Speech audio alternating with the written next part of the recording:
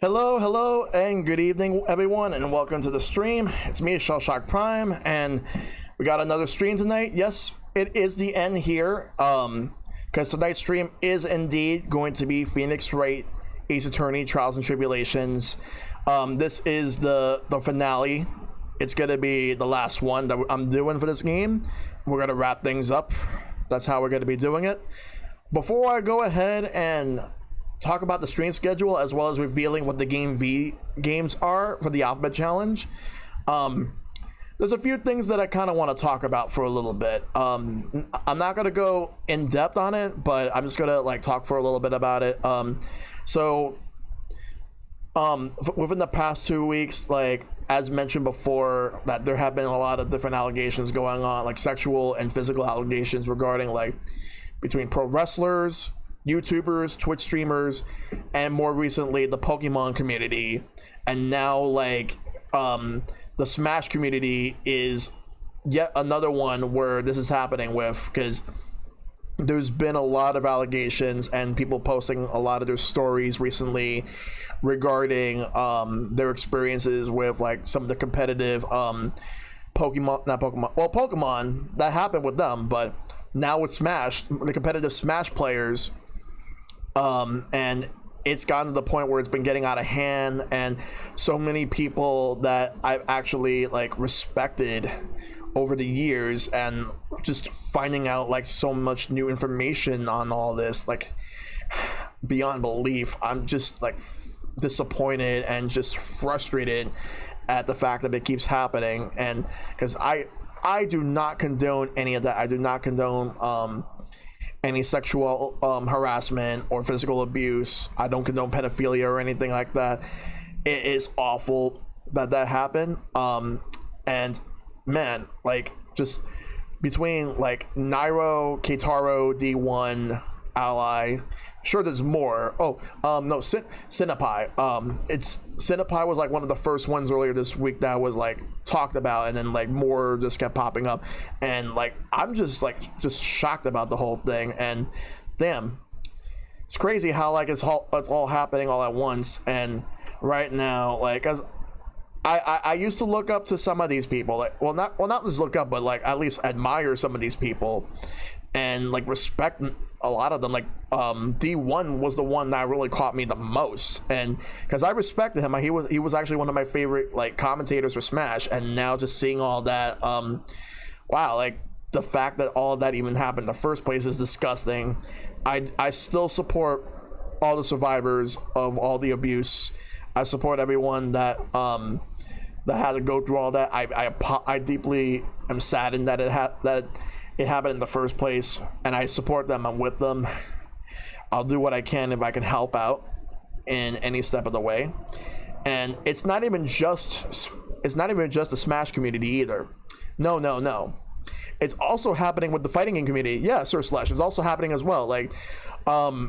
Most notably, Joey Queller, aka Mr. Wizard, the guy who is the face of Evo. Yeah, him too. He people have been speaking up about him as well, and as a result, now a lot of companies are dropping out of Evo, as well as there's a lot of participants dropping out. But the biggest two companies that have dropped out so far are Capcom and NetherRealm Studios. They will no longer be partaking in this year's Evo. And here's my thing: I loved Evo. I love watching Evo, all the tournaments that happen. Those are some of the things I always look forward to. Now and then when I saw that, I'm I am not watching. I am not supporting this year, nor will I support any year moving forward as long as Joey Queller is still there. And if he's gone, then there needs to be change. It's crazy how all that happened. And it's crazy that he's been like this for so many years. Killer Instinct and Skullgirls have also pulled out. Yeah, because I saw all the stuff about Mike Z, and yeah, it's also another adds to the whole thing where it's this shit is fucking gross and ridiculous, and it really needs to stop. But Oh my god, like just so crazy that this even happens in the first place. It's like all people that I respected, like some of these people I actually respected up until this point, not anymore now, but and it's insane that it happens. But honestly, the only thing that, because idolizing, I mean, I don't mind admiring people or respecting people or being inspired by someone, but to idolize them and obsess with them is very dangerous. Like you can't really obsess with somebody or idolize someone like they're gods or something. You can't really do that, because at the end of the day, we're humans. We're prone to mistakes. We're prone to that. But the least we can do is not only learn from our mistakes, but also move forward and be a better person. Just that's all you gotta do. Just be a much better person moving forward. And also, on a completely different note, there was a car accident that happened like recently. Pro player Knuckle who plays Street Fighter in the pro tournaments, he was found in a car crash. He was in a car crash, and his spouse just gave birth to his first child recently. So and no one knows anything about like what's happening, like what happened with him. I'm hoping for the best for him. I'm hoping that he like gets through all this. He gets a speedy recovery.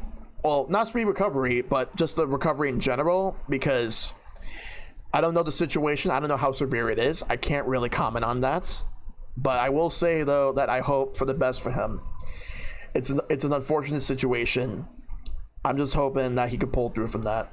And the only other thing that that happened was there was a popular Warcraft Hearthstone Twitch streamer named Wreckful, Byron Bernstein. He recently passed away. Like, he actually committed suicide recently because he had a lot of mental issues that he was dealing with. He had a lot of personal issues he was dealing with, and it's really unfortunate. I never really followed him, but my brother was a huge fan of his, and he was really sad when he heard the news. But it goes in line when it comes to mental health in general. Because I know, like, or like not too long, like, because I know that last year, like, Etika unfortunately took his life away, which was very unfortunate, and it still hurts me as well, because I was not close with him, but I knew him, and he was always cool whenever I was around him. But it's the same thing here. It's like mental health is very important. You don't know what's inside someone's mind. You don't know what anyone's going through, because there are people who dismiss this shit not knowing what's going on, but in reality, like, it sucks that there are people who just don't understand mental health. But that's the thing. Mental health is very important. People need to understand this. No matter what, like I said on Twitter, no matter what happens, no matter where you are and what you do, you matter. You're important to a lot of people, you know. People care about you. And more importantly, there will be people who will have your support. No matter what type of days you have, good days, bad days, there will be days that will suck. But there's always a tomorrow where things will be better. And when things get better, you'll pull through it. There will be people who have your back. There will be people who will be there to support you every step of the way. And to be honest, like, cause I have my own personal, like, my own mental issues that I'm dealing with, like, cause my own mental health is just been all over the place, and it's been getting a lot worse in, like, throughout the rest of, like, most of this year so far, because this year to me is just a fucking train wreck. But it's not even just about the fact that it's 2020 sucking. It does suck, but it's about the fact that people really need to just take a step back and just check up on people, even if just say, hey, how you doing, hope everything's well. Just by saying that, you could easily make someone's day. or if you just talk to someone in general, like for whatever, just talking to them, even if they were in a bad mood and you cheer them up, that's always a good thing. Mental health is always important. I am fully supportive of mental health and making sure that people take care of themselves. I take care of myself. I see people taking care of themselves. That's all that matters. So if you or any of your loved ones need any help, there will always be people to help you. But there's a lot more that I can say, and I'll sum it up in one thing. You guys are awesome. You guys are people that I'm happy to be around, and more importantly, I hope life treats you guys well, and I have nothing but respect for you guys. So thank you all for coming through. As always, I don't mean to sound like I'm ending my stream right now, but you know what I mean. Like I am definitely supportive of you guys. So thank you as always for being there. Because honestly, like, as I have a lot of bad days myself, where a lot of shitty days where I just feel a little bit down, but just seeing you guys in chat, just talking, just makes me feel better. So I have to thank you for that as always. All right. Yeah, but that's practically about it when it comes to that. So now, tonight's stream is about Phoenix Wright, Trials and Tribulations. I'm going to be wrapping this game up, and it's about time to do this. I'm looking forward to seeing how it all ends. But before we get to that, there is one other thing. So yesterday, I revealed what the Alphabet Challenge game was, and it was Undertale. So now I am going to reveal what the Game V games are. So the first game for the Alphabet Challenge Game V poll is going to be Valhalla. Now, I first heard of this game like in early 2018 because I was watching my buddy Silverstone Condor stream this game back when he was doing those Chill Saturday streams where he was streaming like visual novel or like text adventure style games, these type of games, and I thought this was pretty interesting. And then it came out on Switch last year. I picked it up, and I haven't started it yet, but I've been wanting to. I've heard nothing but great things about this game, so if this gets picked, this will definitely be something I'd like to do. So that's the first one. The second one, Valkyria Chronicles. Another game I've always been wanting to play. It came out originally on PS3, but then it got ported to PS4, Switch, Xbox One, PC, alongside Valkyria Chronicles 4. So if picked, I would do this one. I will be playing the Switch version. The next one, Vagrant Story. This one is a classic RPG from the PS1 era from Square, and I've always wanted to try this out. I was interested in this one because, like, while people talk about the Final Fantasies and all that, Parasite Eve and all that, like all those games, Vagrant Story is something I want to play. So it picks this one would definitely be something I'd like to try out. But this one, not a lot of people know about. Volgar the Viking. Apparently this game came out on the Dreamcast like a few years ago. Someone made like a version of it, and it's on PC, it's on Switch, PS4, and I think it's on Xbox One. I'm not sure if picked, because this game looked very interesting. I'll give it a shot. It's like an action game. So right now the poll is now live for you to vote. I will post a link to it right here.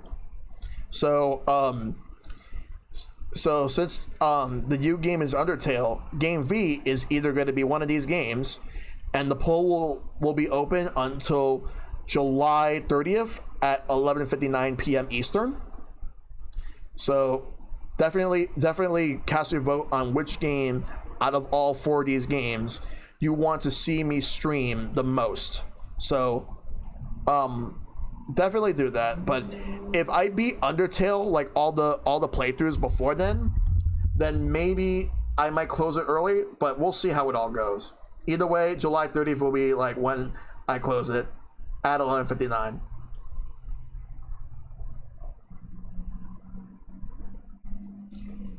All right, now it's time. It's time for Phoenix Wright. Let me go ahead and get to Phoenix Wright over here. Let me just look for it. Where was it? Where was it? Oh, right here.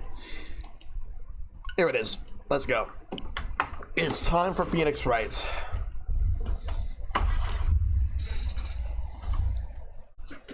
We are going to end this.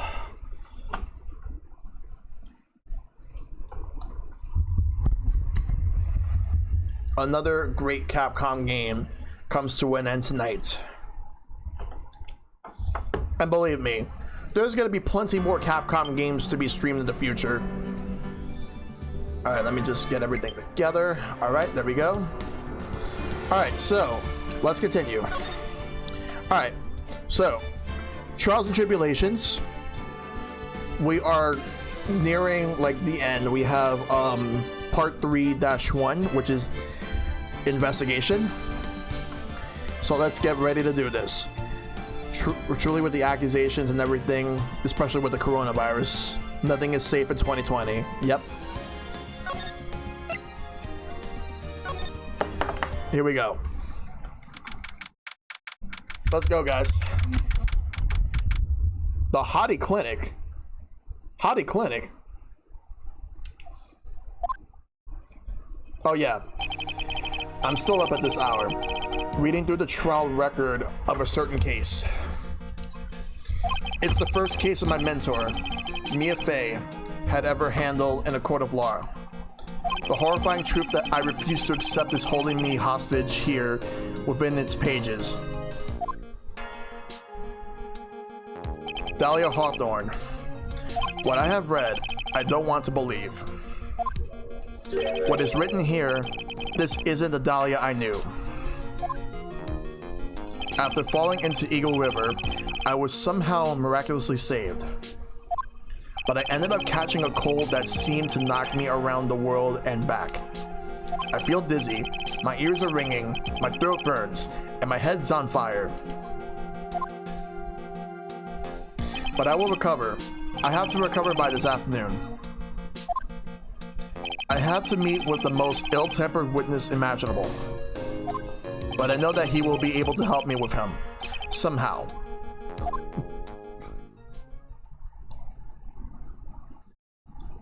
Back at the Dusky Bridge. Let's go. Right. Are you sure you're well enough to be doing this? You still look a little green in the face. Or maybe Viridian, in artist speak. Actually, my fever has gone down quite a bit. How's your temperature now? Only 102.2 degrees, nothing to worry about. I think you should have still stayed in the hospital, Phoenix. Anyway, I read today's trial record. You weren't bad, Edgeworth. Pretty impressive despite the circumstances. We're not in the clear yet. The main point of contention tomorrow is going to be the murder weapon. Yeah. In the end, the Shishishito did not deliver the deadly blow. Which means there must be another sword hiding out there that we don't know about. Another sword, huh? Don't you worry about a thing, pal. I'll dig up the murder weapon myself, or I'll eat my coat. Thanks again, Edgeworth. I'll handle things from here. That is probably for the best. Actually, I was thinking about paying the old precinct a little visit. There's something I want to look into. And that is our client's background. Naturally. You mean Iris, sir? I have the feeling that we've met before. All I want is confirmation, one way or the other. And since I probably won't be getting that from you, I'm sorry, Edgeworth. I bid you adieu, Wright. Take care. Guess I should get moving too. Why? Do you need to be somewhere? Yeah, I gotta get to work on this bridge, pal. I'm rigging something up so we can get across to the other side. Ack, that's right. Maya is still stuck over there at the inner temple. But don't you worry, pal. As soon as it's all set, you'll be the first to know. Thank you, Gumshoe. No problem, pal. Just try not to give me that cough of yours, okay? Alright, I'm off. Hang in there, Maya. We'll get you out, I promise. But in the meantime, I've got to continue collecting evidence. Alright, so we're gonna move. Let's go to the main gate. Hazakura Temple main gate. Come on, please! It's for art's sake! I swear. There's only one guy I know who could be this persistent and high-strung. I'm talking about the heroine here. The heroine in my book. It'll make you famous. Enough! A fool's fool who foolishly accepts the foolishness of a fool's fool. Wouldn't you agree, Phoenix Wright? Huh? Me? Well, wait a second. I know you. Your reflexes and mine need to shape up. My brain's firing like a sunny side up and you want to grill me over a name? Frenzy! You can't do that. Even as we speak, Nick's on the brink of death. Or so I'm told. Whip a dead horse. Isn't that one of your American sayings? No, it's not. And I'm not on the brink of anything. Come on, Nick. Tell her, would you? Tell her she needs to model for my new picture book. Frenzy's Whippity Whip Trip.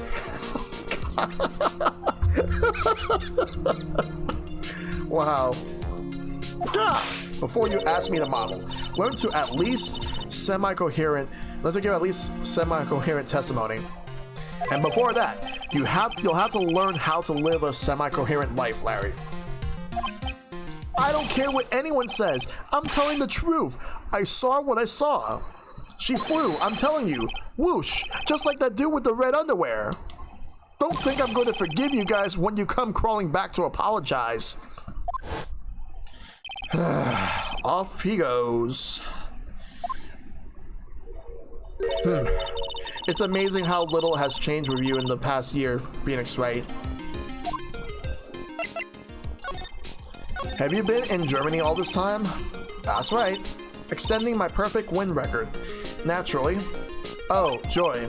Sounds like she hasn't changed a bit. Has it really been a year since we first met? I am Franziska von Karma, the prodigy. I see. I gave up a promising career in Germany and came to this country for one sole reason. Revenge. Franziska was born and raised in Germany and became a prosecutor at the age of 13. Her father was a legendary prosecutor, Manfred von Karma.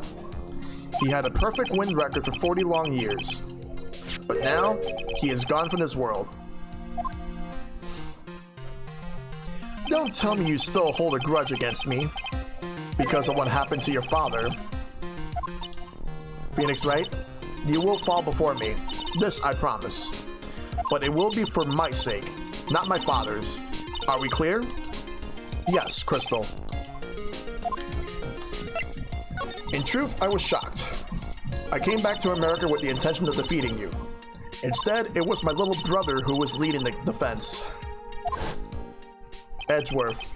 Come to think of it, Edgeworth was pulled into being a prosecutor by Manfred von Karma as well. Miles Edgeworth told me something very interesting, you know. He said this case has a special significance to you. Because it does. And that's precisely why I am here. Your personal involvement will make crushing you into teensy-weensy pieces all the better. Well, I mean, you humiliated her in the previous game. Yes, I did, Sir Slush. I did. It's probably the fever, but she's so openly hostile that it's almost kind of cute. Ow! No smirking. No whipping the sick. That foolish fool doing such a foolish favor for a foolishly foolish fool. Oh my god. Edgeworth. Make no mistake, Phoenix Wright. I came here for one thing, and one thing only, to pulverize you. It's not like I thought you were here to bring me some Cold Killer X, you know. I went over the whole case file on the flight over. You read the whole thing? Yes. Every last word of the last sentence of every last paragraph. All the ridiculous things you did, it made it a very interesting read, you know. Attempting to cross a burning bridge, did you even consider the dangers? No. The only thought in my mind was, I have to get across. A fool who doesn't think is more foolish than a fool who foolishly thinks. Gumshoe said he'd let me know once the bridge was repaired. Maya, she's gotta be okay. I just know it. Plus, I need to ask her about what really happened at the inner temple that night. Alright. Well, let's move. Let's go to the main hall. We can't really go to the suspension bridge just yet.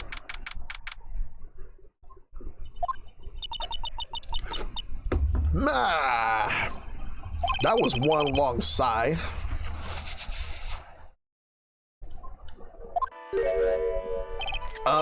Sister Bikini? My. I didn't know you were here. How are you doing?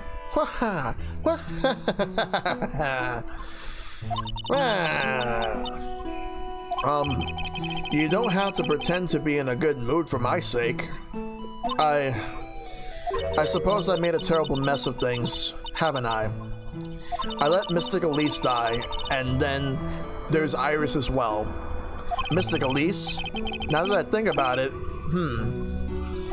There's an acolyte stuck in the inner temple, and that poor little girl has gone missing too. That little girl? You don't mean Pearls, do you? Yes, I'm afraid I do. She hasn't been seen since the morning after the incident. Pearls? She's missing? Why didn't anyone tell me this? I must be getting old. I think I seriously lost faith in myself. Are you talking about your performance at the trial today? You better believe me, don't you? I'm not a liar. I would never lie. I know what I saw. I saw Iris pull that sword from Mystic Elise's body that night. I'm certain of it. At least, I was until this morning. I don't see any Cyclops, so she must be telling the truth. So why are you so unsure of yourself all of a sudden? You know that artist who testified after me? I saw Iris flying, her white hood fluttering. I feel like I might start flying myself. When I saw that man was testify so fervently about something so impossible, I started to wonder if I had acted just like him when I was on the witness stand. I wouldn't take that guy too seriously. He's an artist, but all he draws is nothing and nothing else. Both Bikini and Larry are telling the truth. That can only mean one thing. They both didn't see what they think they saw.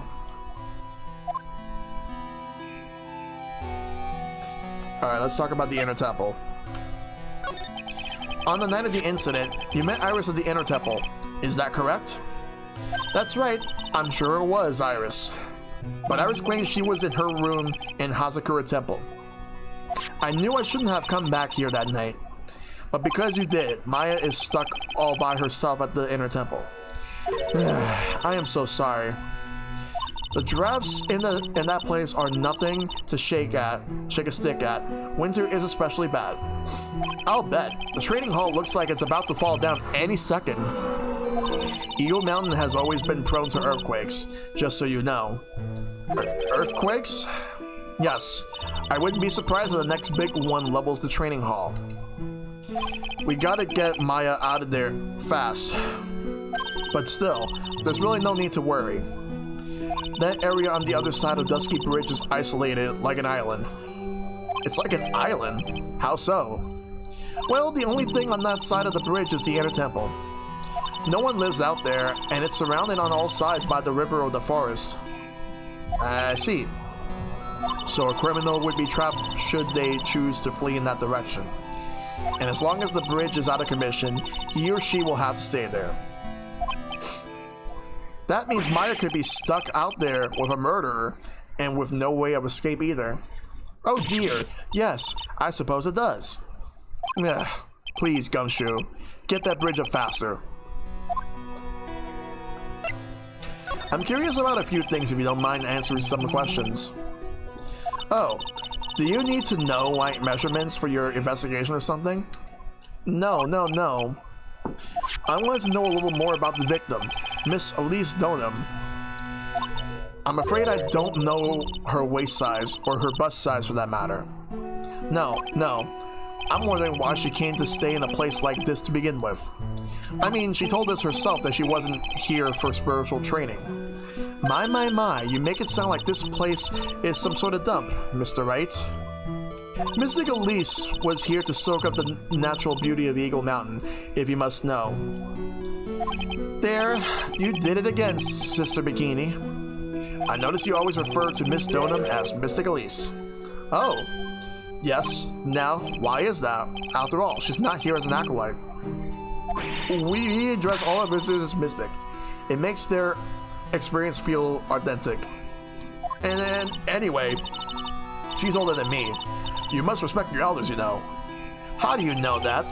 How can you say for sure that she's older than you? Here we go again.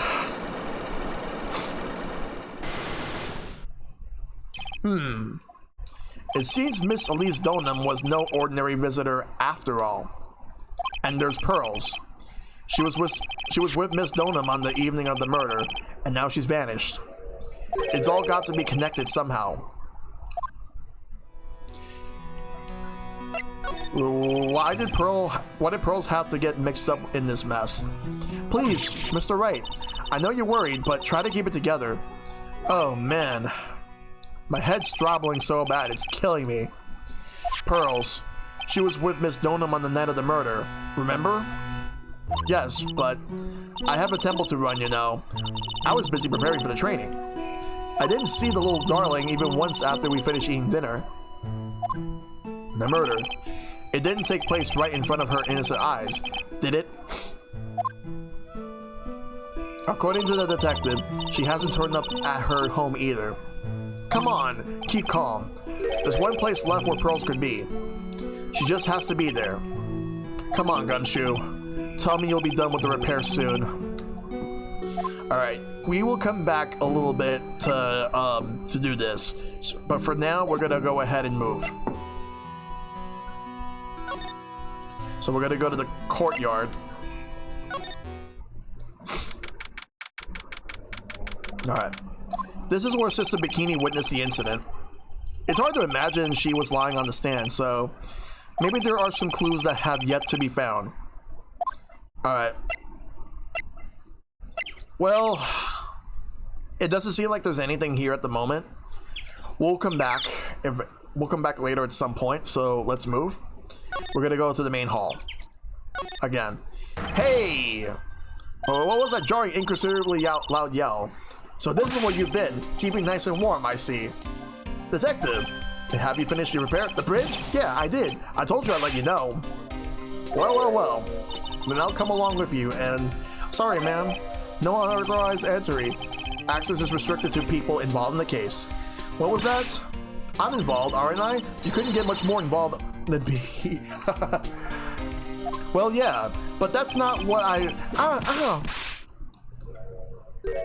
It's been a while, Scruffy. It's... Miss Von Karma!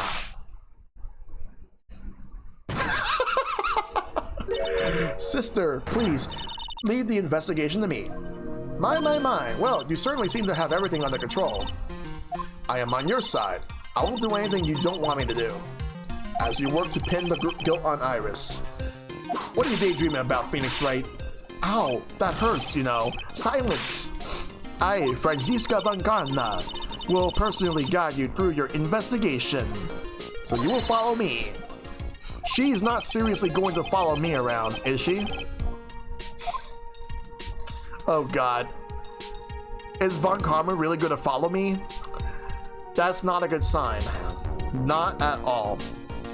Alright. So, let's move.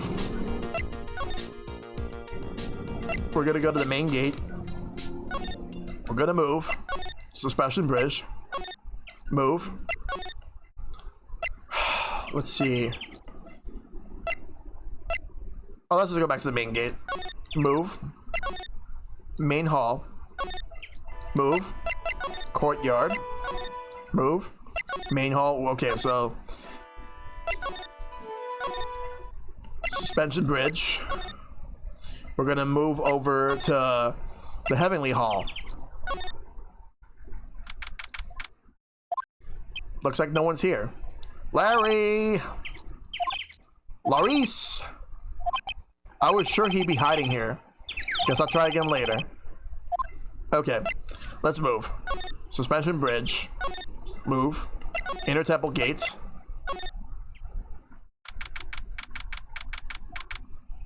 Things have certainly become a lot more hectic than before. They must have commenced with the investigation. Oh, Mr. Nick. That voice. Pearls! Mr. Nick! Mr. Nick!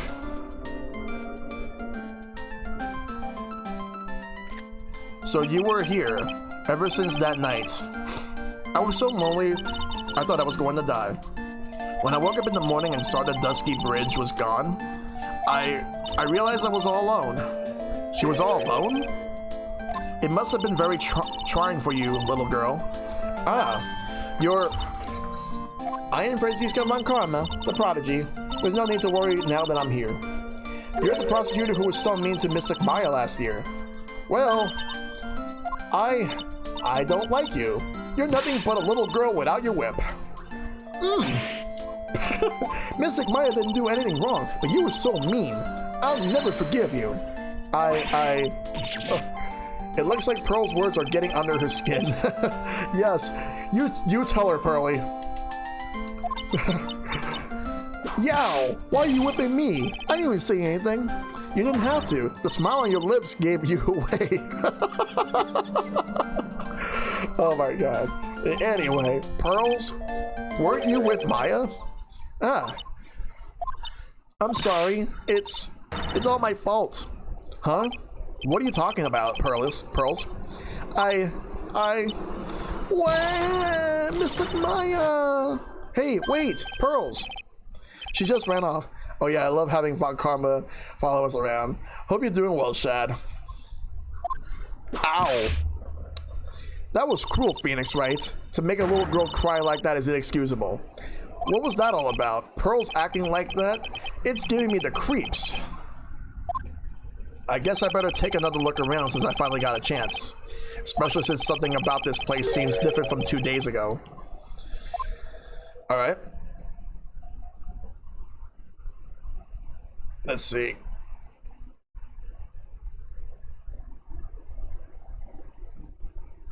Move. Let's examine this.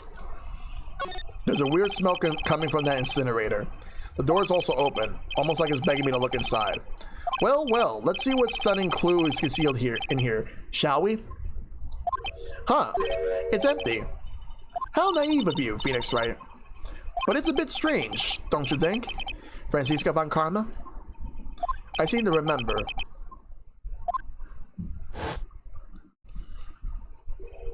There was snow on this incinerator the first time I saw it. In other words, someone's been using it to burn something recently. Listen, Phoenix Wright, it's impertinent to call people by their full name. I was only copying you. So don't be a hypocrite, Francisca. Alright, let's move to the training hall.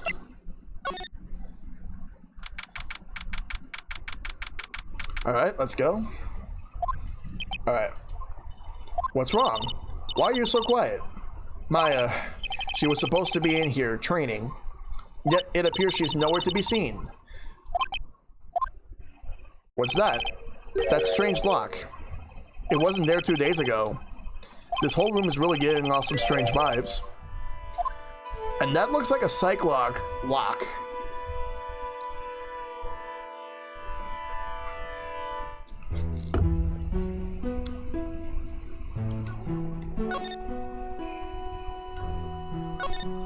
What do you think this yellowish poster is, Phoenix Wright? It's a scroll, not a poster. It's a picture of a woman who's actually... a woman? I don't see any woman here. There's a different atmosphere in this room since the last time I was here. No, it's not a different atmosphere. It's a different smell. It's gravy. What's the matter? This scroll, it's been completely covered in gravy. Ah, yes. There is a very appetizing smell in the air. But gravy is a type of sauce. So when you run out of paint, you Americans use gravy as a substitute, I see. No, no one does that. For starters, it stinks. This must be the gravy that we had with the roast on the night of the incident. But why would anyone do this? Why this scroll? So we'll use that as evidence. Alright. What about this lock? I want to know about this. This door. When I was here 2 days ago, that weird lock wasn't on it. Those chains, it's almost as if they're guarding something inside the cavern. I've never seen a lock quite like this before. I have. I've seen locks and chains just like this before. They look just like the ones that guard a person's secrets during a psych lock. I wonder if this lock is guarding something too. Dark secrets in a dark cavern.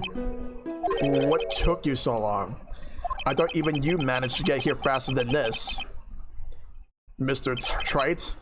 Oh shit. It's Godo. Prosecutor Godo. I didn't even know you were here. Prosecutor? How come you didn't show up at the trial today? Huh. I could ask you the exact same question. Huh? But I had a cold, so I had something slightly more important than a common cold to deal with. Mr. Coffee himself. The importance of which is something you have no hope of ever understanding. Enough. I believe I have the measure of you. You are the very worst kind of prosecutor. What could be more important than a trial? Who's the wild mare, Trite? This is Miss Von Karma. She was the acting prosecutor in your absence today. Ha! Well, I guess I owe you one then. But you can go now, princess. It's time for the big boys to take the reins. That's sexist and also exuding toxic masculinity, but whatever. Just who do you think you are? This case is mine. Hey, Philly, know your role and shut your mouth. You are not Dwayne The Rock Johnson, so shut the fuck up. I can't stand women like you. I'm only going to say this once, Lady Von Whippingberg. Go home. Phoenix Wright. Well, what are you hitting me for? Ha! You deserve more cracks of that whip than that, Trite. What? You still don't get it, do you? You don't realize that you set something in motion you'll never be able to undo. There's something different about Godo today. I'm getting such a strong sense of something from behind that mask of his. Is it anger? Or is it sorrow?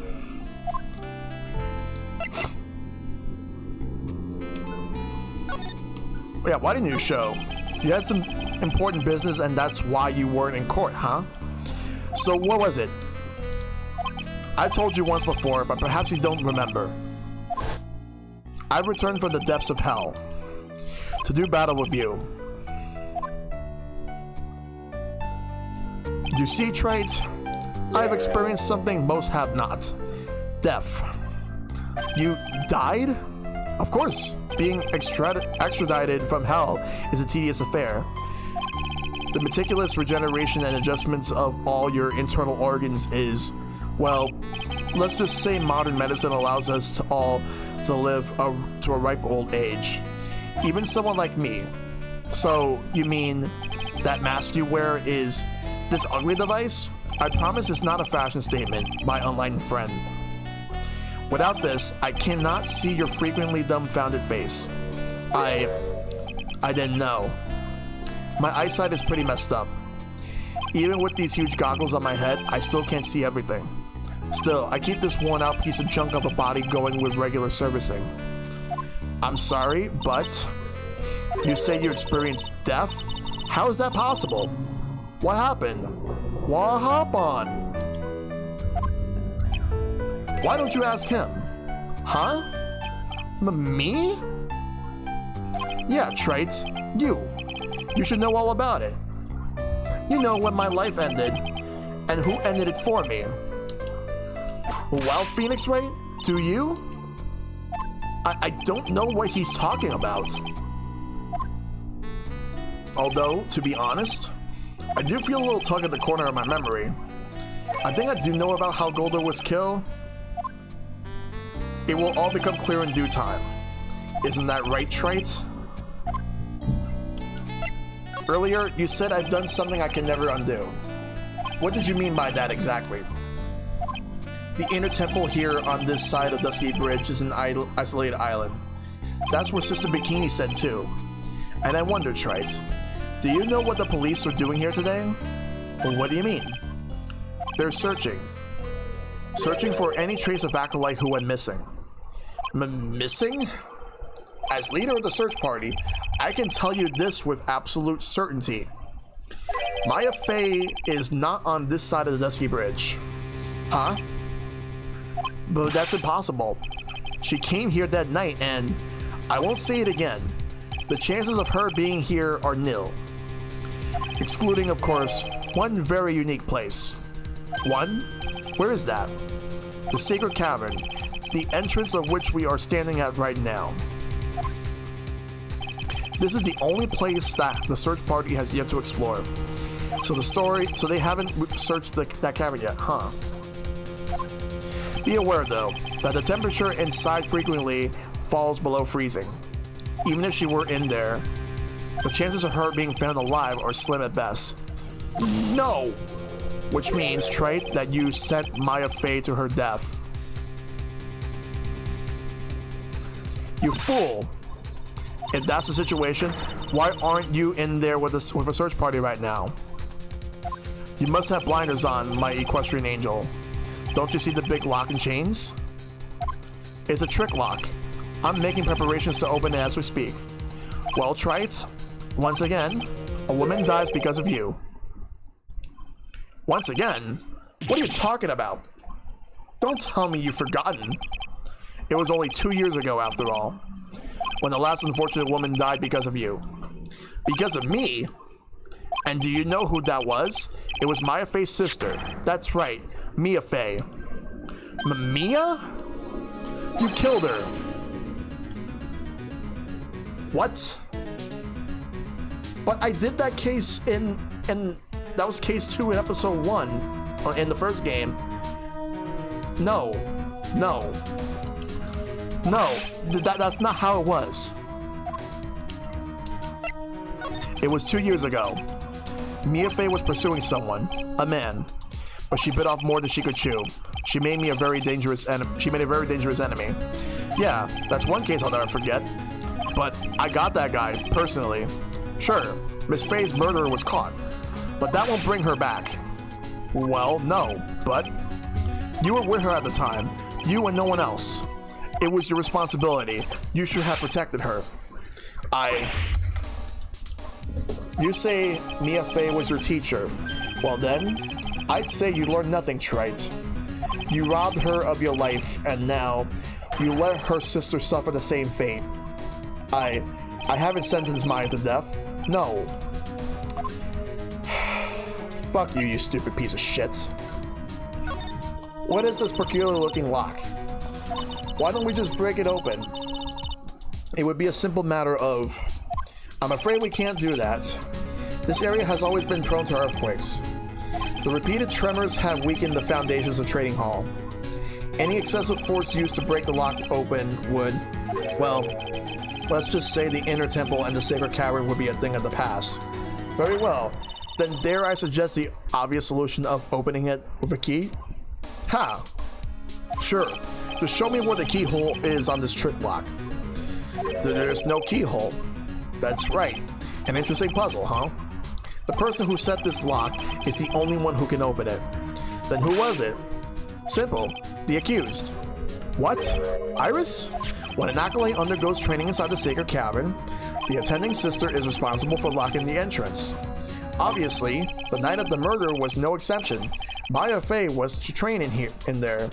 Sister Bikini did mention it a number of times now that I think about it. She said that Iris was left in charge of supervising the early stages of the training. So Iris, the accused, is the only one who can open this lock. I've arranged for her to be brought here now. Iris is the only person who can open this lock? I hope she gets here soon. Hang on in there, Maya. We'll get you out. So, I should be getting back to work. Wait, Goto. How sure about Maya are you? There's no doubt in my mind. She's in the sacred cavern somewhere. It's the only place she could be. You better start praying. You better pray that friend of yours brings the accused back here soon. Edgeworth, listen up, Trite. There's only one thing I want to say to you before I go. I'll never accept you. Never.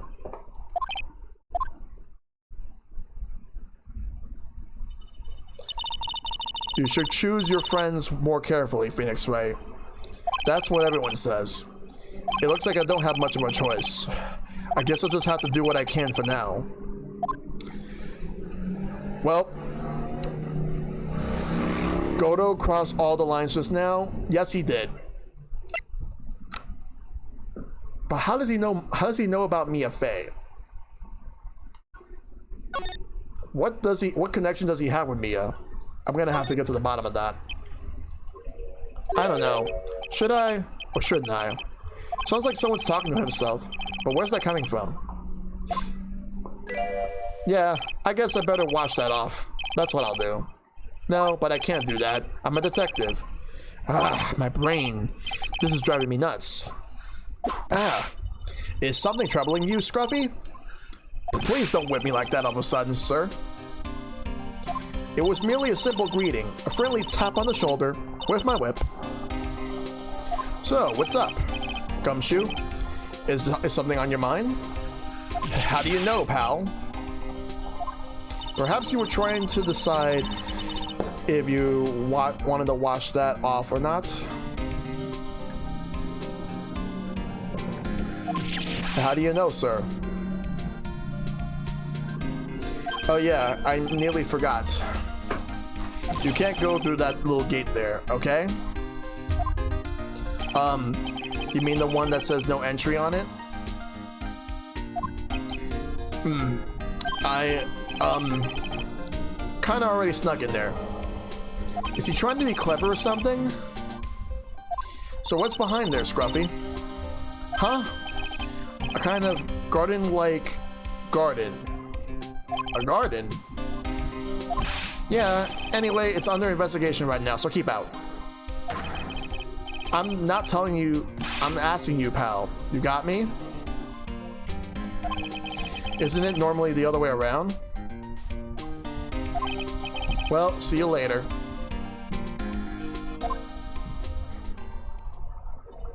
So, shall we adjourn to this garden, Phoenix Wright? Of course. What else will we do? I really want to know what Gumshoe was thinking of washing off.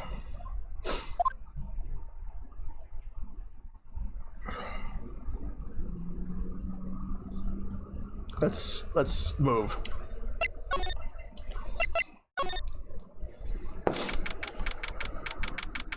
All right. There's a strange feeling in the air. I wonder what it is. Strange feeling? Forget about that. What's that strange writing on the stone lantern? Ah. What are you doing here, sir? I thought I said you can't come in here. Don't you know, Scruffy? Avant Karma will always show up whenever there's a clue. And there are plenty of clues to be found here. But so, how's the Inner Temple investigation going? We have the best forensic team in the world working the place. You fully here now? Awesome, Shad. Forensic team? And what was the outcome of this scientific study? Nothing. Scientifically speaking, the place is as clean as a whistle. That's simply not good enough, Scruffy. Do you think I'll let you get away with that? Uh-oh. Well, there was a couple of things that bothered me when I first got here, sir. That stone lantern and the surrounding area that's not covered in stone, correct? Oh my god, it says Allah on that lantern. Hey, Matt. They look kind of fishy to me. You know, scientifically speaking. So I got the lab boys to look them over. The results were, it's kind of hard to say, actually. I guess I better look into them myself. Okay, well, what about Maya? About Maya. Oh, did Mr. Godo tell you yet? Yes, we've heard. Hope you're doing well, Matt. He's got a search party out looking for her, but there's nowhere else she could have disappeared to on this side of Dusky Bridge. All we can do is wait for Mr. Edgeworth to get here, pal. Edgeworth? He's escorting Iris, the defendant over here.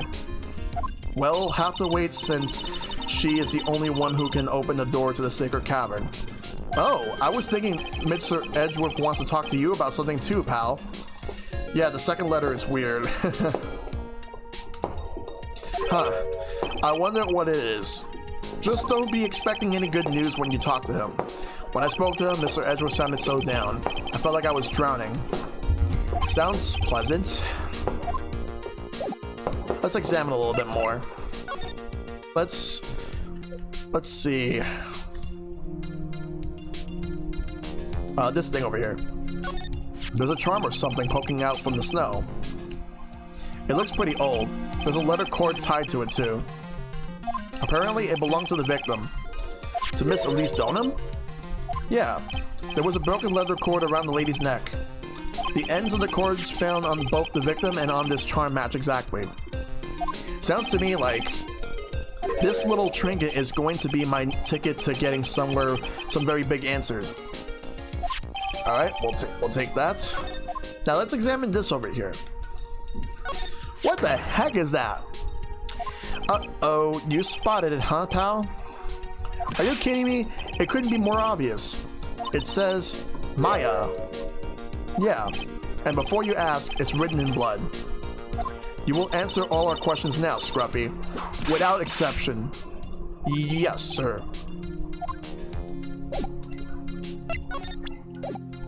Alright, let's talk about this. Maya, so these letters are written in blood?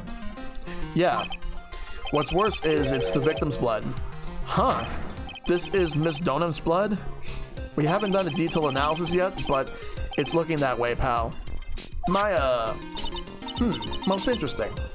Phoenix Wright, I presume you know, don't you? Why Maya's name is written upside down? You know what? That was really bothering me too. But I just came up with the answer. The result of my own special gumshoe investigation. Really? Do tell. Well, on the night of the murder, that stone lantern was upside down. Ahem. Anyway, there's really only one logical explanation to this mystery. Miss Elise Donham wrote these letters herself, in her own blood. You must be joking. That's impossible.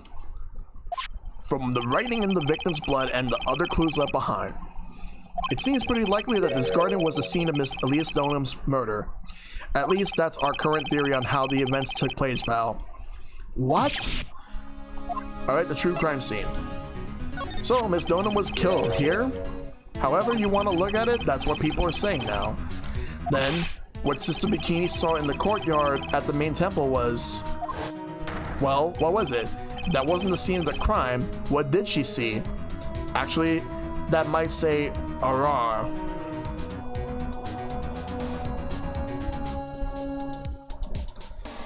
Okay, so you say Arar, but Matt says Allah.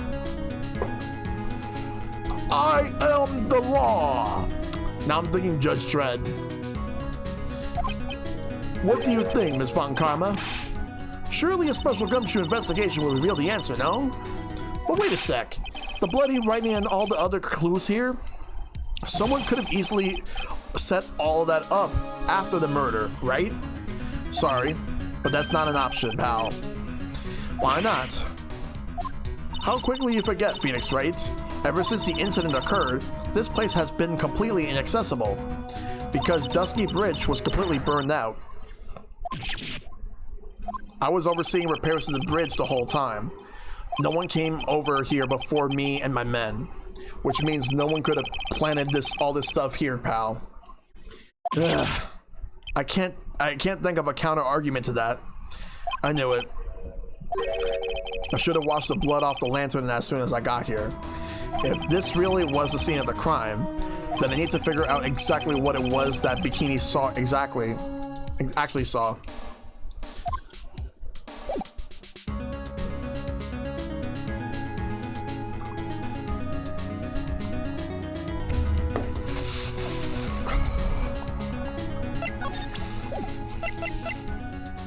Alright, let's move. Alright, I think we did everything here, so the only thing we gotta do is go back to the Inner Temple Gate. Then we're gonna go to the Suspension Bridge. And from here, we're gonna go into the main gate.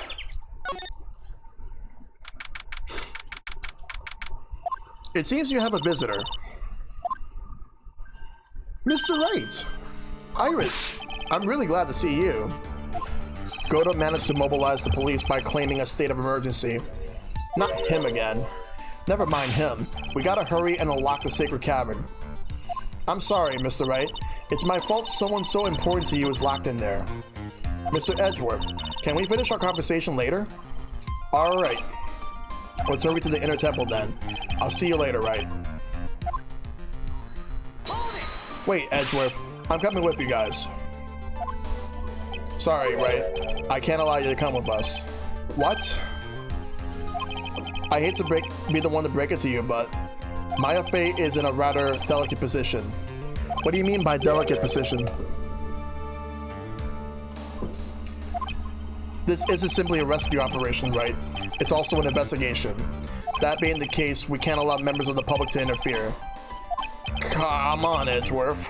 If anything happens, you'll be the first to know. Please understand, right? But it's Maya, Mr. Wright. All that matters is that Mystic Maya is rescued, correct? Listen to the voice of reason for a change, Phoenix Wright. From now on, consider anything beyond Dusky Bridge to be off limits.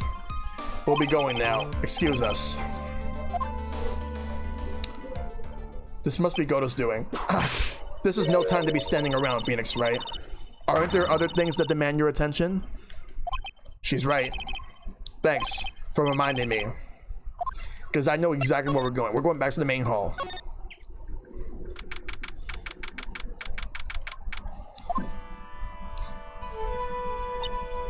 Sister Bikini looks like she's shrunk some since I last saw her. Don't be so rude, Phoenix Wright. What's wrong, Sister Bikini? My. Hello, you two. How are you doing?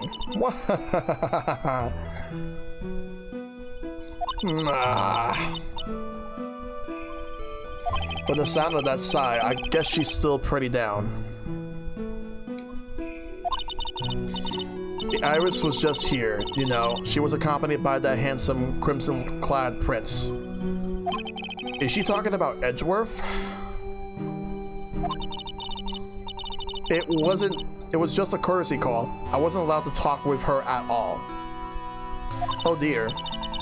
It's all my fault that this has happened. Poor Iris. She was worried about my back. Would you believe? What have I done to her?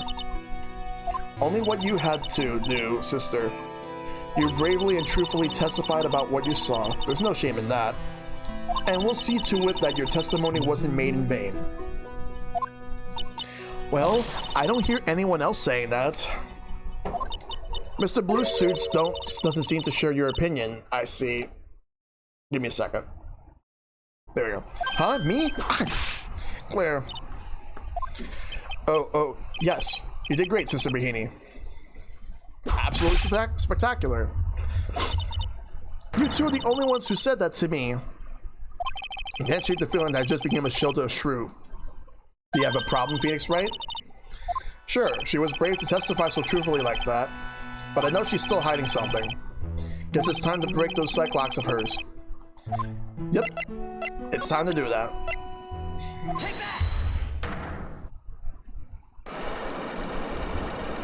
that! Alright, let's go. At least Donum. Sister Bikini, the truth is becoming increasingly clear to me. I'm convinced that Miss Elise Donham had a special significance to this temple. As to why she had a special significance, I believe it has to do with her true identity. What on earth are you talking about? She was... Mystic Elise was just an author of picture books. To be honest, I had my suspicions almost immediately after I met her. Suspicions? Yes. But I didn't have any evidence to support my theory though. But now I do. This piece of evidence proves Miss Donham's true identity. Okay. And we're gonna go ahead and do that. So what exactly is it? Well, let's look around. Let's look at the evidence. And it's this.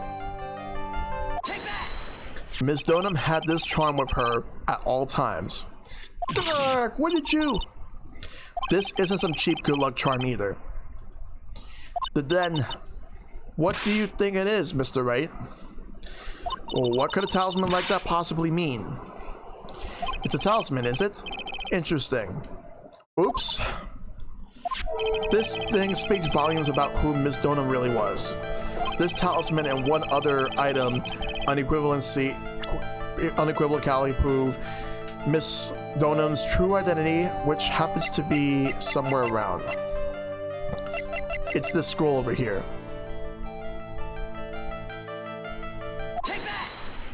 The painting is obscured by this gravy stain at the moment. But this scroll shows the Master of Kareen channeling technique. The crest at the top is a sign of that honorable title.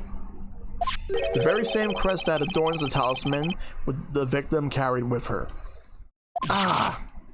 This crest is reserved for the Master of Kareen. Who on earth told you that nonsense? I've got no idea what you're talking about. The new master, Maya Fey, told me. What? You mean that Acolyte is Misty Fey's daughter? Yes. Are you sure? Yes. In fact, since her eldest daughter passed away, Maya is Misty Fey's sole successor. Mystic Misty! And all those locks have been broken. And the unlock is successful. So let's talk about this. Mystic Elise graced us with her presence about a week ago. When she showed me the talisman with the mark on it, well, I nearly fainted. No one had seen her since she disappeared 17 years ago, after all. What is the significance of this talisman, sister? The Kareen talisman? It's the symbol of the Master of Kareen.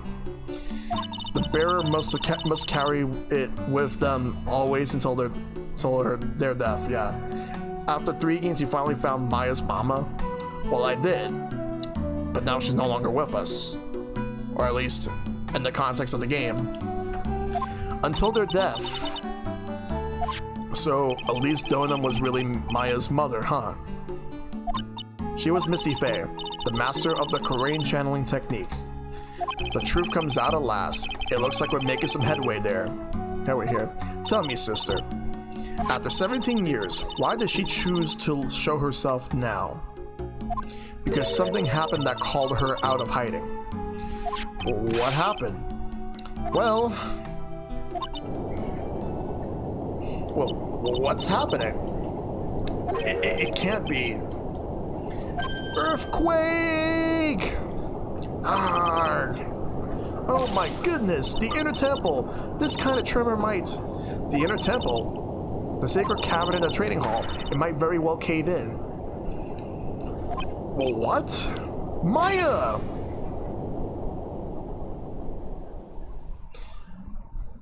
Oh god, Matt. Well, you can't have your cake and eat it too, and by cake I mean Maya's mom, and by eat it I mean have her alive. Ah. God damn it, Matt. Oh my god. Somebody once told me I find my mom's body using the sharpest tool in the shed. Oh my god, Matt. It seems to have passed. Well, we can't just stand here and do nothing. Let's go. What? Where? To the inner temple, of course. Where else? Sister Bikini. We'll finish this later, alright? Of course. You're rolling along now. People may have been hurt. I must get some first aid kits ready. Come on then, Phoenix Wright. They won't bar you from entering as long as I'm with you. Thank you. Right at that moment, I had the worst feeling in my gut. We just had an earthquake. I wonder if he's alright. You look worried. Are you thinking about Miles Edgeworth? Come now, come on, let's go. So we gotta go to the courtyard. No, wrong way. Move. Main gate. We gotta hurry to the inner temple and... Right. Well, what are you doing here? How can I have... How do you expect us to understand if you don't speak up? Hey, why am I the one getting whipped? She's gone. No. The defendant, Iris. She's gone. Gone where? She fled. She escaped. What?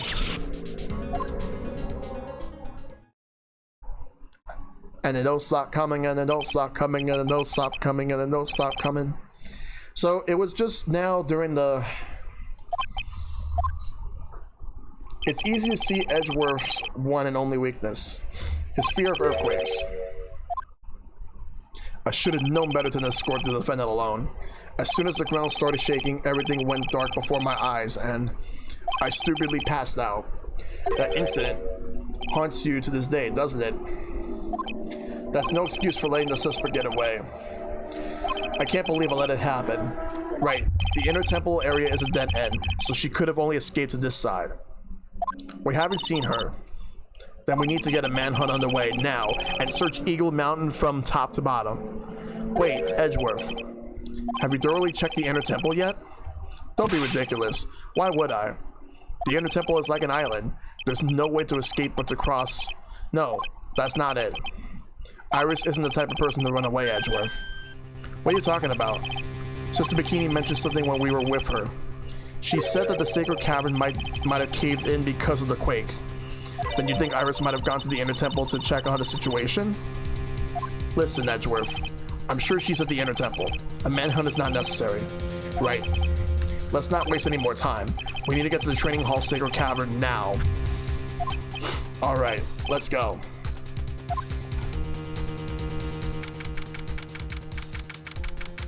Alright, let's go. Fortunately, the sacred cavern hadn't caved in. But what we found was something none of us could ever expected. Huh? There's more locks. How can there be even more locks? What is the meaning of this? Iris. Iris, please tell me. What the hell's going on?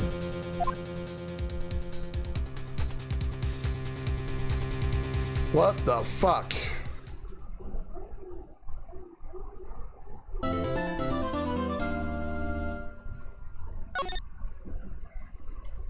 What the fuck, man? What the fuck?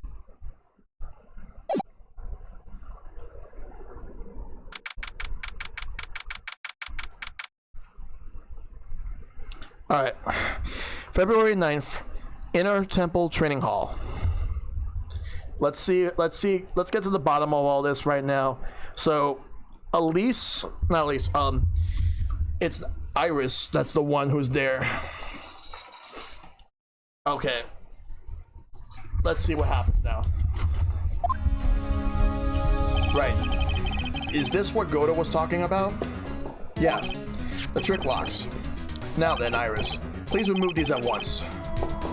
Mr. Edgeworth, I'm afraid I can't. It's not possible for me. What? During the earthquake, when the cavern was in danger of caving in, Iris escaped. And I know that there was only one lock when I last came here. So you're saying that you can't undo the new locks? Yes. If only I was stronger. Edgeworth, how are you feeling? You look a little pale in the face. Like you're one to talk with your face all green. Miles Edgeworth, go get some air. I'll watch over the suspect. You go get a grip on yourself. Don't be ridiculous. I'm perfectly fine. There's no telling what sort of mistakes you can make in your current state. Go and get some rest. That's your only concern now, Miles Edgeworth. Understood. I'll handle the investigation in the garden. You take care of things here. Edgeworth. He's got so much pride that he's probably off crying in the corner of the garden. Pride is simply another trap that hinders us in our lives. That said, one must have pride to be effective on the job.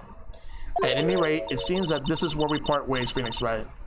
I'm going to stay here and see if I can't help solve these bothersome puzzles. I see. Well, thanks for your help. Now then, do you mind if I ask you a few things, Iris? No, not at all. We're gonna talk. Why did you make a run for it, Iris? I'm sorry. I heard the inner temple had been severely shaken by the strong earthquake we had. I was so worried, I just had to come and see. In other words, you didn't run away to escape the law. At least we're clear on that. Ain't that the truth about pride? Yes, it is true. I can't tell you how relieved I was when I saw the sacred cavern was alright. But what? Then I saw these chains here. I saw all these extra locks that someone had put on the sacred cavern's door, and who in the world would do something like this? These trick locks are a sacred treasure of the Korean tradition. There are hundreds of ways to set them. That's why only the person who set the lock can open it. And you aren't the one who set these locks? I don't think it's that simple, Francisca von Karma. When we were here the first time, there was only one lock. But now, somehow, there's 5 of them. Oops.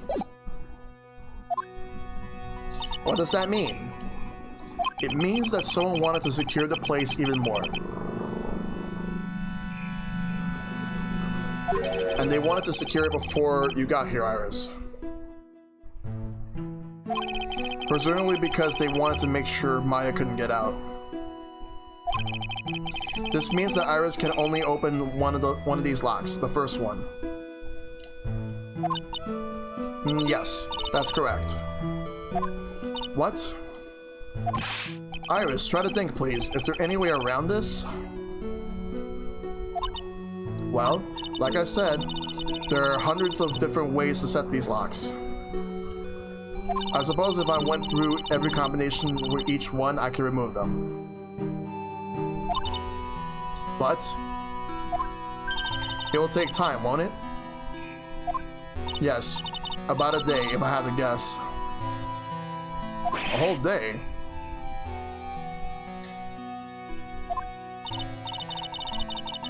Well, that's better than leaving the locks in place. Will you do this for us? Sure, I'll do whatever I can. We gotta wait another day. Hang in there, Maya. You're going to have to call on your inner strength now. Now for the night of crime. You know what, Iris? There's still one thing I don't quite get. And what might that be? Phoenix, right? I think it's obvious. Iris, on the night of the murder, where were you? Please, Iris, don't give me that look. You told us that you were in your room at Hazakura Temple at the time of the incident, but you were seen that same evening at the Inner Temple. And then, you were spotted at the scene of the crime in Hazakura Temple too. Being spotted at both Hazakura Temple and the Inner Temple, it's as if you were.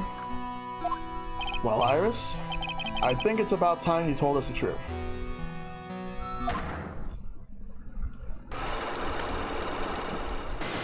Oh boy, of course. I knew it. There's something going on here that we don't know about. So we are gonna have to hold off on this until we can get some more information. So we're gonna go get that information. So let's move.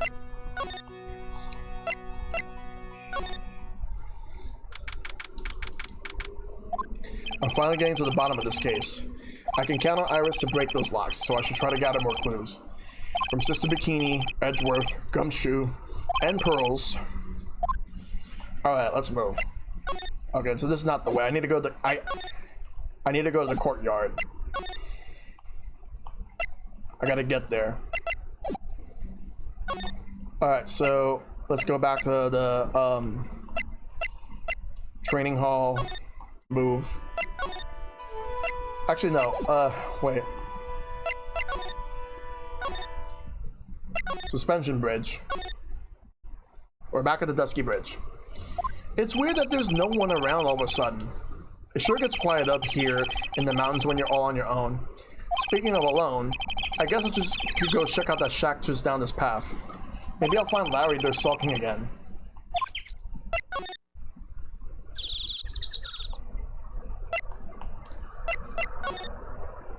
Heavenly Hall. Oh, Mr. Nick. Pearls. What are you doing here? Nothing. What about Mystic Maya? Is she alright? Well, we don't know yet. Oh, I see. Hey, what do you think you're doing here, Nick? Larry, this is the loser's shack where losers get together to lose themselves. This is the what? So they want to lose this. So they want to lose themselves into Mom Spaghetti. Hey, we find comfort in each other's failures. Okay, got a problem with that? Look, Mr. Nick, Mr. Larice did a picture of me. That's great, Pearls. We're going to gather firewood now. We'll be cooking some half-rotten potatoes over a miserable little campfire. So stay out of our way. I don't believe this. Why can't he try getting fired up over becoming a better man? Never forget-y, vomit on his sweater already.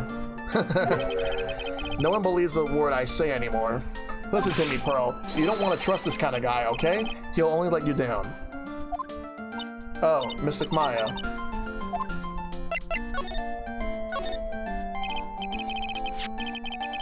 Larry, is there something you want to tell me about this picture? I got nothing to say to you, Nick. My life's here now, with Pearl, two losers cooking potatoes together forevermore. What am I going to do with him? Alright then, what do you think about this picture, Pearls? I think it's really well drawn. I can't draw at all, so I think it's really amazing. See, someone appreciates it. It's tough getting the flames to look like that, you know. It's supposed to be Sister Iris flying through the air, isn't it? I love it. It's like a dream, a wonderful fantasy.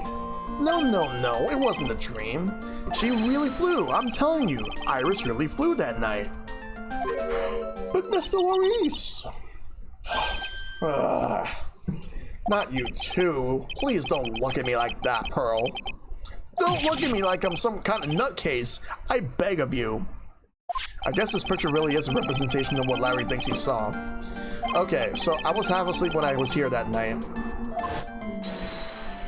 But I was wide awake after the lightning struck. And I saw what I saw.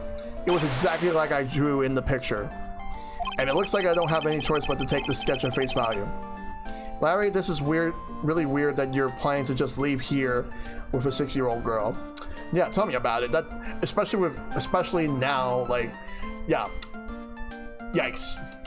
Hey, what's with the look at the doll in your face? The night of the crime. Pearls. Yes, Mr. Nick? I've been meaning to ask you about the night of the murder.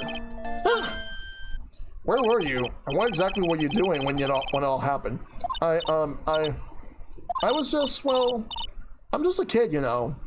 I'm sure it doesn't really matter what I was doing. Does it, Mr. Nick? Sorry, Pearls, but yes, it does. On the night of the murder, You were supposed to be in Miss Donham's room, reading a book together. I saw a bug pass through somewhere. I don't know where the hell it went, though. But Miss Donham was murdered, and you, Pearls, were at the Inner Temple. Ugh. Just what exactly happened that night, Pearls? Please, I hope it's not another Cyclock thing. Please, I hope not. Anything but that. I'm really sorry, Mr. Nick. No!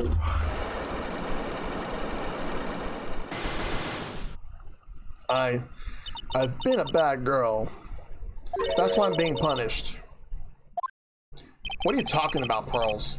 My spiritual power, it has disappeared. What? Her powers have disappeared?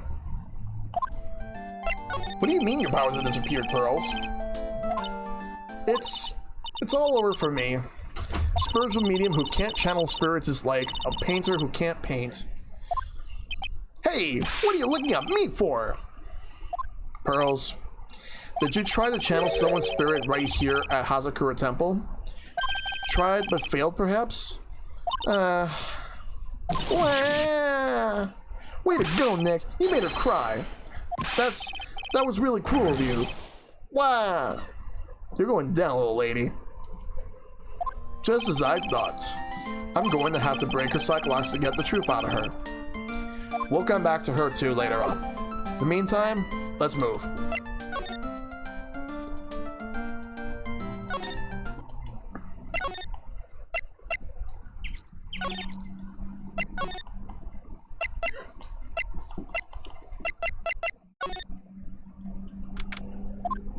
Cops are still combing this place. They look pretty nervous. I'd be nervous too.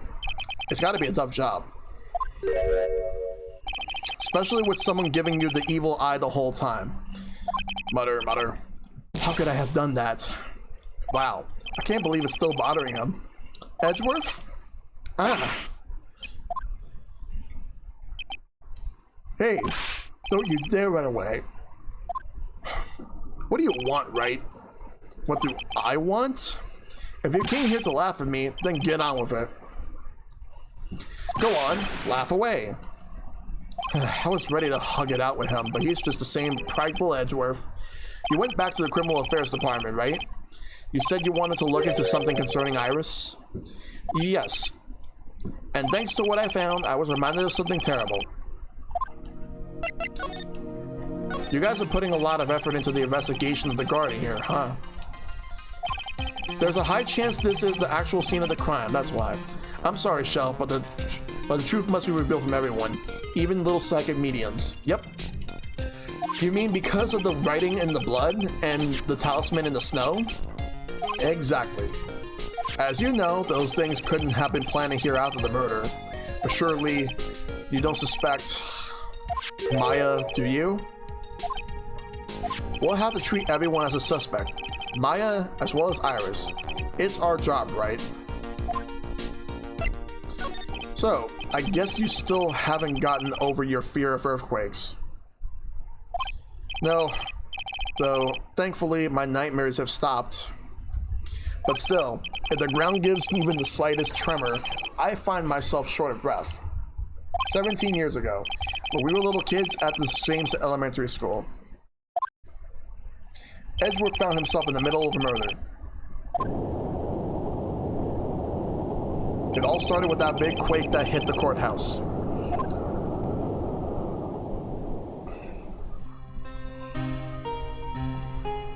Yes, I was stuck in the elevator with my father, who was a defense attorney. We were deprived of oxygen and we passed out. That's when it happened. That single gunshot shattered my whole life. I lost everything that day, all because of that earthquake. My dreams, my family, and myself.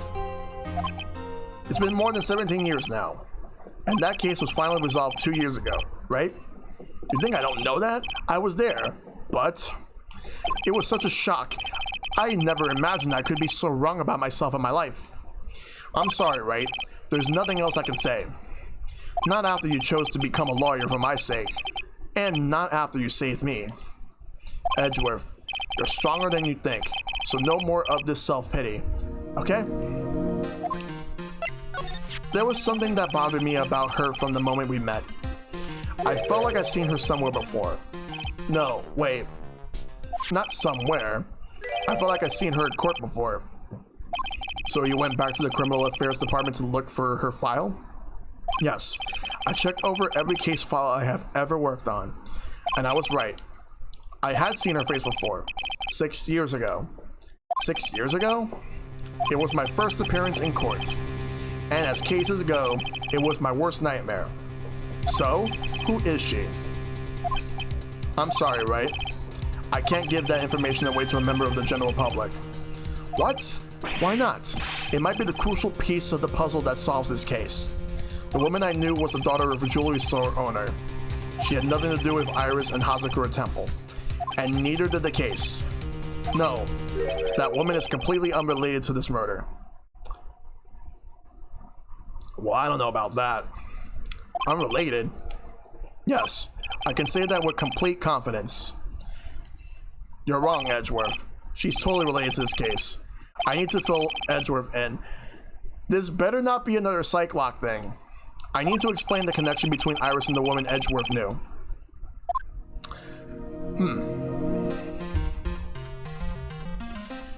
Well, the only way I can do that is by presenting something. Okay, let's look at the profiles we got here. Let's look at everything. We got Maya Fey, Mia Fey, Pearl Fey, Godo, Dick Gumshoe, Bikini, Elise Donham, Iris, Laurice Donham, Francisca Von Karma, and Miles Edgeworth. We'll have to come back here in a little while. We probably need some more information. Alright, let's move. We'll come back to you. In the meantime, we're going to move around. Back to the Inner Temple Gate. Suspension Bridge.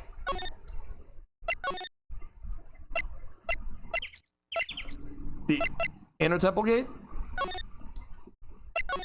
No. How am I liking this final case? So far, it's actually pretty good. Really deep, too.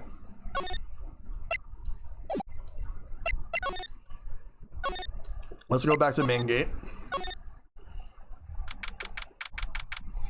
I wonder if Sister Bikini is back in the main hall yet. I haven't seen Gumshoe around for a while either. Maybe they're having a cup of tea together somewhere. I bet Gumshoe is Sister Bikini's type. You know, that doesn't surprise me if you ask me.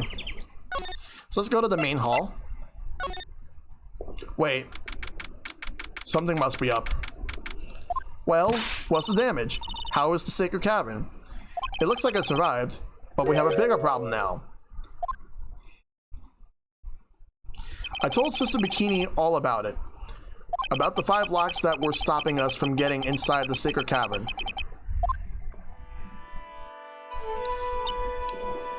But who? Who could have done that? The only people who know how to set those trick locks are those of the Korean tradition. We have Iris of the Sacred Cavern trying her best to open them up for us right now. Actually, there's something I've been meaning to talk with you about, Sister Bikini. Oh, yes? We were in the middle of a chat, weren't we? Yes. You were telling me how the Master of Korean disappeared 17 years ago. I wanted to know why Misty Faye suddenly appeared at this temple. It was about a week ago when Mystic Elise, no, I mean Mystic Misty arrived. After she showed me the talisman that proved she was the Master, she said, "Someone is trying to destroy the Korean tradition's main family line. I am here to put a stop to them." Someone was trying to destroy the main family line? There is only one heir to the title of Master at any time, and it's usually the eldest. That child becomes the new Master of Korean, and her daughters in the main family. All the other mediums become branch family members with no hope of controlling the clan. That's why nothing has changed throughout the history of the clan. Branch families always have, and always will, plot to erase those of the main family line. Is this the power of the Master worth this much bloodshed? You believe in the technique, don't you, Mr. Wright? You know its power is real? Yes, I do. It's been 2 years since I first met Maya. In that time, I have seen her channel the spirits of the dead plenty of times. During the Master Mask case, and during Maggie Bird's trial, too. Thanks to Maya, Mia, on the other hand, helped me out when I needed her the most. I aimed the target to show up the bloodshed. Oh my god. The Korean technique has made a huge difference to the world, you know. I mean, the ability to commune with the dead, that's true psychic power, you know. Members of the tradition have always been there, behind every important leader. Who wouldn't respect such a tremendous skill? I suppose so, but with all that power and influence, I kind of expected you to be really rich right now. Are you saying we're poor, Mr. Wright? You're very direct, aren't you? People don't believe in it anymore. You see, all because of one little mistake. A mistake? What mistake? It was 17 years ago. That's when everything came crashing down. All because of that incident. That incident? Is she talking about what I think she is? I'm sure the record still exists if you're interested. Locked up, of course. It was called the DL6 incident. That's the name of the file. Oh, that case. The DL6 incident. I knew it. The DL6 incident. I know it all. I know it well. I handled a related case just 2 years ago. That's right. So it was you who was the defense attorney on that case. A murder that took place 17 years ago. It was the first time in the country's history the police ever used a spirit medium. The idea was to channel the victim's spirit to learn the identity of the murderer. And the medium who performed the channeling was Misty Faye, Maya's mother. Through Mystic Misty's channeling, the name of a certain man surfaced. Armed with that as evidence, the investigators were spurred into action. But that man, he was found not guilty, wasn't he? That's right, he was. And the case remained a mystery. In other words, we failed. It was the first case the world has ever seen the Korean tradition openly involved in. It was all over the media. The public, the judiciary, the people of the Korean village, everyone judged her. Everyone said Mystic Misty's powers were a sham. And then she just disappeared, vanished, while everyone still thought of her as a fraud. But I know the truth. Misty Faye's spirit channeling wasn't a sham at all. Of course it wasn't. And since you managed to reveal the truth, we're finally making a comeback. The Korean tradition is starting to recover at last. But with a new master wielding the power of the clan. Does she mean Maya? Family feud. The spiritual power of the Korean channeling technique is in the blood. Maya's told me the exact same thing before. We, the women of the Faye clan, have always been spirit mediums. It's because the power to communicate with spirits flows strongly through us. According to Maya, only the women in the family can inherit that power. The main family's bloodline stems directly from Mystic Ami. But with each new generation, only one daughter becomes the new master. And the ones who don't become branch families, right? That's right. And it's always a cause of tragedy. You know, Maya had a sister too. An older sister named Mia. Oh yes, I've heard of her. What? You know about Mia? Of course.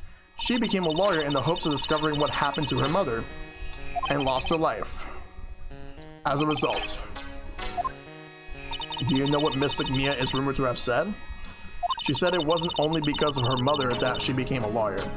She also didn't want to fight with her sister over the leadership of the tradition. Really?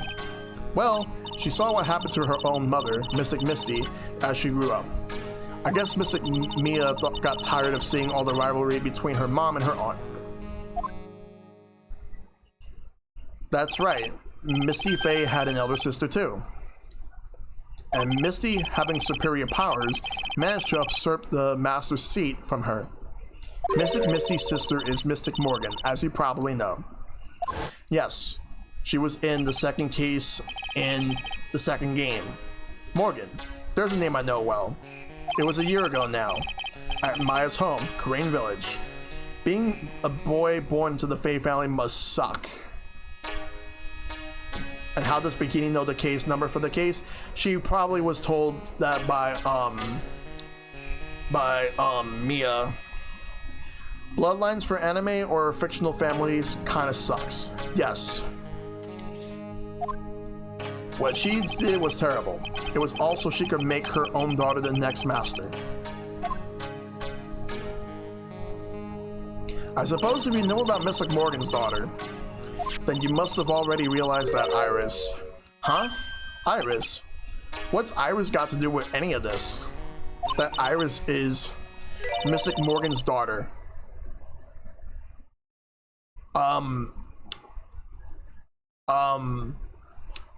What?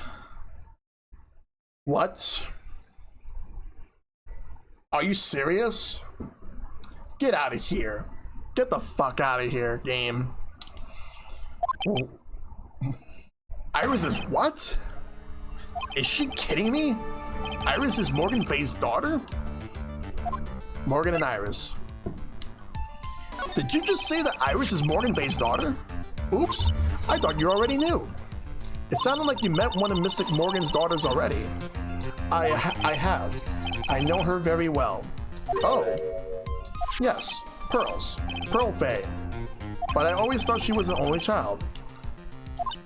You jest. That child, she's Mystic Morgan's. I had no idea. Mystic Morgan. But she's in prison now, isn't she? Yes. Ever since she was found to be a co-conspirator in a murder case last year. Yep. Back to that case again. It was all done to set Pearls up as the next master. I see. So I've been wrong all this time. Mystic Morgan had 3 daughters, not 2. Huh? Wait, what? 3? Yes. Iris, her twin sister, and Mystic Pearl. Wait, hold. Twin sister? Seriously? Twin sister? Twin sister? Twin sister? Really? Who is this? No, wait. I think I know, but I'm gonna keep it to myself for now. I don't want to jump the gun. Okay, let's go. What? Twin sister? Oh, didn't you know? It all happened 20 years ago. After the clan leadership was taken from her by her sister, Mystic Morgan's life crumbled. It wasn't many years later that Karain's reputation hit an all-time low. When Mystic Morgan's husband realized his wife would never become the master, he left her and the village, taking their twin daughters with him. How awful. He was a jeweler, you know. In the end, remarried, and that's when it happened. Wait, remarried? That might explain something I'm thinking about now. He decided to give one of his girls up to be looked after by us here at the temple, which has to be Pearls. No, that was Iris, you see. It's unbelievable. If Iris has a twin sister, could it be? Could you tell me one more thing, Sister Bikini? What was the name of Iris's sister? I'm sorry, Mr. Wright. I just can't remember. All I can recall is that her father was a jeweler. Well, that's a clue, I guess. A jeweler. Thank you very much. You helped clear up a lot of details. Pearls had 2 older sisters, huh? Yes, that's right. No doubt it was all because of Mystic Morgan's anger towards the main family. Anger? What do you mean? Her twin daughters were taken from her by her jeweler husband. but even that couldn't destroy her dream that a child of hers would one day lead the clan. That's why she had pearls? It seems that the incident here was a result of Mystic Morgan's anger. It was able to break free of the bars that confined her. So Iris had a twin sister. The plot thickens. But this information will be useless unless I can flesh it out a little bit. I need to ask more questions and get some more info. Yep, genetics. Doing what I can to piece everything together. So, Pearls is not an only child. And she doesn't have one sister, she has two sisters. Twin older sisters, to be exact. Let's move. Okay, so we're gonna go to the courtyard. Sounds like someone's happy. What tune is that they're humming? I bet it's the Gumshoe, isn't it? It has to be. Yep, it's the Gumshoe. No motive, no crime. No motive, no crime. Sing it with me. No motive, no crime. Remember when we used to search in the channeling room in Korean? Whoop, I love my job. Who cares if the clues I find are no good? That's not what investigating's all about. The investigator investigates for love investigating. It's a passion. Good cases we have, good cases we lost along the way. I would have never guessed that Gumshoe was into reggae. Every case is gonna be airtight. Every case is gonna be airtight. Hey, pal. Huh? Who? Me? How long have you been there? I just got here. Oh, okay. So what are you up to, detective? I'm investigating, pal. I made a promise to Mr. Edgeworth. I promised I would find the real murder weapon. The real murder weapon. That barbed sword thing turned out to be a false lead, right? I'm giving it my best shot here, but I still haven't turned up any clues. Just casually singing about reggae. I didn't even think it was reggae. Detective reggae? Oh boy. Yeah, that's a new genre. I just found these weird scraps of paper.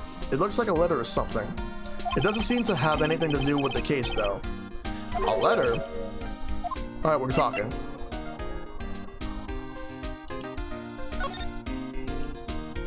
So how's the investigation going, Detective Gumshoe? I don't know if I should be telling you, pal, but I guess it can't hurt. Looks like a murder weapon took place in. Looks like the murder took place in the inner temple garden, and they're taking that bloody writing on the lantern pretty seriously back at the HQ. What? You mean? I don't have the details, pal. All I know is if you don't find Maya down in the sacred cavern, we're going to be faced with one ugly situation. What kind of ugly situation are we looking at here? You got me. I don't know.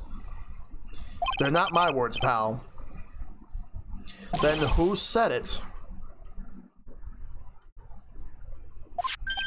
Mr. Godo.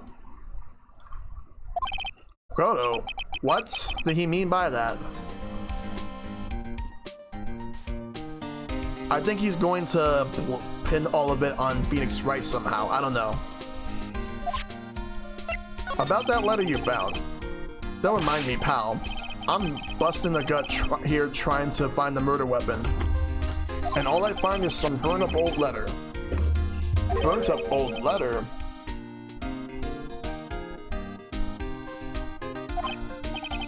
Yeah, it was in that incinerator right outside the inner temple. The incinerator? I knew it. I knew I wasn't imagining it.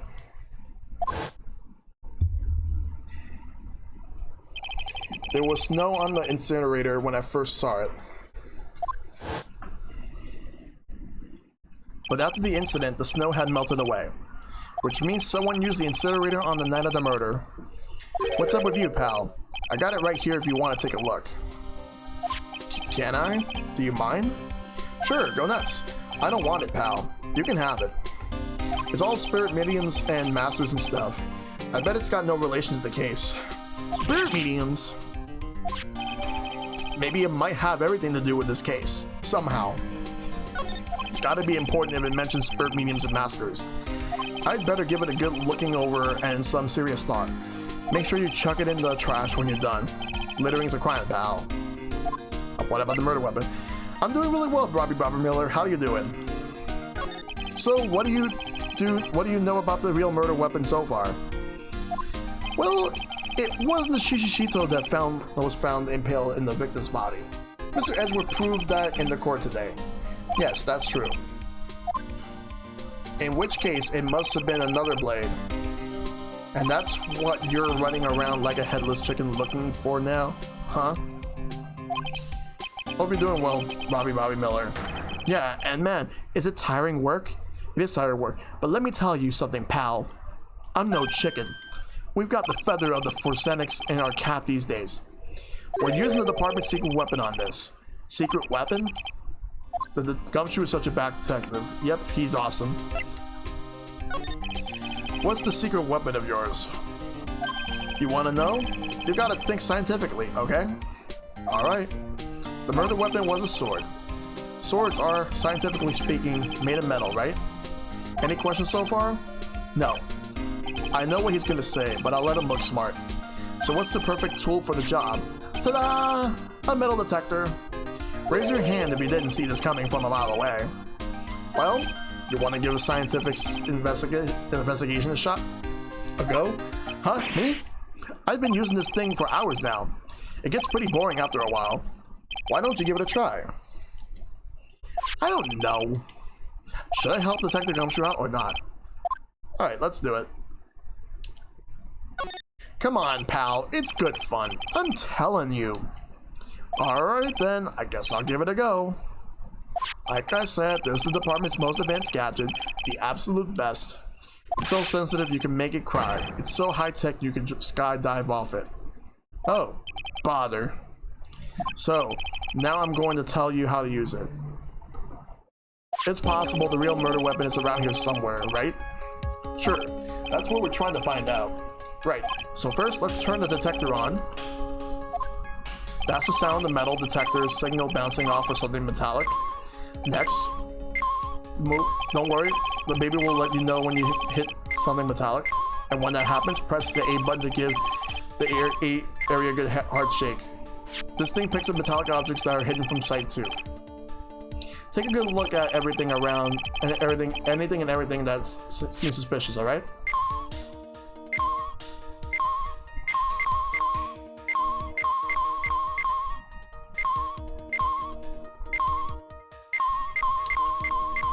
This is Miss Donham's staff, isn't it? Scientifically speaking, they're usually made of wood, but the detector is reacting to it. Yeah, but however you look at it, the thing's made of wood, alright? I don't bother investigating anything unless it looks like it might be metallic. Isn't the whole point of the metal detector to find metal when you can't see it? It's weird that this thing is causing a racket. Here, let me take a look at it. Hey, hands off! Examining evidence is a job for the... Ack! The top is coming off. Look what you've done. You've damaged a really important piece of evidence. Ah...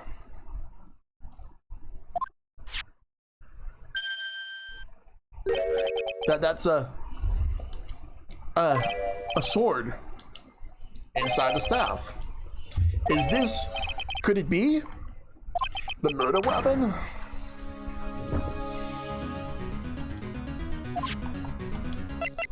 I never have guessed there'd be a sword concealed in the victim's staff. They call this kind of thing a sword cane, pal. This one's a real gem. The workmanship is really something else. Thank goodness it wasn't a cane sword, or else the victim would have stabbed her own foot. I officially gave up on trying to figure out how Gumshoe's mind works. If the real scene of the crime was the inner temple garden, then why was the sword used to kill the victim found in the main hall courtyard? Hey, Gumshoe. Who knows about the hidden sword? No one. Even the police didn't know about this until I discovered it just now. Well, as they say, there's no team in Gumshoe. Doesn't look like there are any traces of blood on it. Then I guess this isn't the murder weapon, huh? No. I'm sure someone just wiped it off after the murder. Yeah, of course. This thing's definitely the murder weapon. Great job, pal. It's about the same length as the Shishito too. This must be the murder weapon. Okay, I'm going to run over to the Forcenix. There's got to be some traces of blood left, even if most of it has been wiped off. Come on. Why are you just running like that? Every case is gonna be airtight. Every case is gonna be airtight. Hold it. Wait up, detective. Huh? What is it, pal? I'm a pretty busy guy right now, you know. You're going to get that staff analyzed, right? Would you mind holding off for just a while? Huh? What are you talking about, pal? Please. Just until we find Maya. Maya? What's this got to do with her? I don't know, but I'm starting to get a really bad feeling in the pit of my stomach. Oh? How so? Look, Maya's trapped inside the sacred cavern right now, and, well, we don't even know if she's okay or not. The more evidence and testimony I hear, the more uneasy I feel. You don't think? Maya's been murdered? Please, detective. Let's just wait until we can get inside the sacred cavern. Yo, H-Bomb and friends, thanks for the host, my dude. You're looking kind of iridian there. What's up, H-Bomb? Good to see you, buddy. Okay, just stop it with that face, pal. One thing, though. This staff's secret trick, let's keep it between you and me, alright? If it gets out that we knew about it and didn't say anything, we're finished. I understand. This is just a regular run-of-the-mill staff. You got it? I don't think I'm going to be able to keep that promise, Gumshoe. Okay, now you take good care of it, pal. Thank you, detective. Don't worry, she'll be fine. Thank you for the host as well, Shad. Gumshoe. You know, there's a place at the base of this mountain that has some really good pasta. How about I take you there when you find Maya, huh, pal? Sure, thanks. There we go. I can't help but wonder, though. What was Elise Donum doing with a staff like this in the first place? Alright. To the main hall. I already talked to her, so, we'll come back. We'll probably come back here later, or maybe not, we'll see. We're gonna go to the main gates. We're gonna go to the suspension bridge. Alright. We'll go back to Heavenly Hall later. But right now we are going to go to the Inner Temple Gates. And we'll go to Training Hall. Oh wait. No, not yet. We're not going to go to Training Hall yet. What about the garden? Edgeworth is there. We're gonna go ahead and present something to him that I wasn't able to present before. This person right here, Morgan Faye's daughter and Iris's twin sister. Her father deals in jewelry, apparently. Let's see what he knows. Hey, Edgeworth. Did you know that Iris had a twin sister? What? A twin? You can't be serious. Sister Bikini told me, but the problem is, she didn't know the name of this twin. There was nothing about Iris having a sister in the files I checked. Well, Iris was taken in by the temple when she was really young.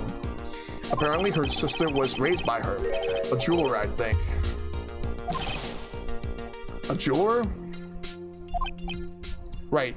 I just might know who this twin sister of hers is. I had a feeling you'd say that. Let me guess.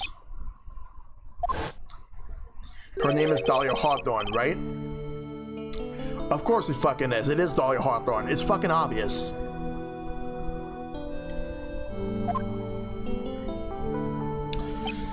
Yes, exactly.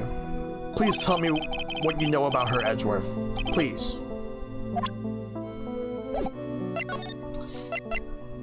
It was my first court case, 6 years ago. I was a greenhorn, and due to my inexperience, the defendant died. You're talking about Terry Falls, right? You know about that case? You're not the only one who noticed something about Iris and Dahlia Hawthorne. I mean that that means Iris isn't necessarily a bad person. No, but she is just, well, misunderstood, so to speak. I checked one of Mia's old files from 6 years ago. Yes, Dahlia was a key witness in that case.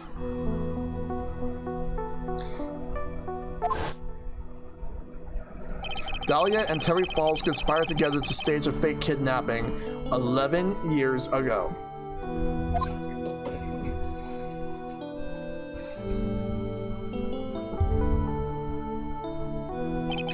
They stole a jewel worth $2 million from Dahlia's father, a jeweler.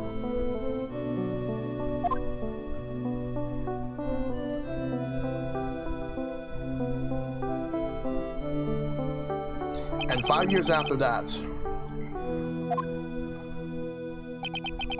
she murdered her own sister, Valerie Hawthorne, to keep her from talking.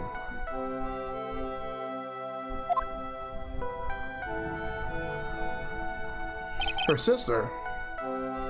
Well, her stepsister actually. They weren't blood related. Valerie was the only daughter of Dahlia's father's second wife. Oh. And this is when she entered my life. The woman who tried to kill me.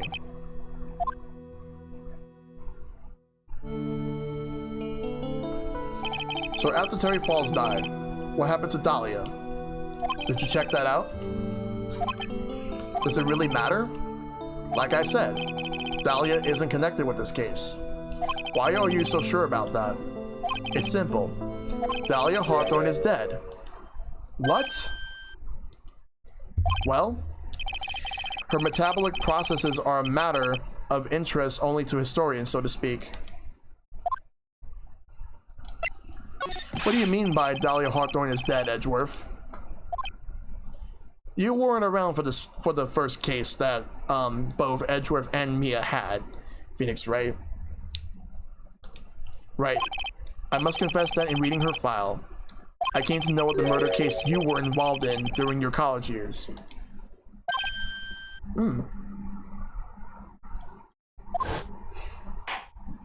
Dahlia Hawthorne was found guilty. Thanks to the persistence of Mia Fey.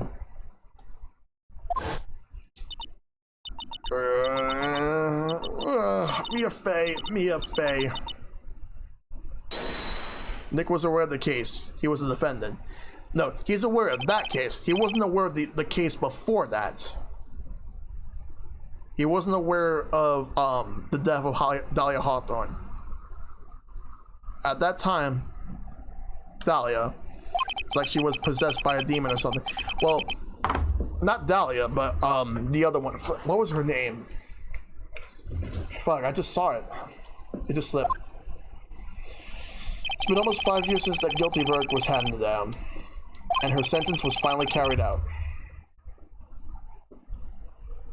She was executed last month. It executed? I'm sure that's a bit of a shock for you, right? And for more reasons than one. But you do understand now?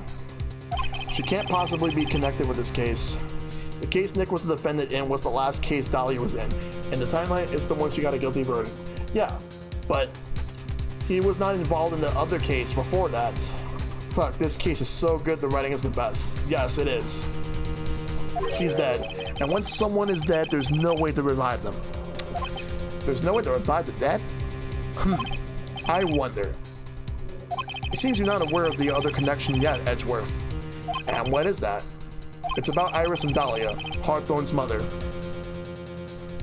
What's their mother got to do with any of this? She's Morgan Fay, spirit medium from the branch family of the Karain channeling technique. Did you say Karain channeling technique? Do you know something about it? Oh, yes. I know it's connected with that fraudulent spirit medium. Fraudulent? I was involved in another nightmare 17 years ago. I was caught up in the middle of a murder investigation. The police didn't have any leads. So basically, like, all 3 games come in full circle. They were stumped, and that's when they called her in. She was a very famous spirit medium and the master of her channeling school. But you know what happened? As a result of her efforts, an innocent man was accused of murder. She and her powers, they were all fraudulent. Edgeworth. Go to the police records room. It's all in there. All you have to do is check the DL6 incident case file and you'll know. Of course. How could I forget? Edgeworth was the victim in that case. Edgeworth, you'll understand someday. And then you'll see that the Korean channel technique is real. This is the case to connect all the trilogy. Yep. Alright. We're going to training hall. Because now it is time to present that Magatama. Because she was psych-locked. We're gonna get some information out of her. Let's go ahead and do that. The night of the crime. I think it's time you told the truth about what you were doing on that night. You said you were in your room at Hasakura Temple the entire time. Do you still claim that to be the truth? Yes, that's where I was. Iris, I believe you were innocent. That's why I want you to believe what you're telling me too. But I can't. Because this person saw you somewhere else on the night of the murder. And that person, we're going to the profiles, it's none other than Bikini. I'm talking about Sister Bikini, of course. Sister Bikini, her testimony in court today was very clear. That night I was helping an acolyte with her training in the inner temple, but, well, as you can see, my back likes to act up violently. So I left Iris to help out the acolyte and return to the Hasakura Temple. Sister Bikini didn't just see you, she spoke with you. You two talked about Maya's training that night. So you see, Iris, you were there at the inner temple on the night of the murder. That's very impressive, Mr. Wright. The acolyte's actual training was due to start after 10 o'clock that night. I left the main hall early so I wouldn't be late. What time was that? Let me see. It takes about 20 minutes to walk between the main hall and the inner temple. So I would have left it at about 9:40 p.m. I think. I'm sorry, Iris. A line just doesn't suit you. Huh? Now, you say you left the main hall at 9:40 p.m., but what you say doesn't add up with this. Alright, we're gonna go look for something here. It says that the rang lights out bell at 10 p.m. and was then in her room until the murder was discovered. So, yep, lies. You yourself testified to the contrary, don't you remember? You said you rang the lights out bell at 10 o'clock that night. Ah. Plus, only moments before you rang the bell. You were seen at the main hall by the most reliable witness I have. Who's that? Me. Mr. Wright. We even spoke a little that evening. That's when you gave me this. Surely you haven't forgotten. No, that's right. I remember. That's 2 locks down. And that brings us to another puzzling fact, Iris. At 10 o'clock on the night of murder, you were seen in 2 different places at the same time. It's time you told me exactly what's been going on, Iris. So far, I managed to prove 2 things. First, on the night of the incident, you were at the inner temple. And second, at the exact same time, you were ringing the bell at Hasakura Temple. There's only one possible explanation for this apparent possibility. Well, and that is, you were not. It's not because of the fact that you were at Hasakura Temple, and it's not the fact that you were at the inner temple. No, but that there were only 2 of you. On the night of the incident, you were seen in 2 different places at the same time, which means there must have been 2 of you. I can't think of any other explanation, Iris. But that's crazy. How could that be? There's only 1 of me. It's impossible. Impossible? I wonder. The way you're trembling certainly seems to suggest otherwise. You're seriously trying to suggest there's more than one of me? Then show me the evidence. Show me something that proves there is more than one of me. Well, you want me to prove something? You got it. Alright. There's only one big proof. It's a major one. Dahlia Hawthorne, the deceased. Or so we think. I have a firm grasp of the situation now, Iris. You have a sister, don't you? A twin sister, perhaps. That's right. Dahlia Hawthorne, a woman I know only too well. I had no idea you knew of her. Very impressive, Mr. Wright. But she's no longer... Yes, I know. Her sentence was carried out recently, wasn't it? I'm sorry. Thank you. There's no need to explain now, is there, Iris? The second you who was here at the temple on the night of the murder, it was your twin sister, Dahlia Hawthorne. But you just said yourself a second ago, my sister's dead. Have you forgotten that? Have you forgotten this, Iris? This is a channeling dojo, a training ground of the Korean channeling technique. That night, someone channeled Dahlia's spirit, and you knew about it. And that's the secret you've been trying to hide from me.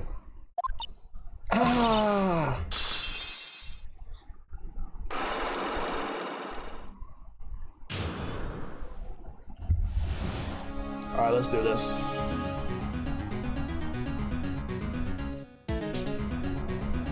Then I had the crime.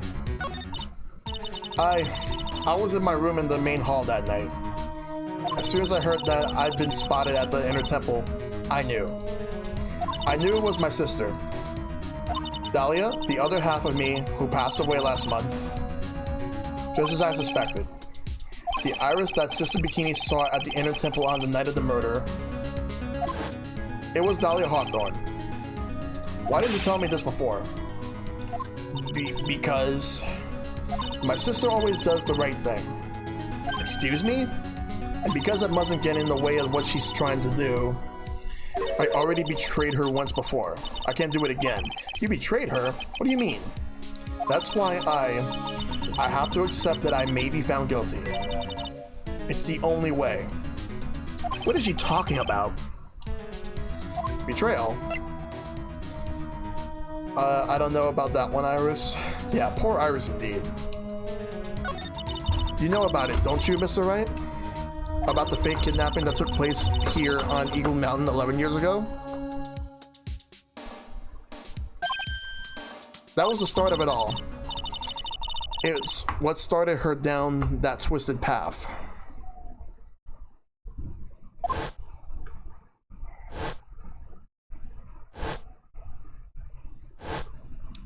She started to commit crime after crime, and in the end, she just lost her life.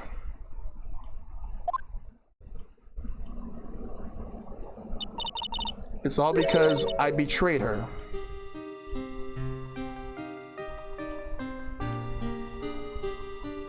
How did you betray her, Iris? It was no coincidence that Eagle Mountain is where the exchange took place. After all, I helped plan the whole thing. What? But I got scared, so I ran away. What are you talking about? Why would you help her? Stealing $2 million from your own father? That's awful. But I promised that I'd help. And? She didn't do it for the money. Huh? It was revenge. On our father. Revenge? Okay, what about the revenge? What do you mean by revenge? He was a hideous man. He threw our mother away and then sent her to hell. Her mother, she must be talking about Morgan Fay.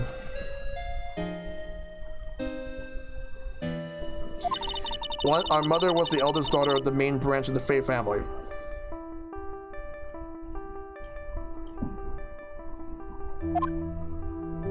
The main family had a lot of influence in many businesses and political circles at the time.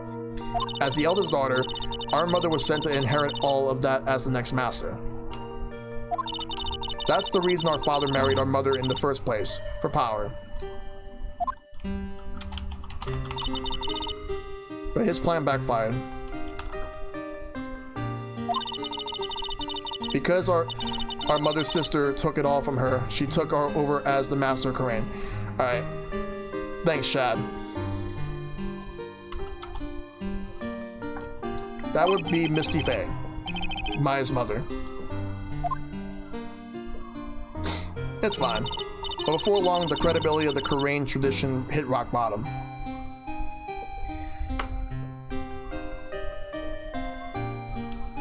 The new master, Misty Faye, made a terrible mistake.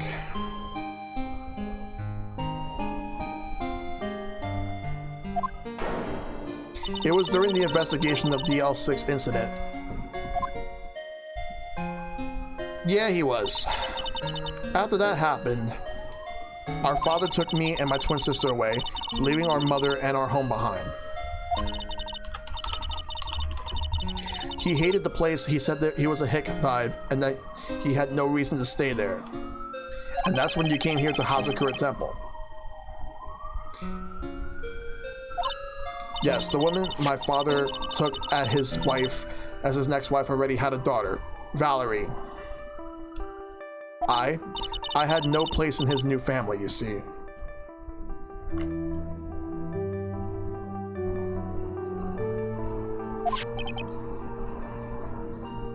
Oh. And I have seen my mother once since then. Having the master's seat stolen from her and being rejected by her own family. I heard she's been very battered, spiritually and emotionally. I think I finally begin to see how the pieces fit together.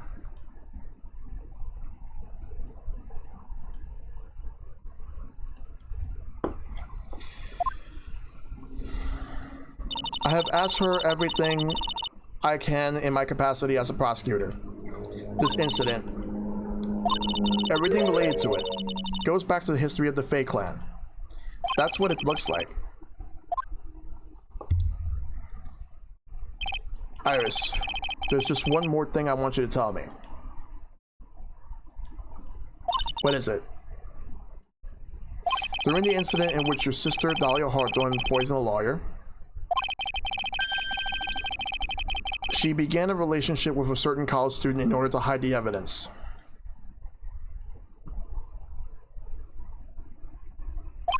That college student. Have you heard anything about him? Well, I did hear one thing. She said she hated his guts.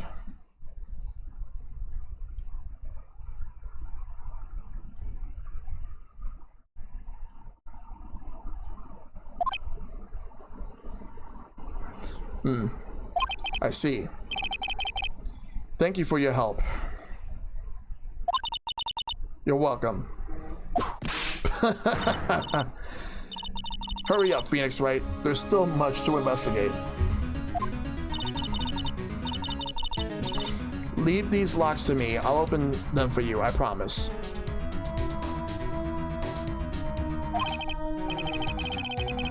Thank you. I suppose I better continue my investigation. There's still one giant secret left to unlock. Pearl Psych Lock.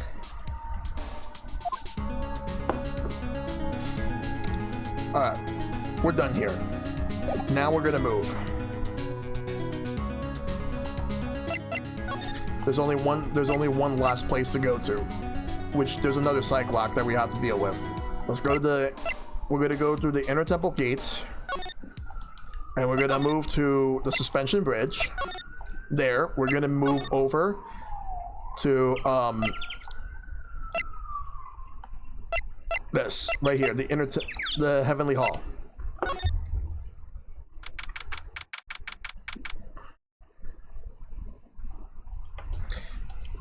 been crazy. It's been over 2 hours and we haven't even stepped into court. This case is so long. Yep. Look at that. They really did make a fire right in the front of the shack. Oh, Mr. Nick. Hang on. You're too late, Nick. You came here for one of our potatoes. We've already polished them all off. I think I pretty much got all the evidence I need. Now I just need to find out what Pearls is hiding. Only one last thing to do. Time to bring out the Magatama. Alright, now to figure out everything here. The truth. Because the truth shall set everyone free. So let's do it. The night of the crime. This time with Pearl Faye. After dinner on the night of the murder, you were supposed to be in Elise Donham's room reading a book together, correct? Yes, I was so happy when she invited me. But I didn't go in the end. You didn't go?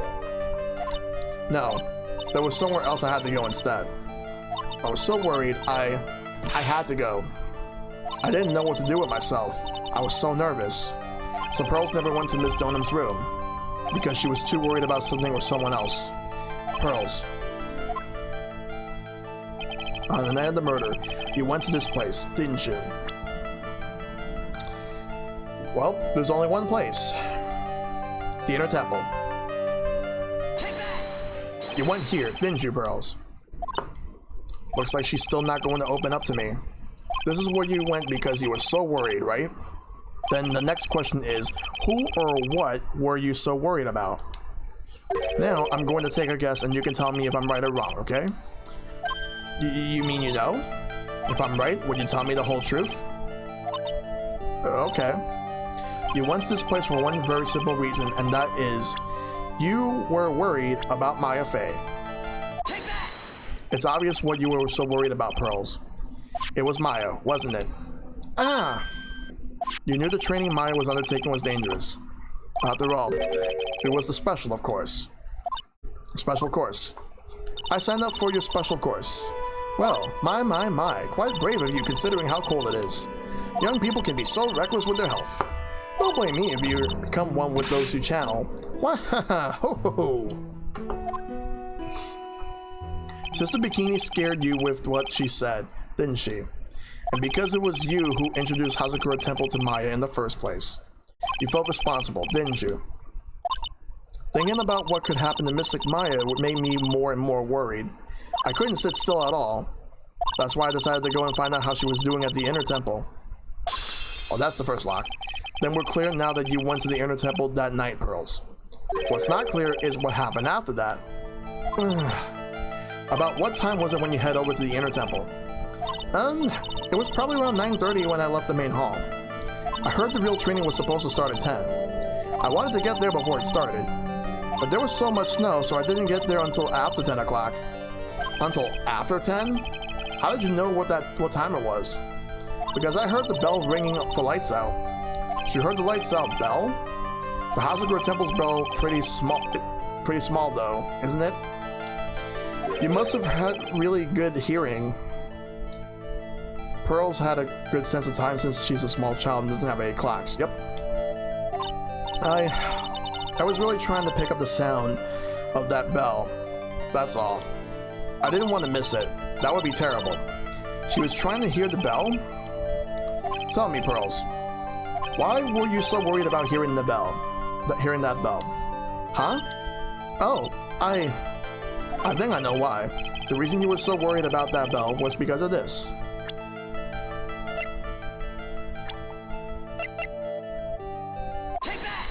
You were given some instructions to follow for that night, weren't you? I presume you recognize these pieces of paper? Ah! Where did you? In the incinerator at the Inner Temple. Pearls. You were following the instructions in this letter that night, weren't you? That's why you couldn't afford to miss the sound of the lights out bell. I'm speechless. Mr. Nick, you're amazing. These instructions that were found in the incinerator. I believe they were written for you, Pearls. For me? No! As you can see, a large portion has been burnt. But the last section is still fairly legible. As soon as you hear the lights out bell, you must channel her spirit. Who was it, Pearls? Whose spirit were you supposed to be channeling? Taking into account the author of the note and their purpose for writing it, whose spirit would Pearls have been trying to channel? Don't overthink it, Phoenix. It's pretty obvious who Pearls was supposed to channel. The person you were trying to channel that night, Pearls, was... You were trying to channel Dahlia Hawthorne. It was Dahlia Hawthorne, wasn't it? That was the name that was in the letter. Ah! It's just as I suspected. It wasn't Iris whose sister Bikini met at the Inner Temple that night. It was Dahlia Hawthorne. Do you know anything about her, Pearls? Do you know what kind of a woman Dahlia Hawthorne was? No. I've never heard of anyone by that name before reading those instructions. I thought so. Pearls doesn't have a clue. Pearls doesn't have a clue. She doesn't know that Dahlia is her sister. About the instructions in the letter I found, Pearls. Who wrote them? Whoever was asked you to channel the spirit of someone you never heard of. You must have quite a lot of respect for them. After all, you followed their instructions without question. So here's my next question. Who wrote the set of instructions for you to follow? Morgan Fay? Yeah, I'm gonna go with Morgan Fay. Pearls? I have to wonder about something. You didn't have any idea what these instructions meant then, did you? But you followed them into the letter regardless. Why? Because it was your own mother who asked you, that's why. But how did you? I figured it out. The person who wrote this letter was your own mother, Morgan Fay. Wow. Alright, Pearls. It's time you started telling me the truth. Mr. Nick, why is she holding back from me? I don't like this. Don't underestimate me just because I'm a child. Huh? If you're trying to say I follow these instructions, I like to see some proof. What? Because I don't think you have any. She'd say anything rather than admit to carrying out those instructions. I guess I'll have to produce some more evidence then. One more thing should do it. Alright, Pearls. You both know someone carried out those instructions on the night of the murder. But you're right. There's no evidence that proves it was you. I knew it. However, I do know that whoever did it was a child. Huh? But how do you know that? It couldn't have been an adult. No adult would have made a simple mistake like that. Simple mistake? What do you mean by that? I'm sure you thought you were carefully following the instructions you've been given. But you misunderstood some of the words, and this is the evidence that proves it. It's this hanging scroll right here. It was you who splattered the gravy on this hanging scroll, wasn't it? Ah! What? Why would I do something like that? Do you remember what was written in that letter? Gravely roast the master in the fire of Hades and bring our vengeance to fruition. But you didn't know how to read the words gravely and roast, among others. How do you know that? Remember the conversation you had with Miss Donham on the night of the murder? Perhaps we can read some books together. Really? I'd love to. I'm not very good at reading. Well then, would you like to practice reading with me? Miss Elise, so for example, how do you read this? It says gravely, or gravely. That's kind of a tough word. That's super dark to write your 8-year-old daughter. Yep. Sure, Miss Donham taught you how to read gravely and roast. But what she didn't teach you is what they meant. Gravely sounded like gravy to me, and the only roast I could think of was the food. And that's why you did it. That's why you covered the picture of the master in gravy from that night's pot roast. To be honest, I did think it was a bit strange. I guess I really did get the wrong idea. Just a tiny bit. I really am useless.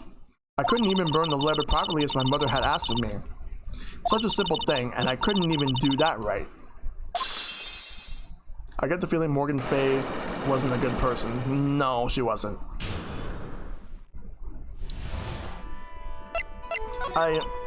After dinner that night, I did go to the inner temple. What a pot full of leftover gravy. The gravy? I saw the picture on the hanging scroll near the sacred cavern. I was sure it was the Master of Korean, like it said in the letter. I see. And then? Well, it was already way past 10 when I got there because of all the snow. So when I went to the inner temple guest area, the guest area? Yes, I thought I could wait there until the training was over. Why didn't you just go to the training hall? Because Mystic Maya's main training had already started, and I couldn't interrupt it. So I just stayed where I was and prayed for her to get through it. But then Pearls, did you fall asleep? I'm sorry, I didn't mean to. I just couldn't help it. Hey, don't worry about it, Pearl. Who cares if you fell asleep? I fell asleep waiting for Iris, too. It happens. Anyway, then you found yourself trapped in the inner temple? Yes, when I woke up, it was morning. I tried not to cry, but Dusky Bridge wasn't there anymore, and there was no one in the training hall. I thought everyone had left me because I overslept. Yo, H-Bomb and friends with the 300 bits. Thank you. Thank you so much. I threw the letter into the incinerator. Then I heated up the leftover gravy, and now you're the bit boss. Stream boss, actually. And the bit boss. And let off some steam by chucking the gravy on the scroll while you cried?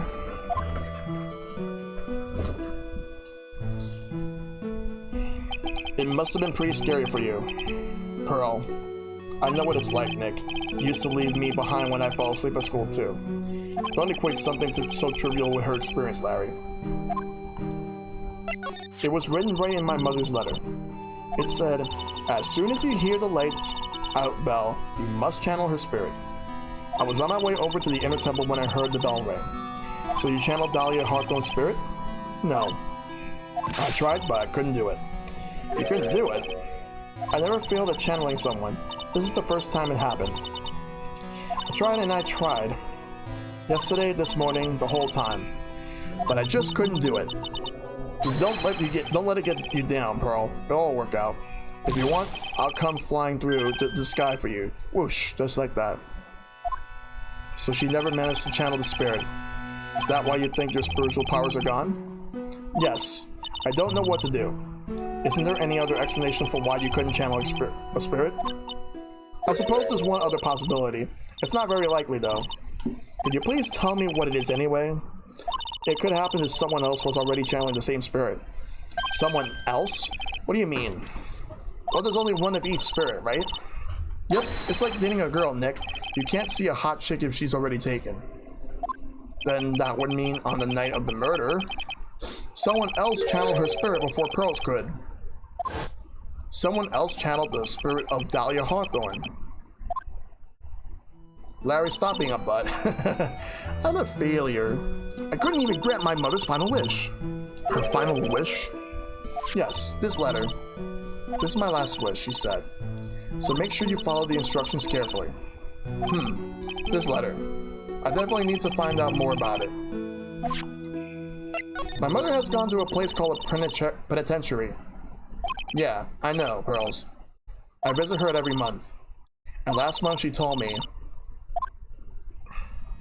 the time we've been waiting for has come, Pearl. There's something I need you to do for me. I hid a letter for you at our home before they brought me here. I want you to read it and do exactly what it says.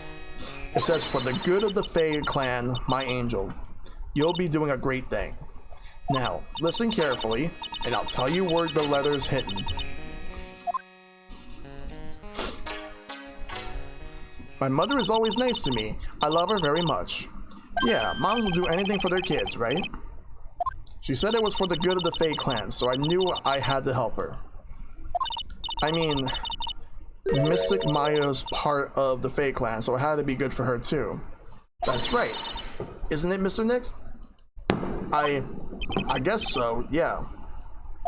There was a picture with her letter too. A picture? Of Miss Dahlia Hawthorne. Oh, poor Pearl. Poor innocent Pearl. Usually a picture is enough to channel someone's spirit, but this time, pretty weird, huh? Like Larry knows anything about this stuff. There's something else that was strange about my mother's letter. The seal on it was broken, as if someone had already opened it once before. That sure is pretty strange. Someone had opened it already? Burnt letter, updated. Thanks, Pearls. You really helped me out. You're very welcome. My mother's watching over us, so I'm sure Mrs. Maya will be alright. Look at the innocent smile on her face. What am I supposed to say to her? Ha! Oh god, get out of here, you piece of shit. Finally figured it out, have you, Trite? You finally realize how terrible of a crime being painfully obvious is? Godo, the entrance to the sacred cavern looks like a freaking puzzle workshop. I guess he's talking about Iris and the lock-breaking effort. But it's all a waste of time. Why do you say that? Because Maya Faye isn't coming back. What? You don't know what you're talking about. How can you say something like that? It was your job to protect her, Trite. Just like it was your job to protect Mia Faye. Two sisters caught up in the worst circumstances. I realized that, and you were the only one who was by their sides. You were the only one who could have saved them. But I didn't know anything about what was going on. Ha! What did I just say, Trite? Being oblivious is a heinous crime in itself. Tomorrow. We'll settle everything in court tomorrow, once and for all. Mr. Nick? Is what that man just said true? It'll be alright, Pearls. I'm sure Maya's alive. You'll see for yourself tomorrow. Yeah, that's right. I know I can trust you, Mr. Nick. How was it his job to protect Mia? Mia was his boss. My dear Pearl, you've done so well, my child, my Pearl. It's better that you don't know what you've done. I knew this day would come, for you. The blood of the main family is no more. Now, finally, after all this time, the master seat is yours. My last great wish. It seems I was just in time.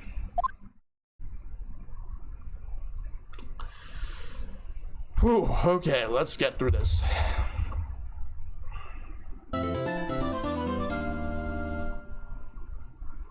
Alright, save.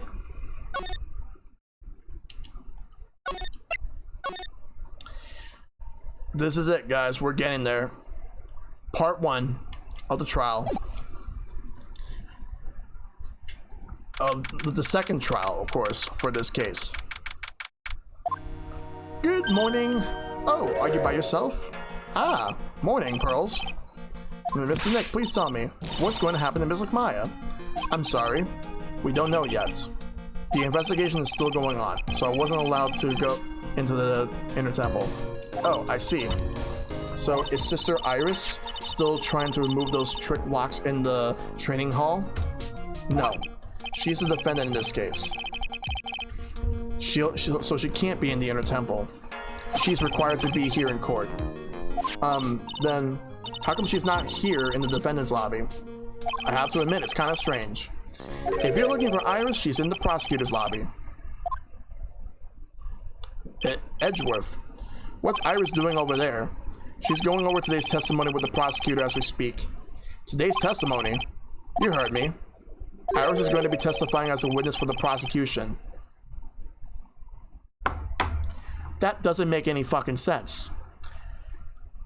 If he's the prosecutor of the case, and she's supposed to be the defendant, how could she be doing how could she be testifying in the court of law for the prosecution for this? Wait, what?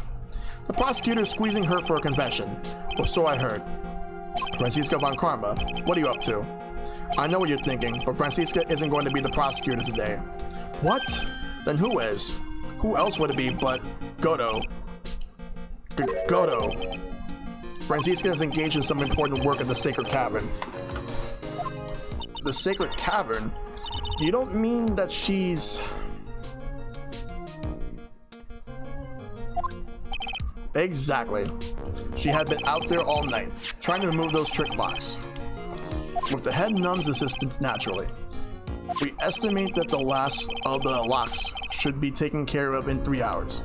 I hope everything continues to go smoothly and we receive some good news soon. Yeah, thanks, Edgeworth. Prosecutor Godo intends to nail this case shut today. Be prepared to fight like there's no tomorrow. You don't have to tell me that. Touché. I can already see it in your eyes. You are not the same fever-ridden, frantic maniac you were yesterday. It's strange. On the way here, I decided that today would be the end of all of this. Almost immediately after I made that decision, I felt myself getting stronger. Interesting. Maybe you've passed your cold on to someone else, literally. And with that, I leave the rest in your capable hands, partner. Thanks. Alright, Godo, you're going down, and I'm gonna make sure that whatever happens, you will never ever step foot in the courtroom ever again for the rest of your life. And believe me, I will make sure of that. Because I guarantee that shit. Fuck you, Godo. I am gonna take you down, and I am gonna make sure that your days of being a prosecutor are over. I still don't have answers for most of the riddles plaguing this case.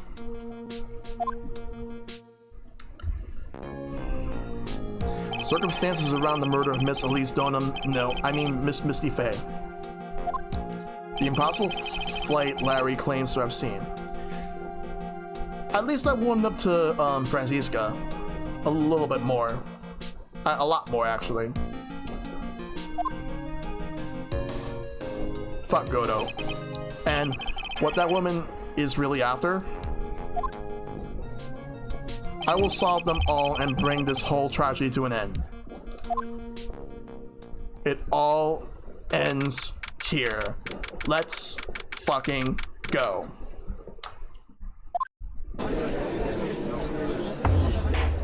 Court is now in session for the trial of Iris of Hasakura Temple. Your Honor? What are you? Who? Me? Well, my little brother came to visit me in my chambers early this morning. All of a sudden, in the blink of an eye, he developed a scorching fever and fainted. What? Therefore, I'll be standing in for him. I see, Your Honor. So they're brothers. That explains a lot. My poor brother, he looked a bit pale, not to mention sad that he couldn't be here.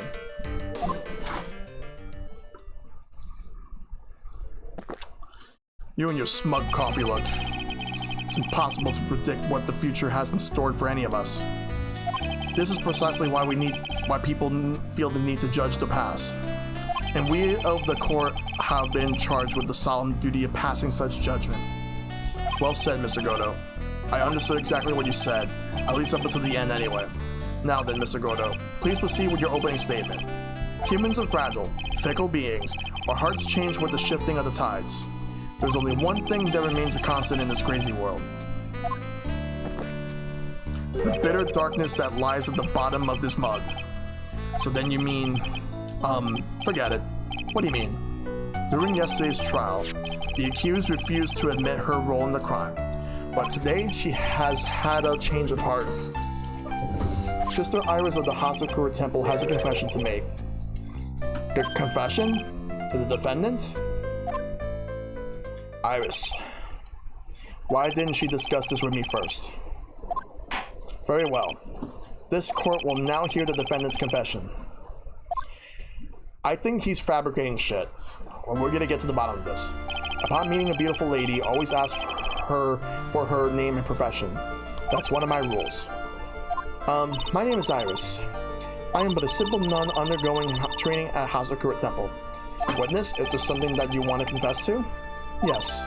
But first, I want to apologize to Mr. Wright. I can't continue lying to everyone anymore. It's alright. What is it? Mr. Wright, I have to admit that I did play a part in this terrible incident. Are you actually confessing? Are you saying that you were the one who murdered Miss Elise Donham? No, I'm not, Your Honor. But I dealt with the cover-up after the murder took place. After her spirit left, I took the lifeless shell of Mystic Elise and carried it to the Hazakura Temple courtyard where I desecrated it. What? Ordered in the court? Order? Witness, are you saying you were an accomplice to the murder? Yes, that's correct. What? 3 minutes in court and I'm already covered in cold sweat. Ha! Everyone on the planet is an accomplice to something. It just happens to be that in this case, it's the murder. Isn't that right, Mr. Trite? That Godo. So this is the confession they were conferring about. It pains me to say this, but it looks like Iris's testimony was all a lie. Iris' testimony crumpled up and shoved it to a pocket. Now then, little lady, if you don't mind, I got a question for you. Whose crime were you trying to cover up by your actions? Iris was covering up for someone?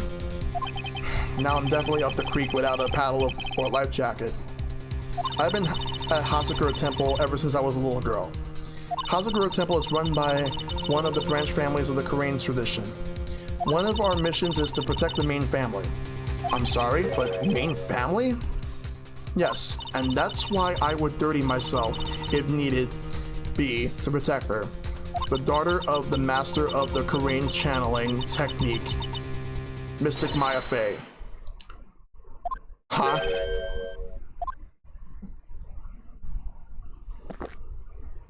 Wake up and smell the coffee, Trite. She's naming Maya? But I don't know what accomplice actually means, but I think it means helping, supporting. Yes, it does. Order in the court.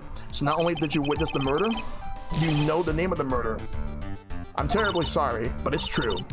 I saw her commit the crime with my very own eyes. And then I cleaned up the area to try to protect her. Objection! That's ridiculous. Maya could never do such a... The defense will refrain from commenting until the appropriate time. Now, witness, let's hear your testimony. What exactly happened on the night of the crime? Yes, Your Honor. I thought I was prepared for the unexpected, but I never imagined the case would wind up going in this direction. Alright, let's go. The real murder. I went to the inner temple that night and I saw it all happen in the garden. I saw Mystic Elise strike Mystic Maya with her staff. While Mystic Maya was still stumbling, Mystic Elise moved in to deliver a fatal strike. Mystic Maya tried desperately to defend herself and stole the weapon. It was only in self-defense. You can't blame her for it. So it was in self-defense. Yes, Mystic Elise was the one who attacked first. That's why I tried my best to protect Mystic Maya. You moved the victim's body to the temple so that Maya wouldn't be suspected. Isn't that right? Not bad. You've got a true instincts of a true criminal. Something's not quite right. I'm sure it was established yesterday that Iris never went to the inner temple that night, and that the person who did go was that woman. Iris even admitted it. Now then, Mr. Wright, please proceed with your cross-examination. Let's do all this. The real murderer. Alright. Not this one. We're gonna press this one. She moved in to deliver a fatal strike. Yes, I'm sure of it. She threw down her staff and reached her into her robe for a weapon. Wait a minute. What was this weapon? It was some kind of dagger. A dagger, huh? And Elise Donham tried to stab her with this weapon? To kill Miss Faye? Yes, exactly. Ha. You look like I did after I mistakenly took a swig of Worcestershire sauce. The same sauce that was used in South Park in the Halloween episode. Do you have a problem with the testimony we're hearing from your client, lawyer boy? Do I have a problem with this Iris testimony? There is one thing. Your Honor, I have a small problem with the witness testimony. You do? But this witness is your own client. Yes, well, nevertheless, that's fine. Witness, let's add to your last statement to the testimony. Yes, sir. Hey, just a moment. It's my job to say that. Listen, Gramps, I won't say it again. Final judgment will be rendered by me. Ugh. Okay, now, let's continue. She threw her staff away and pulled a dagger from inside the robe.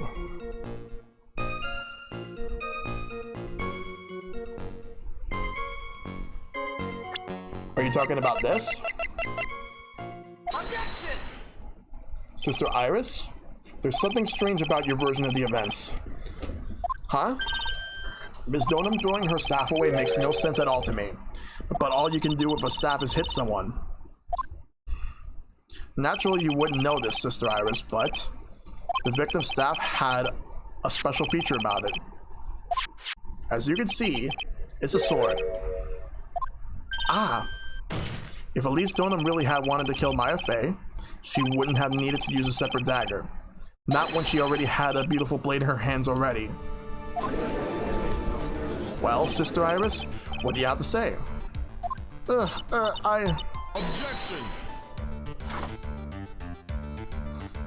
That was an impressive bit of investigating, Trite. I never would have thought there was a sword hidden in that staff. But even so, how should I put this? Huh? A long sword is unwindly and thus quite ineffective in close quarters combat. Maybe that's why she chose a dagger over her blade. Well... Anyway, the type of weapon she chose to use isn't what's important. The important thing is that she tried to kill Maya Fey. As long as there's nothing strange about that, there's no problem with her testimony. But there's something strange about this whole testimony. Well, Mr. Wright, the prosecution has a point. Very well, Your Honor. The defense will now present evidence to back his argument. Mr. Wright, I have here another piece of evidence that shows that this testimony can't be trusted. Because Miss Elise Donham would never attempt to take the life of Maya Fey. And let's go ahead and go to profiles. We're gonna go to Elise Donham's profile right here.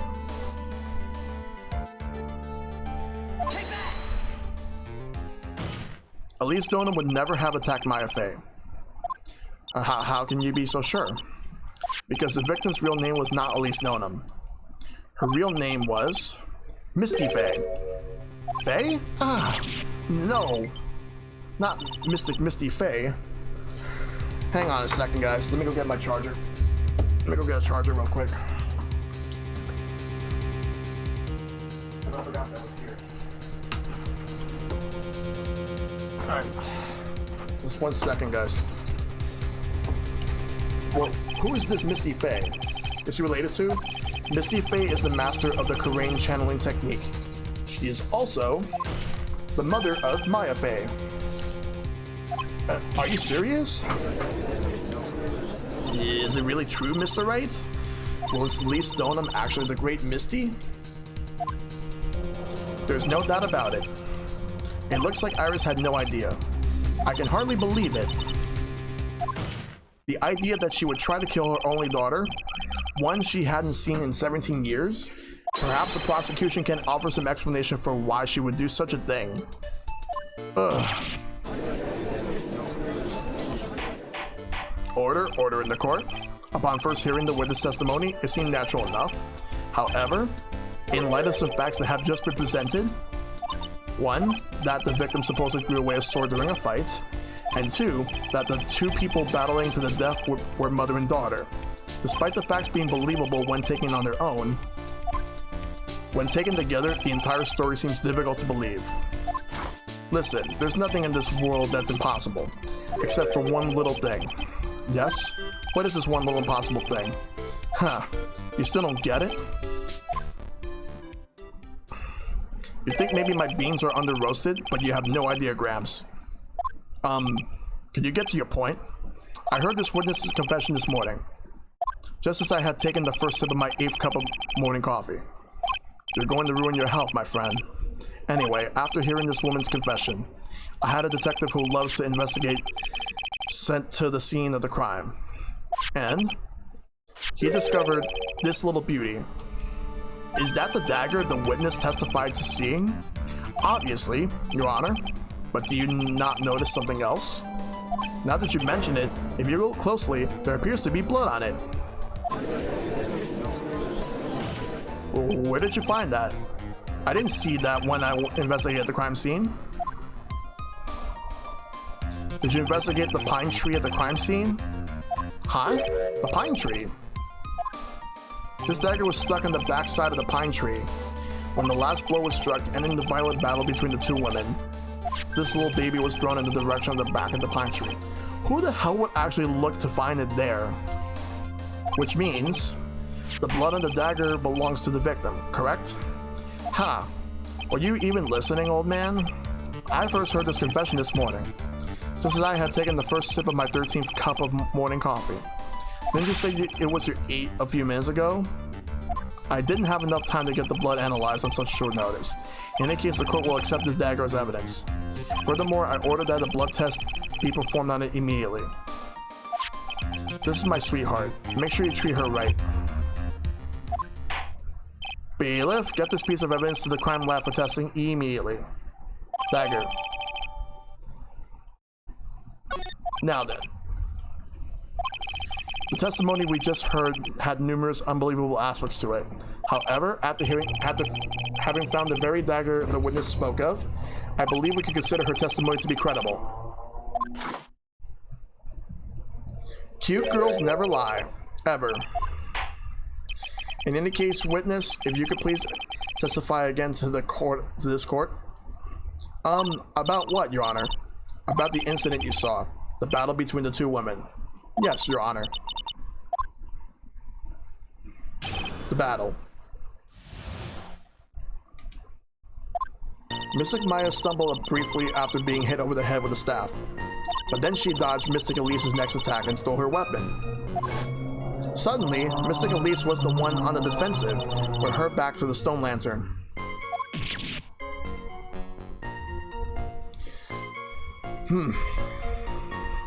That's when Mystic Maya stabbed Mystic Elise. Mystic Elise managed to fling the knife away, but then she collapsed. That was a very heartbreaking story. I don't know if there were any bad feelings between them, but it had been 17 years since Mystic Misty's disappearance. Perhaps they simply didn't recognize each other anymore. That seems reasonable. Now then, Mr. Wright, proceed with your cross-examination.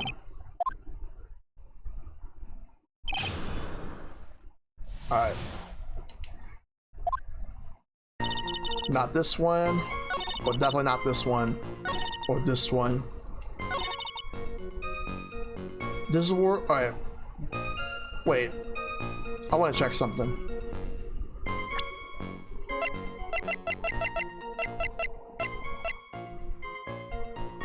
Alright.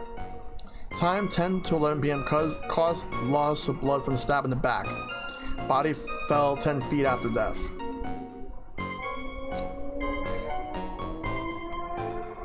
Objection! Something about you just isn't right today, Iris. Huh? Until now, I didn't think you were the type to make such a careless mistake. However, the testimony you just gave contains quite a few contradictions. Well, what do you mean? What's so wrong about my testimony? According to you, Maya face stabbed the victim while she had her back to the stone lantern, correct? Yes, that's right.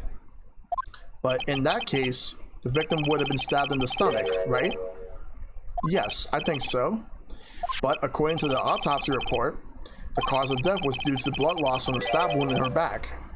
Ah. This proves that the victim was stabbed from behind, not from the front. Sister Iris, it appears another seed of doubt has sprouted you from your testimony. Ah. What? What is the meaning of this, Mr. Wright? Ha, it's simple. People are like books. We've all got a front and a back. You get my drift? Is that all you have to say? I can also say that darkness loves to play with the human mind. Could you please knock it off with the cheesy proverbs and illogical metaphors already? The point is, too much of this testimony just doesn't make sense. Throwing away useful stuff, the people fighting being mother and daughter. And now she falsely claims the victim was stabbed in the stomach. There certainly are some inconsistencies. Well, Iris, how about it? Well, it's just... If you ask me, you're just being too naive about the whole thing. What do you mean?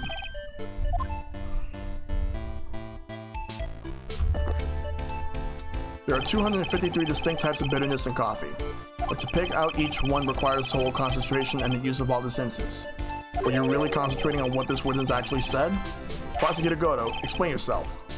The witness was quite unambiguous about her own ambiguities when she said that the garden was dark and she couldn't see clearly. A human needs one thing to see clearly, and that is light. Light. Fireworks. By the way, did you know? Hazakura has a rule that on nights when an acolyte is at the inner temple training, the stone lantern in the garden must be kept lit. I wonder what that stone lantern was there for. Well, that's true. Shouldn't the witness have been able to see the crime more clearly? Normally, yes, Your Honor. But according to the head nun, Sister Bikini, on the night of the crime, it was impossible to light that stone lantern. Impossible? It hadn't been used in a long time and the wick was no good. In other words, it had to have been nearly pitch black in the garden that night. There could have been a faint light coming from the training hall, but that's all. Most enlightening.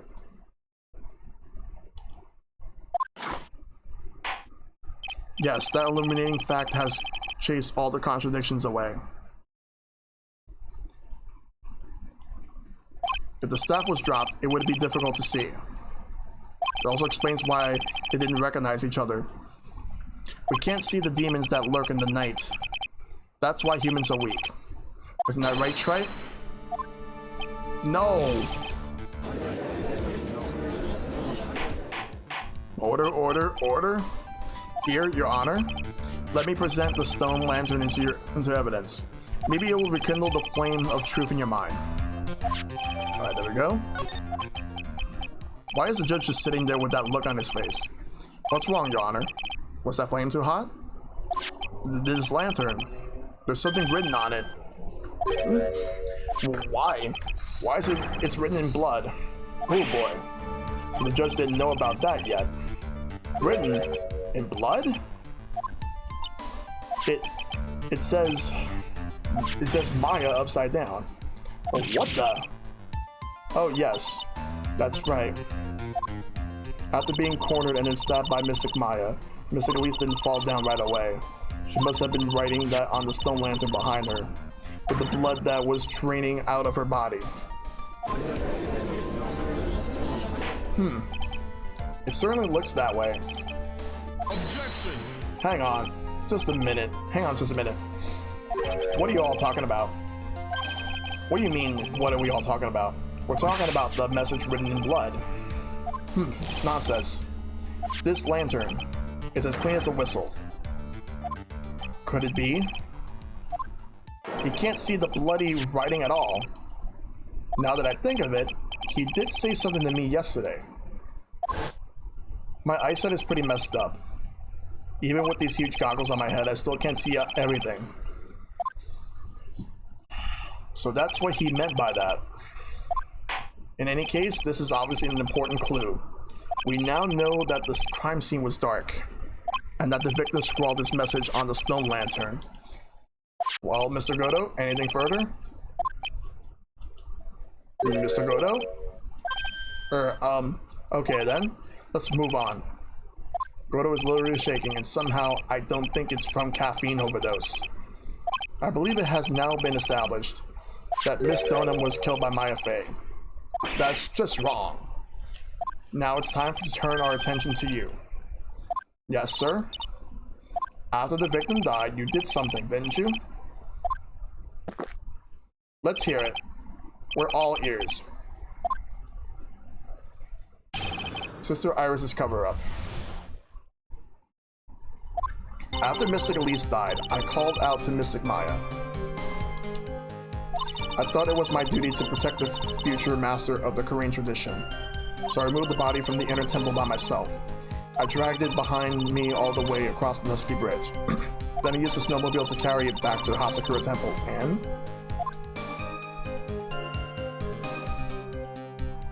I used the Shishishito to alter the way the wound looked. So you moved the body? Yes, I was raised at Hasakura Temple. I owe a great deal of thanks to the Fei clan. But even so, I never imagined that Elise Donham was actually Misty Fei. I've committed a terrible sin. Terrible trick of fate. I believe you're looking for the twist of fate, Your Honor. I intended to return to the inner temple after taking care of the body. But you were spotted by the head nun, correct? Yes, and that's why I couldn't go back. Your story makes sense, I suppose. Mr. Wright, go ahead with your cross-examination. Yes, Your Honor. Alright, let's do it. After missing... Alright, let's see. Not this one.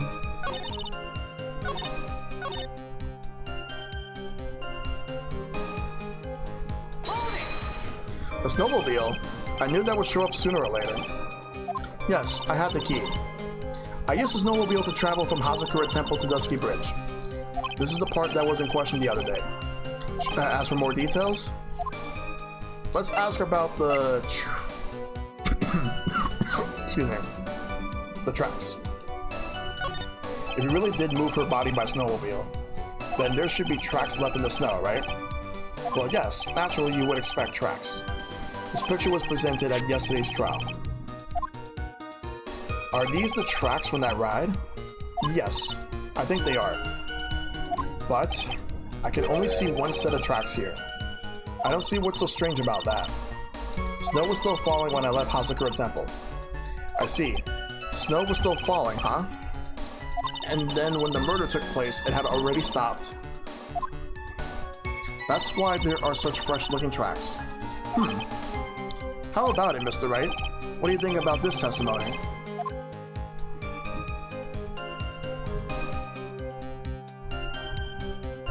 It's very important. When the murder took place, the snow had already stopped? That doesn't make sense if you stacked it up against the other evidence.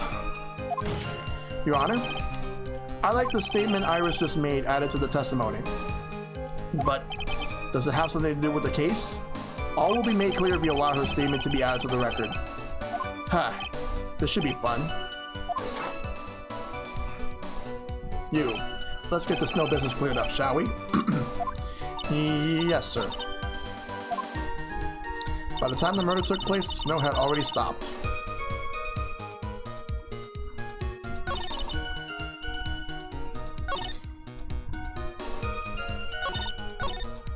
Alright, there's 1, 2, 3, 4. Drag it away behind me.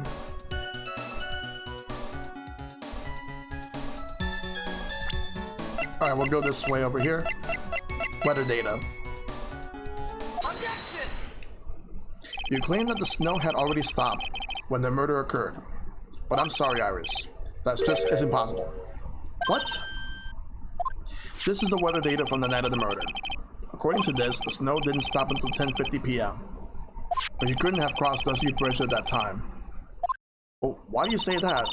Because 5 minutes before the snow stopped, Dusky Bridge was struck by lightning and had caught on fire. What did you say? The bridge? It was on fire? You don't mean to say you didn't know about it? It was because of that lightning strike that the bridge burned down. What? But it can't. It can't be. It looks like you still haven't figured it out yet. No matter how hard you try to deceive or conceal the truth. You can't pull the wool over the eyes of a real defense attorney. No! Order, order, order? The bridge was already on fire when the incident took place. That's right, the inner temple was already totally cut off from the outside world. There's no way you can have crossed the bridge, body or no body. Witness, even my patience has its limits. Any further lying and I will find you in contempt of court. Do you have anything to say for yourself? Objection! The only person here that is truly contemptible is you. Old man. Me? How dare you? Whether this witness lied or not doesn't mean squat right now. Squat? The important thing now is to find out the truth. Isn't that right? Yes, of course, but whether it was snowing or not snowing, or whether the bridge was burning or not, there are two facts that can't be disputed. First, the body of Elise Stoneham was discovered in the Hazakura Temple courtyard. And second, the head nun, Sister Bikini, witnessed Iris desecrating Elise Stoneham's body. He makes a good point, on both accounts.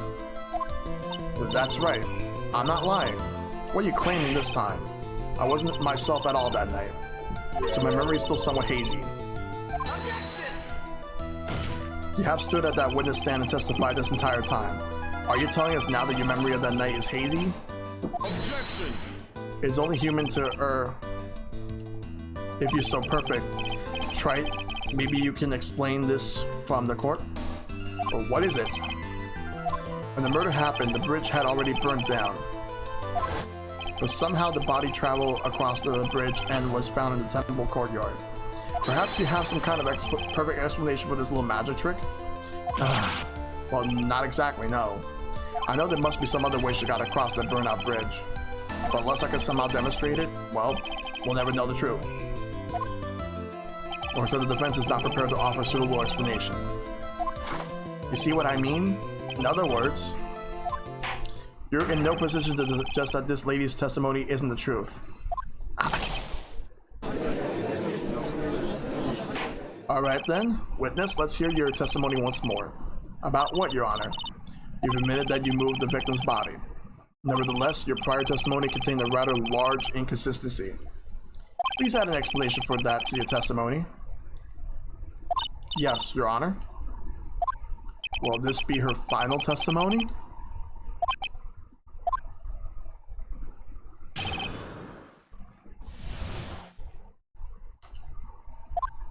Other than walking over the bridge, there's no way to move the body. So I must have just gotten confused, I guess. Was the snow still falling, or had it stopped? Does it really matter that much? Or are you saying that there is a way to cross a burning bridge? So it was just a misunderstanding, I see. This is a photo of Dusky Bridge after it burned down from the lightning blast. It was taken on the morning after the incident.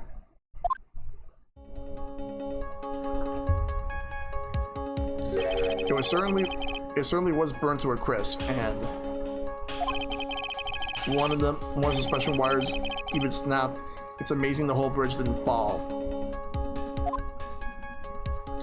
Nick crossed the burning bridge. Well, tried to. Guess he failed. Clearly, it wouldn't be impossible to carry a corpse across a bridge in this condition. Got the photo. Unless I do something to discredit this testimony, it's going to be deemed as the truth. And Maya will be accused of murder. Trite. I'm only going to say it one more time. It is only human to err. And only humans can spot the errors of our ways. The more sense he makes, the less sense he makes. All right, Mr. Wright, please begin your final cross-examination. Moving the body.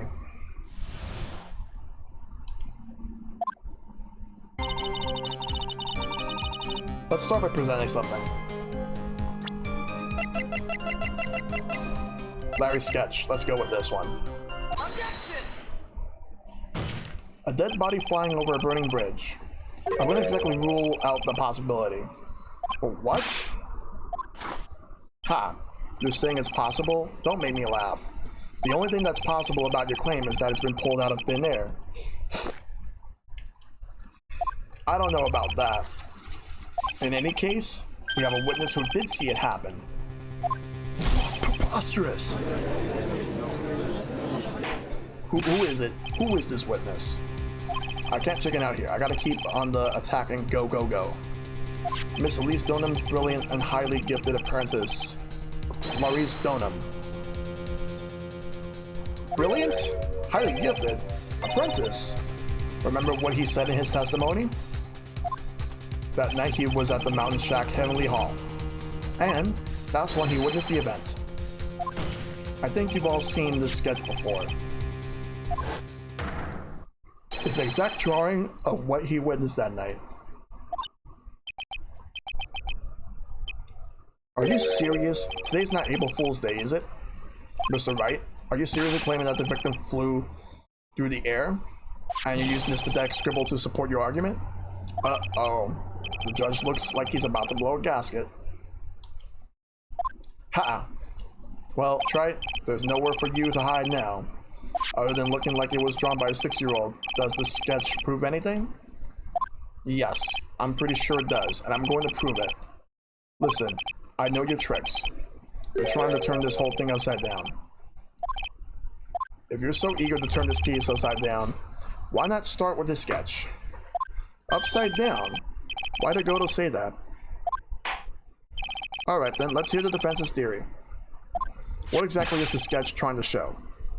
I don't think old Whisker Face is going to forgive any more mistakes. Alright, Phoenix, look carefully and think it over. This sketch drawn by Maurice Donham is...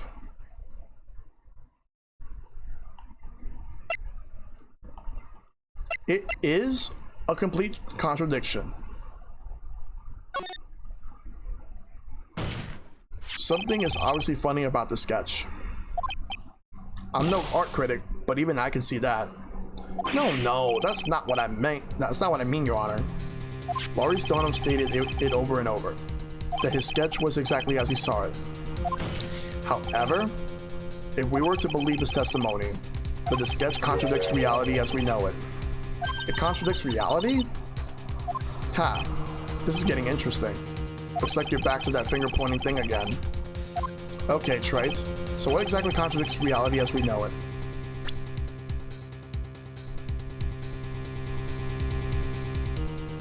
Alright, what contradicts reality? I guess one of these support wires, I guess, maybe? It's this wire connected to the bridge. The wire? Ha! Is that the thing that contradicts reality? It is indeed. Then show us the reality it supposedly conflicts with. Show us something that will point out how the sketch contradicts reality. Oh, don't worry, I will. Let's go with the Dusky Bridge photo. That's a photo of Dusky Bridge, correct? Yes.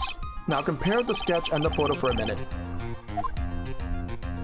In the sketch, the wires appear to be above the guard wires. While on the actual Dusky Bridge, jumping Jehoshaphat, the wires are below the guard wires. What? Order. This sketch is somewhat different than what's depicted in the photo. However, isn't it likely the artist just saw it wrong? Or perhaps he just drew it wrong? Either way, it sounds like you're just wrong. with someone like Maurice, I admit a mistake is a definite possibility. But then that begs the question. Why did he make a mistake? What was the reason? Are you saying you know the answer to that? Listen, think back, alright? Remember what Maurice was doing when he witnessed this event. He was at Heavenly Hall waiting for a lover that was never going to come. He waited and waited, and finally he laid down. But then, lightning shoots from the sky and sets the bridge aflame. Now ponder what sort of position Maurice must have been in at the time. He was lying on his back, which is why he remembered the scene of the crime the way he did. He was lying on his back. I can't see how it relates. But it does, Your Honor. That is the reason why the wires in the sketch go up instead of down. No way. Maurice Donham witnessed the event while he was lying on his back, face up. In other words, the scene that he saw was actually upside down. So then, the sketch should actually... I think you finally get it, Your Honor. The correct way to view the Maurice Donham's sketch is like this. This is how it should actually look. The victim's body wasn't flying above the bridge. It was actually swinging below. That's right, just like a pendulum. Whoa. Order, order, order. Objection. Of all the things to say, a pendulum?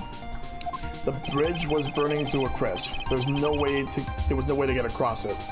But if the body had been found in the inner temple, it would have caused problems. This is where the criminal decided to take a gamble.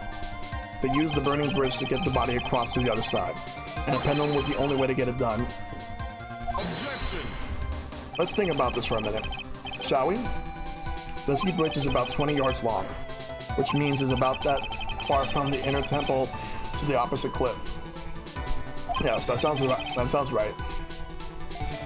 In order to cover that distance with a pendulum, you need a rope at least 10 yards long. To get a rope that long, you have to plan ahead. The lightning strike that night can only have been an accident, so it doesn't make sense that the culprit would have prepared the rope beforehand. So then, they didn't have to get the rope ready. The rope was already right in front of them. What? I'm saying that it was just a matter of using what was already there. In that case, Mr. Wright, please give us an explanation to support your theory. What makes you think the criminal had the rope on hand to create a pendulum?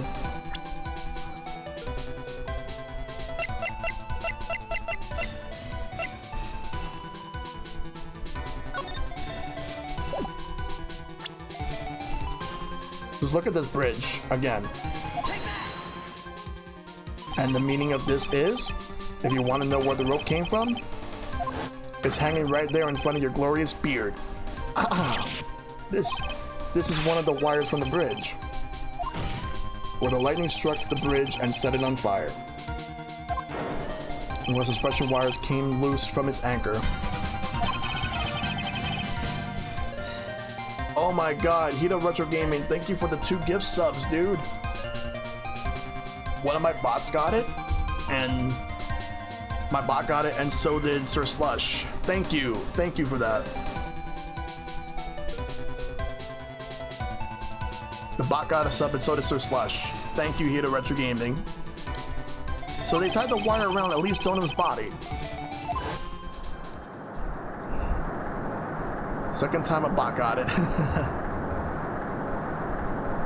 How you doing, Hito? Good to see you, buddy. Because there was simply no other way to move the body. Ha! Glug glug glug glug glug glug glug glug glug glug glug glug glug glug glug glug glug. Mr. Godo. Seems that Mr. Godo is more focused on his coffee than answering my question.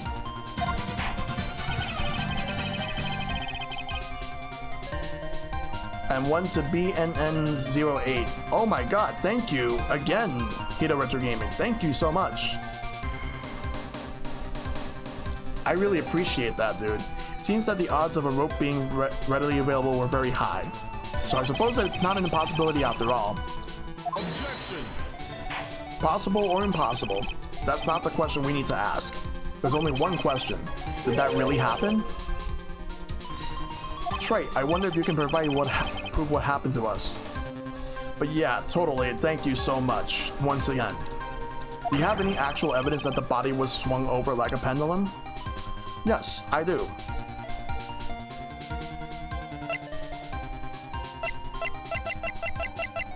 We're gonna go with this crystal spear. Before I present my evidence, let me review what we know so far. According to this photo, one of the wires snapped. Looking at the map, we can see it's the one that's in front of the inner temple. So then that was the spot where the criminal... Yes, precisely. Now let us consider the body's movement by looking at the overhead map again. If the body was pushed from this point here, it would drop on the opposite bank at approximately this point.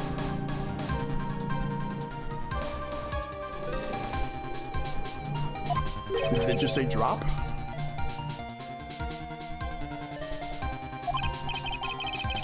Well, they must have failed to catch the body on the other bank. What? What makes you think something like that has happened? Because I have evidence that suggests her body dropped some distance. Well, what kind of evidence? Take a look at this autopsy report. It says here that the body fell about 10 feet after her death. 10 feet, huh? That's most likely the height difference between the two sides. Body overswung due to forward momentum, but then came loose and fell about 10 feet. And then, as a result of the landing impact, this crystal spear was knocked loose. That's... Yes, this bloodstained amethyst crystal is the one that came off Miss Elise Donham's staff. And even more important is the place where this crystal spear was found. And indeed, I believe it's already marked in this overhead map. The crystal is found... Precisely, Your Honor. In the very spot where the pendulum would arrive if given the right amount of speed. This explains your theory quite well, Mr. Wright. That provided us with the way the body could have been moved that night. Impressive deduction, Mr. Wright. Most impressive. And Mr. Wright, I thought this cold coffee might help cool you down. What is the meaning of this, Mr. Godo?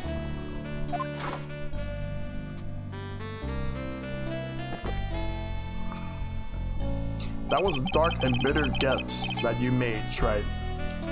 But you forgot about one thing. Oh, and what would that be? The aroma. Huh? Coffee's most reliable accomplice is its deep and profound aroma. The rest of the court doesn't speak Coffinese. Can you elaborate a bit more? If the criminal had sent the body to the other side like you say, then naturally there must have been an accomplice lying in wait to catch it. An accomplice? The criminal wasn't able to cross Dusky Bridge, so who collected the body? What do you have to say about that, Trey?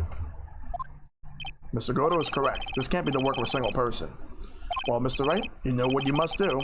Yes, Your Honor. Body couldn't have made it to Hotspur Temple without an accomplice. Very well then. If you please, Mr. Wright. Who was the person that received the body on the Hotspur Temple side? Okay, I got one. Iris.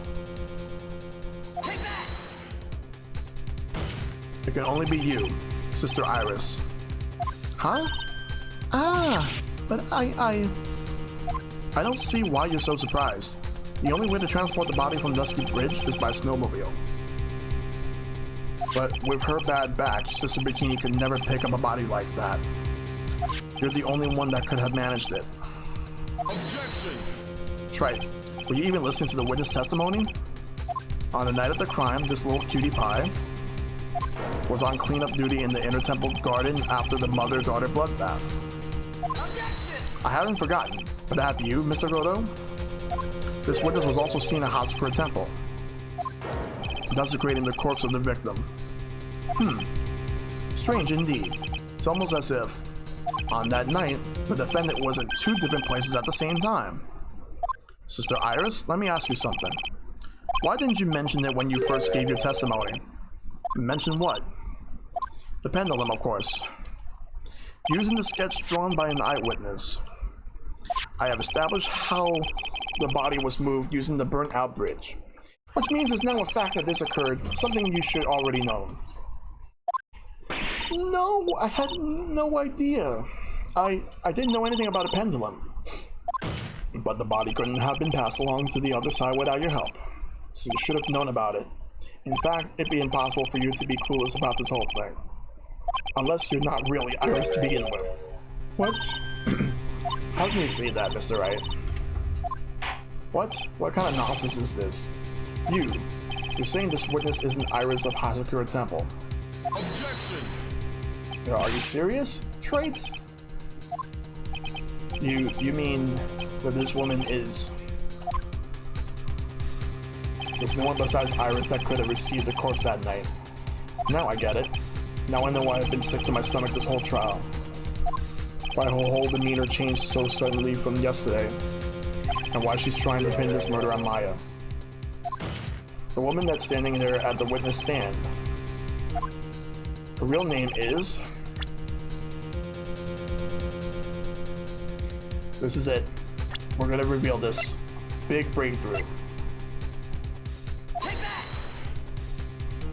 I never thought I'd have to utter your name again, let alone see you.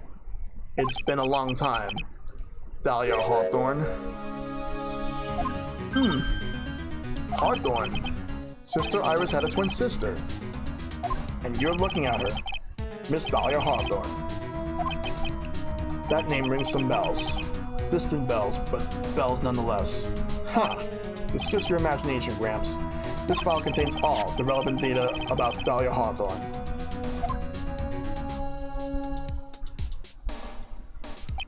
Oh, yes, I remember now. That case, 5 years ago. My name is Dahlia Hawthorne. I just want to say, it's an honor for me to be here in your noble presence. The noble is all mine. The honor's all mine. No, the honor's all mine. But according to this, Dahlia Hawthorne is already dead.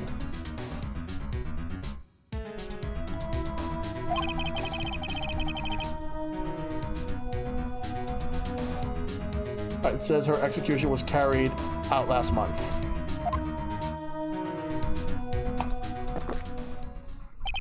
So what? Death has no meaning in this courtroom. What? Order, order, order? Well, wait a moment. How can you... My sister, she's already dead. Well, what kind of... You of all people should already understand, after all. The blood of the master of the Korean channeling technique flows within that body. The Korean channeling technique? Now, where have I heard that? That's right, you're not Dahlia Hawthorne herself. You're the spirit of Dahlia, currently inhabiting the body of a spirit medium. What an exciting story. Exciting, but quite impossible. You're asking us to buy that Dahlia Hawthorne just happened to be channeled by someone on the very night of the murder to a temple where her twin sister Iris was? Well, if you're going to put things that way, then yes. Objection! We're supposed to believe a coincidence like that just happens? Naturally, it was no coincidence. The whole thing was part of a plan from the very beginning. It's all written right here in these instructions. What's that? These instructions were written by your mother, Morgan Fay, and part of the plan for Dahlia Hawthorne to be channeled. That night, there were 2 irises at the Hasakura Temple. 2 of them? Even the time of the channeling was planned out.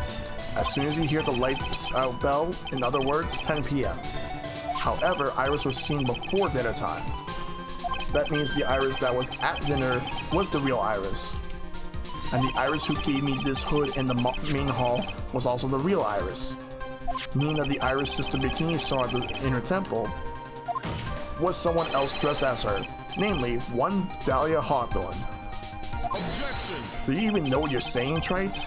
This whole channeling the spirit of Dahlia Hawthorne business. Yes, it is true that you found plans that talk about it. However, there's one thing that's perfectly clear. The witness currently standing in the witness stand is the real Iris. What? Yes, this character. Calm down and remember what you know about the night of the crime. After meeting Sister Bikini, the Dahlia Hawthorne that had been channeled would have been stranded at the inner temple due to a lightning strike.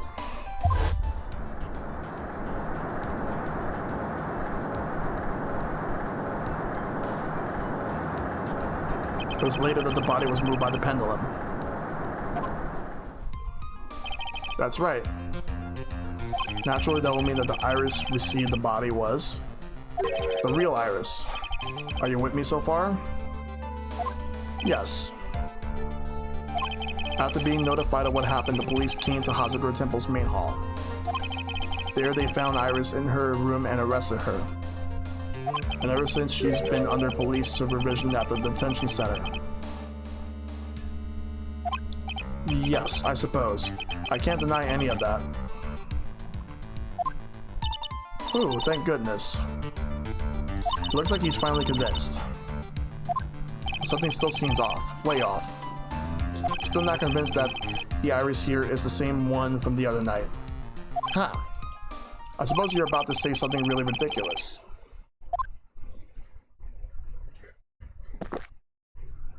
Like, the real Iris and the spirit of Dahlia somehow switch places? So switch places. To be perfectly honest, there are still quite a few things I don't understand, but I do know that unless we confirm the witness's identity, we can't continue with this trial. Iris doesn't have the spiritual power needed to channel Dahlia, which means they must have switched places somewhere. Well, Mr. Wright, since the time she was arrested at Hazagura Temple, have there been any chances for Iris to switch places with Dahlia Hawthorne? There was one. Your Honor, I think there might have been one chance. Oh? Explain yourself. Yesterday, for a few minutes, Iris's whereabouts were unknown. Unknown? What do you mean? What I mean is, there was a span of time in which Iris was able to move about freely unsupervised. Well, who was it? Who would give a murder suspect time to move about freely like that? I'm sorry. I know you didn't mean to. It wasn't your fault. The person who gave Iris a chance to freely move about was...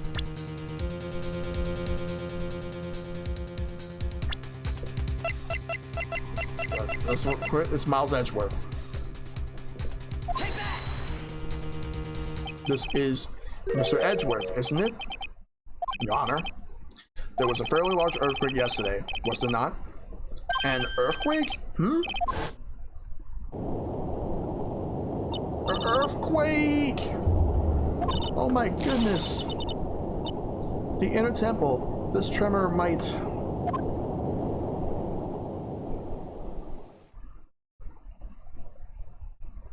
How could I have...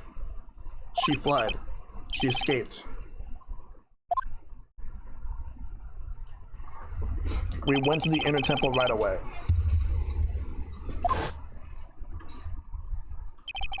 And it's true that Iris was already there. However, they had already switched places by that point in time. When I arrived at the training hall, I was met by none other than Dahlia Hawthorne.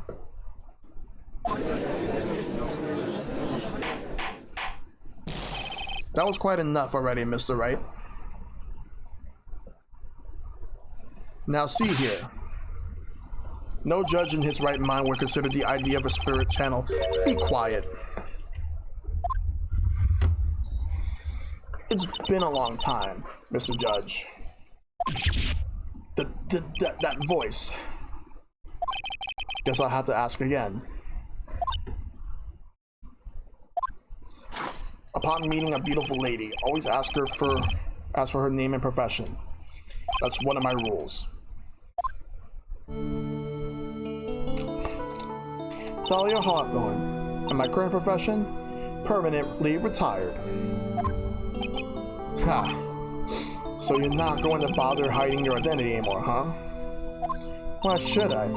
After all, I'm dead. There's really nothing you can do to punish me. Oh, what is going on here? Thalia Hawthorne. I never thought we'd meet again, and I never thought we'd meet like this. But this time, I'll end it. For her, and for myself. Oh boy. We are far from done. We have another part. This is one of the best parts of the trilogy.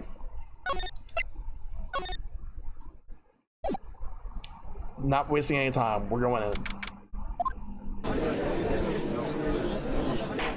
Now then, let's continue where we left off, shall we?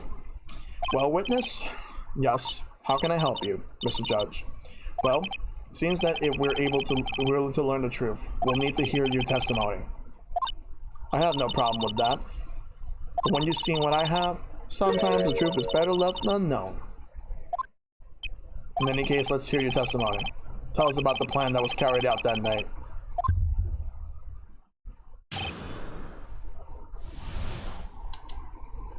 The whole plan began with my death. Stupid plan hatched by Morgan Fay to install her own daughter as the next master. But for it to work, Maya Fay would first have to die. The idea was for me to kill Maya and then have the blame pinned on Iris. The plan went wrong, but it seemed to have succeeded anyway. So that means you really are... Wait a minute. Did you just say the plan was to kill Maya Fay? Yes, you have a problem with that? Don't give us that nonsense. There's no way that... Watch yourself, Trites. If you got a problem, solve it during cross-examination. That's one of my rules. Mr. Goto is correct. And by the way, that's one of my rules as well. To kill Maya? Could it be true?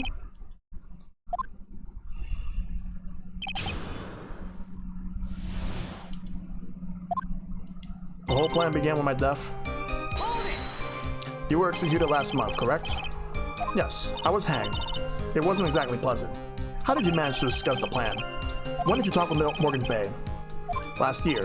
She was transferred to the same detention center as me. Since I was on death row and she was my mother, it was actually pretty easy to meet with her. I see. So that was when you discussed the plan. Huh. Are you crazy? At first, that woman was planning to kill me as well, even though I'm her own daughter. All to make Pearl Fay the master of Karain. She's a cold, twisted woman. She thought she could finally regain her lost honor. The honor she lost when her younger sister, Misty, took her place as the master. Ever since that day, she's been working on this plan. A plan, huh? A stupid plan hatched by Morgan Fay to install her own daughter as the next master.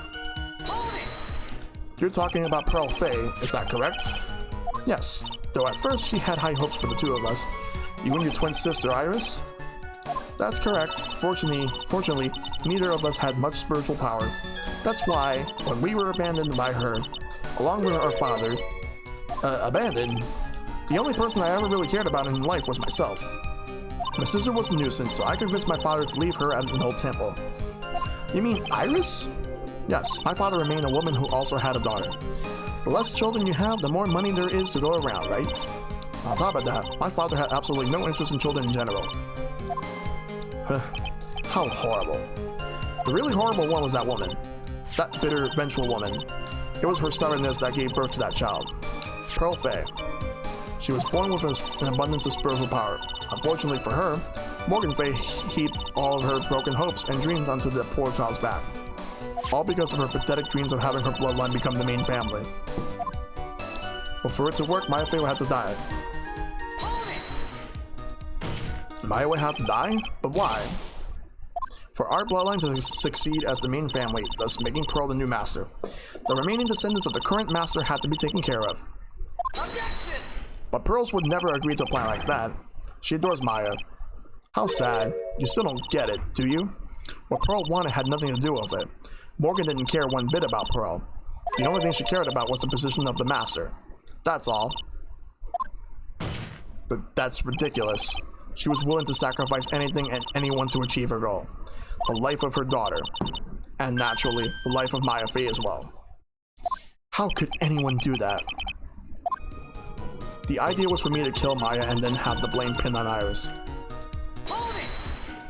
You were going to kill Maya? Pearl didn't need to know anything about it. All she had to do was follow the instructions in the letter and channel name. Then I would have simply used her body and finished the job. In any case, I'm already dead, and there's nothing any of you can do to me. So the plan was to blame the crime on your younger twin, on Sister Iris of Sakura Temple. She and I look absolutely identical. No one can tell us apart. If someone were to witness me killing Maya, naturally they would think it was Iris that had done it. And the witness in this case was the head nun, Sister Bikini. I never would have guessed she was going to return to Hasakura Temple that night.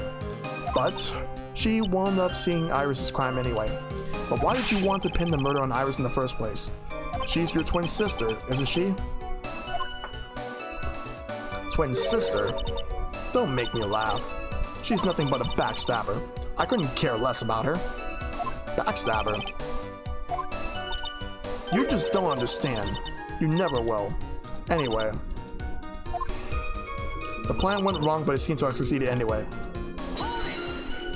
You think the plan was a success? You heard me. Just as that woman had hoped. Maya Fey is dead. Now the title of the master will pass on to Pearl Fey. Objection! That's absurd. Maya Fey is she's just trapped inside the sacred cavern. Really? You're as foolishly optimistic as ever, aren't you? My darling Feeny? Do you want to know the truth? Ever since we met, I despise you. Your sniveling naivety and your pathetic faith in other people. I just want you to know one thing. What did you personally think of Morgan Fey's plan? I told you already, didn't I? It was a stupid plan. It had no point, no value other than fulfilling her own greedy desires. Yes, it was certainly nothing to be proud of. If that's how you feel, why did you help her carry it out? Why would you do it? Why would you kill Maya? You may not understand it, being the kind and gentle soul that you are. You may not be able to appreciate why someone like me would help a woman like that. So then tell me, why? Isn't it obvious? I'm not like that woman. I only act in my own self-interest. The reason I helped her was for myself. For my own personal satisfaction. What did you say? So this woman, Dahlia Hawthorne, she had her own reason for wanting Maya dead. Do you understand why I would kill Maya Fey now? What my goal was? Yeah, I know exactly what your goal was, you stupid piece of shit. You want to get revenge on Mia Fey, who's dead. Objection! Could it be that your actual goal had nothing to do with Maya Fey herself? As I said, none of you have the power to punish me anymore, because I'm already dead. Well, I have the same problem, you see. You can't punish the dead, and you can't take revenge against them either. You wanted to take revenge on someone? I was sentenced to die because of that woman, Mia Fey. I somehow knew this was it. I wanted to send her a message. It was at her hands that I suffered my first humiliation. I wanted her to feel the same pain she made me feel.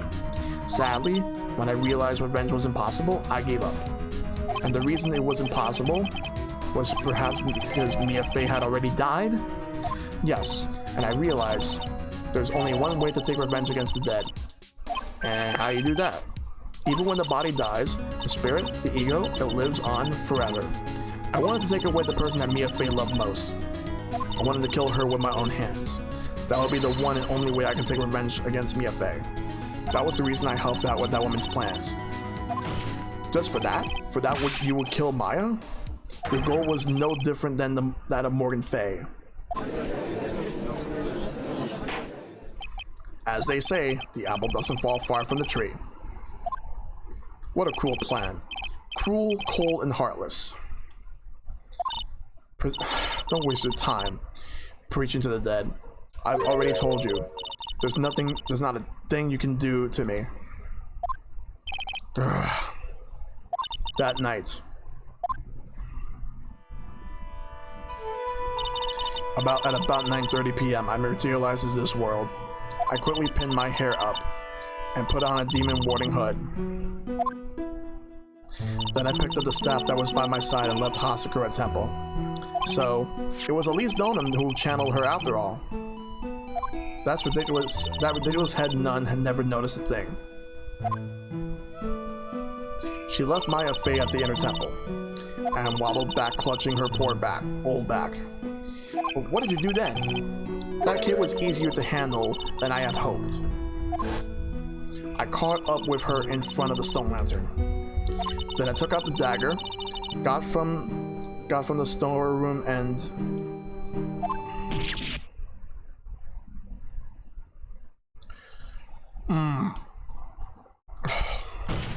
So then you're saying you stabbed Maya.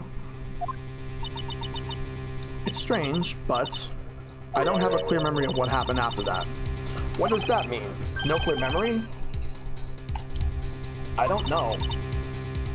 I think I was stabbed. You were stabbed? At the last minute.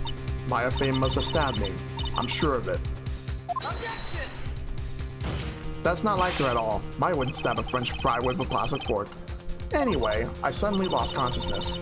But before I did, I scrawled her name on the lantern. Just as I was passing out, I wrote Maya behind my back. I hope it would cast suspicion on her.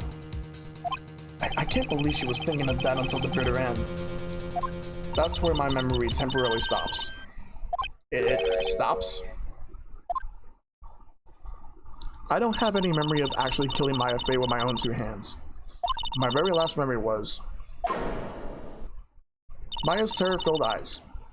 When I woke up after that, I was in the sacred cavern surrounded by darkness. You were in the sacred cavern? That entrance was sealed with one of those trick locks. Somehow, I had been trapped in there. But how did you wind up in there? I'd like to know that myself. Anyway, I was worried. I didn't know whether or not Maya Fey was dead. And I swore I wouldn't return to the underworld until I knew I had killed her myself. For a ghost, you're one tough cookie. I wanted to get out of there and make sure she was dead. But I couldn't do it. I couldn't get out. The trick box stopped you. Huh? I didn't know how to remove it.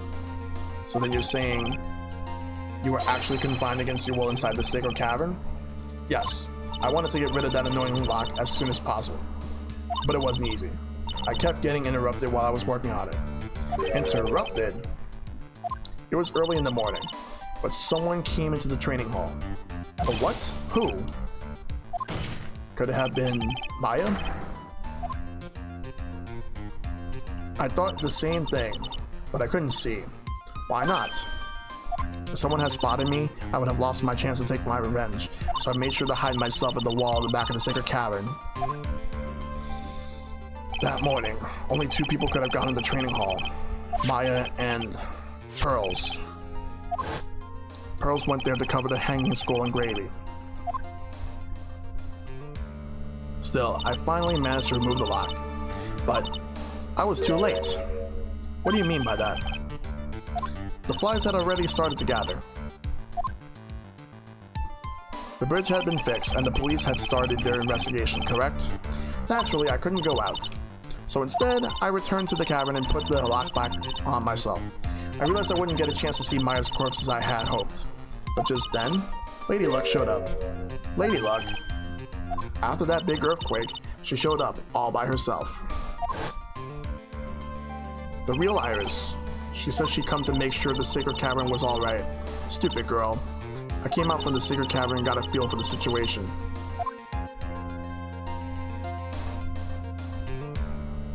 And I locked her away in my place.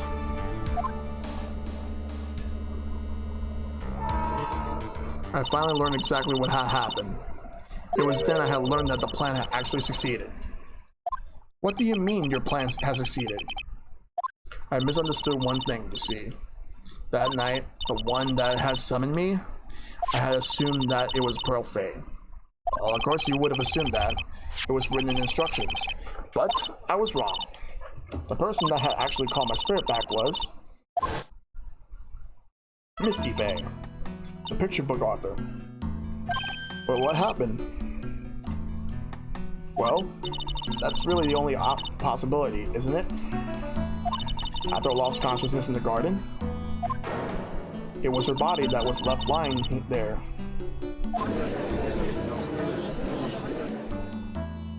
Maya Faye? I wasn't able to kill her with my own hands after all. But even so, I made her commit the most vile sin a human can commit, and that is... matricide, the sin of killing her own mother.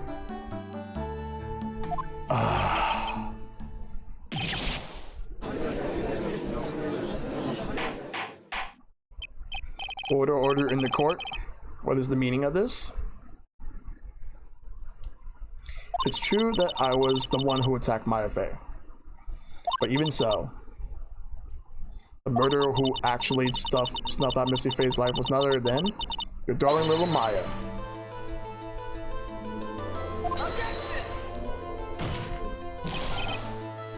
Ridiculous, that's nonsense. Are you sure about that? Just think about it. There's even evidence supporting these facts, isn't there? What? What do you mean? Well, what is the so-called evidence? The fact that Maya Faye had disappeared is evidence enough, isn't it? Huh. The idea that she's still in the sacred cavern is just ridiculous. She wasn't able to escape from the inner temple, that much is obvious. In that case, there's only one place she could be. But where? Do I have to spell it out? The bottom of the Eagle River, where else? Eagle River? Maya Faye killed her long-lost mother. Can you imagine the guilt she must have felt when she realized that? That's why she threw herself into the Eagle River. Most bodies that wind up in there are lost forever.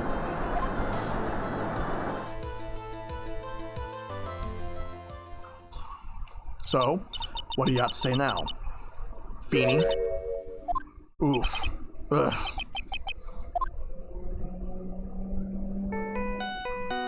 Wait, phone?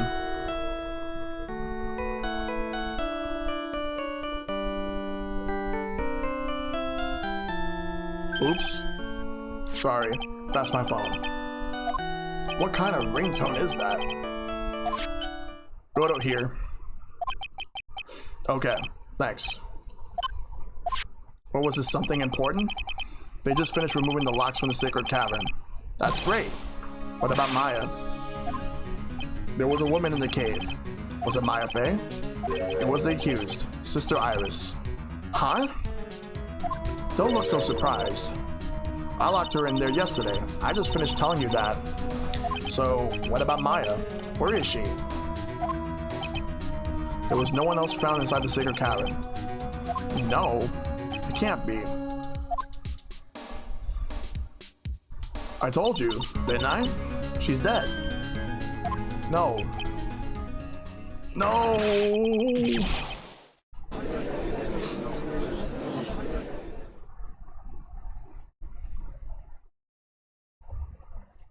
It seems that this case has come to an end, a tragic end. Sadly, it appears the killer released known as also known as Misty Faye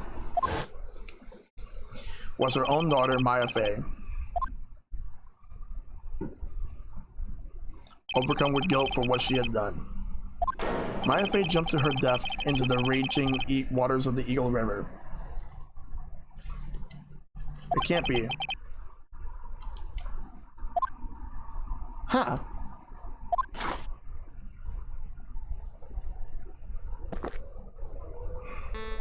Try it.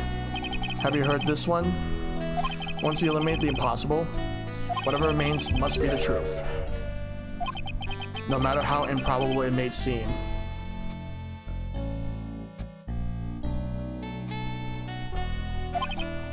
What's that supposed to mean?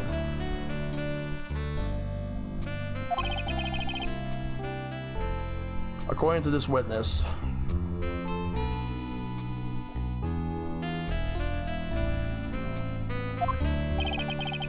Maya Fey threw herself into the Eagle River. However, is that really the truth? Remember, this woman testified earlier that the bridge was already on fire when the murder was taking place in the garden, which means that Maya had thrown herself into the river. It must have been from the inner temple side, near the bridge. That's right, that's where she jumped from. But that's impossible. It's impossible to jump into the river from there.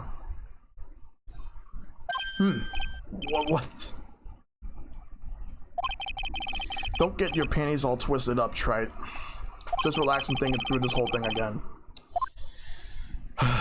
So it's impossible.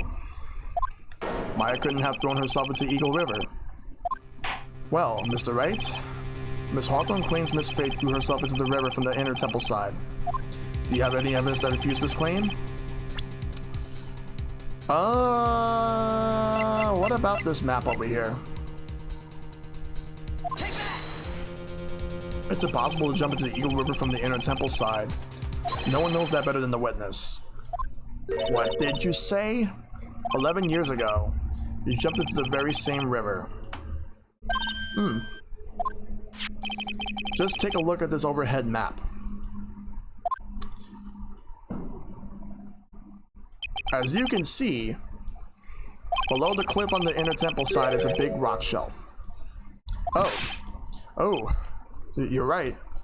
She wouldn't have reached the river if she had jumped off from there. In other words, if she had jumped, we should be able to see her body in this photo.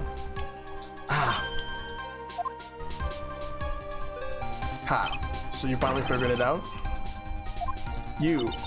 No! Order? You're just playing with me. Maya Fey's body's at the bottom of the Eagle River. There's nowhere else she could possibly be hiding. Miss Hawthorne, have you ever heard this one before? Once eliminate the impossible? Whatever it means must be the truth. Yes, just a few minutes ago. Maya Fey wasn't inside the sacred cabin. We now know that she didn't throw herself into the Eagle River. Correct. That eliminates all the most likely possibilities. Now, although it seems improbable, there's still one other place she could be. Pretty sure that was Sherlock Holmes who said that. What? What is that one possibility you're talking about? That's obviously a bluff. So where's her dead body then? Finally, I think the pieces are falling into place. Normally the living have no way to punish the dead, but I think there's a way to give Dahlia Hawthorne the ultimate punishment. Shall I tell you, Miss Hawthorne? Shall I tell you where Maya is at this very instant? Maya Fey is... She is not here or here. She's in this very courtroom. There's only one possibility left. Namely, she's right here in this very courtroom. Wait, what? Maya Fey is here? You say she's here in my courtroom? Dahlia Hawthorne, I seem to recall that you said I had misunderstood one thing, you see. So what? But I think there's one more thing you misunderstood. What do you mean? Tell me something. At this very moment, who is channeling Dahlia Hawthorne? Well, why that's obvious. It's Pearl Fey, that pathetic little sniveling runt. You're wrong. Pearl's tried, but she couldn't do it. I've never failed at channeling someone. This is the first time it's happened. Isn't there any explanation for why you couldn't channel spirit? It could happen if someone else was already channeling the same spirit. Someone called me before Pearl did, but who? Pearl's even tried again on the day after the crime, but she couldn't do it. What could that mean? I think the truth is becoming clearer to you right about now, am I correct? It wasn't Pearl that channeled you. There was someone else who called you before she could. And that person is Maya Fey. This is an easy one. Pearls couldn't do it, and Misty Fey is gone. There's only one possibility left. Come on already. I can't stand the tension. Dahlia Hawthorne. The person who's challenging you right now must be Maya Fey. What? What? But how could that be? Remember what this witness, Dahlia Hawthorne, said about her goal. She said that her goal was to kill Maya Fey. Yes, that's right. But if Maya channeled the spirit of someone that was trying to kill her... Ha. Well, Gramps, what would happen? Could it be? It looks like you finally understand, Your Honor. Well, I don't. What are you going on about? What I'm going on about is the reason Maya channeled you. And there's only one reason. To protect herself from you. To protect herself from me? Yes. On the night of the crime, you were only interested in one thing.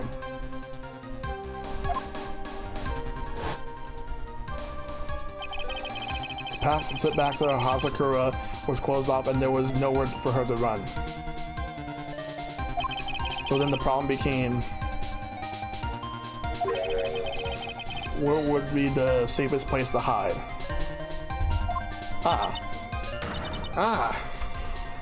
Do you mean that's when she channeled me?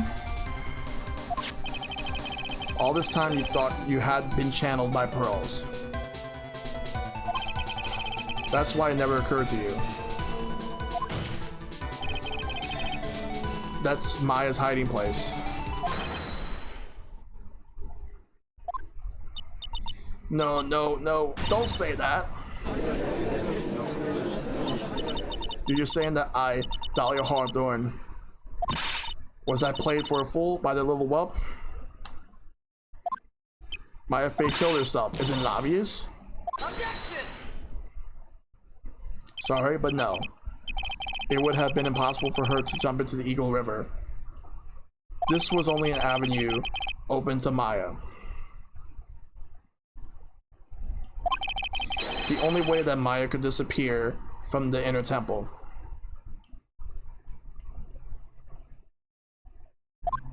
I don't believe you. A stupid little girl like that who had never been out in the real world. She could never have come up with a plan like that. Who could have ever given her such a brilliant idea? Well, me, of course. Mia Fey. It's been a long time, Dahlia Hawthorne. So it's true. It was you. Yes. Huh. You're something else. But what? What are you doing here? That hair. It's Pearls, right? Tell me something, Dahlia. I want you to think back to that night one more time. You had just cornered Maya into the inner temple's garden. And then, in the final moments of the fight, you lost consciousness.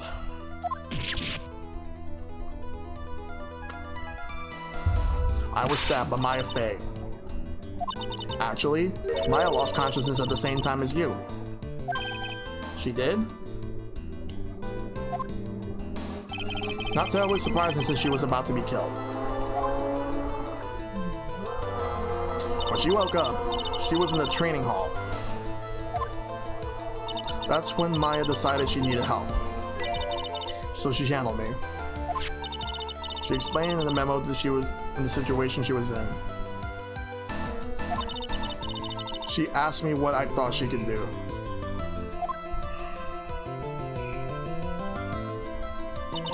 She did that, and I can't believe it. Of course, I didn't have all the details, but one thing was perfectly clear. And that was, I knew that you couldn't be allowed to wander free. Free? What do you mean? It was a race against time, so I wrote down 2 things that Maya had to do. Channel Dahlia Hawthorne as soon as possible. And lock herself up in the sacred cavern until help arrived. So it was Maya who put that lock on there. Yes, but why did you order her to do those things? If she hadn't done it, Dahlia Hawthorne would have been channeled by someone else. By one Pearl Fae. Yes, Pearl didn't properly understand the plan. So all she was trying to do was follow her mother, Morgan Faye's instructions. If she had succeeded in channeling Dahlia Hawthorne, spirit, things would have turned out very bad. So to put it, so that's how it was. Dahlia Hawthorne would have used the body of Pearl Faye to kill Maya at all costs. Yes, it certainly sounds like that was the intent all along. How dare you? I won't forget this. Why not just admit it, Dahlia Hawthorne? Your little plan was nothing but a big failure. Yes, another failure to add to the pile of shame, wouldn't you say? What do you mean by another failure? Think about it, Dahlia. Remember all your past crimes? Not a single one of them was a success. They all ended in failure. What? How dare you? 11 years ago, the fake kidnapping, your very first crime.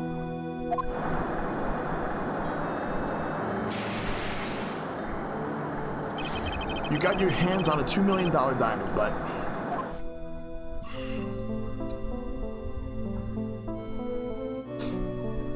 after Terry Falls escaped and went to meet with Valerie Hawthorne, the truth was exposed.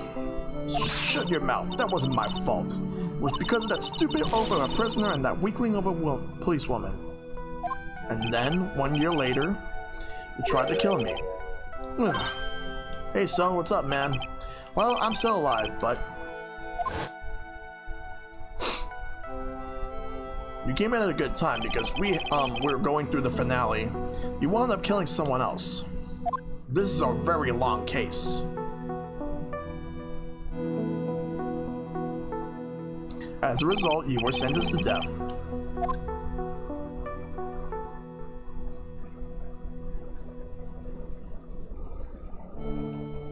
It's one stupid move after another for you, but it's no longer funny.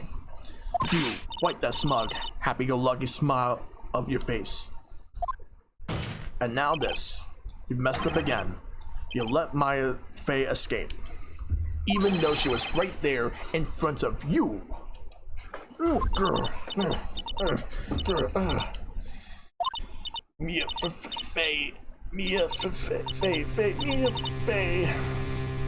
You, spinster. I was supposed to kill Maya Faye like I swore I would.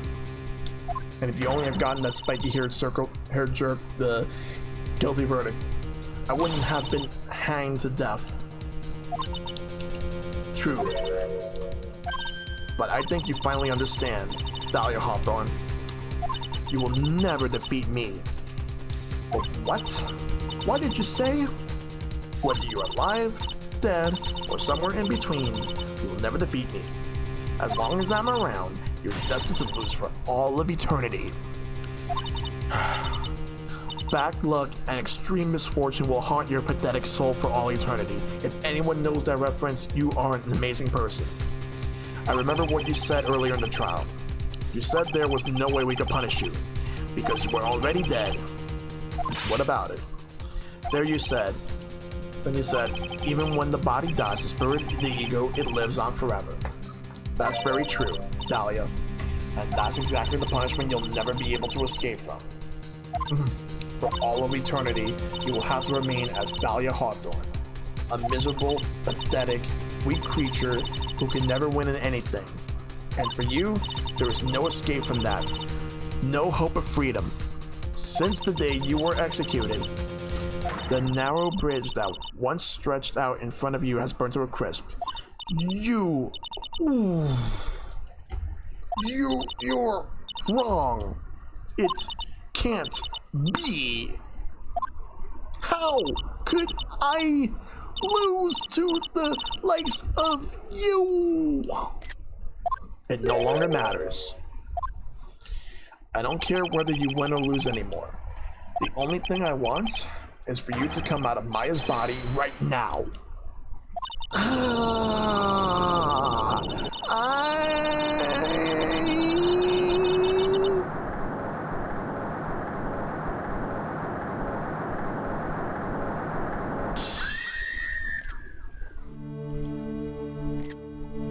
Oh my god, I'm not ready to go.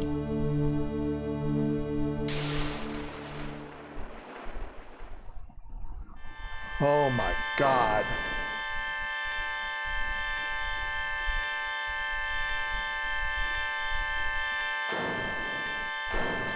What the fuck?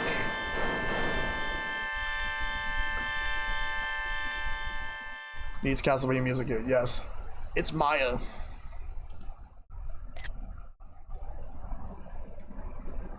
Nick. Sis.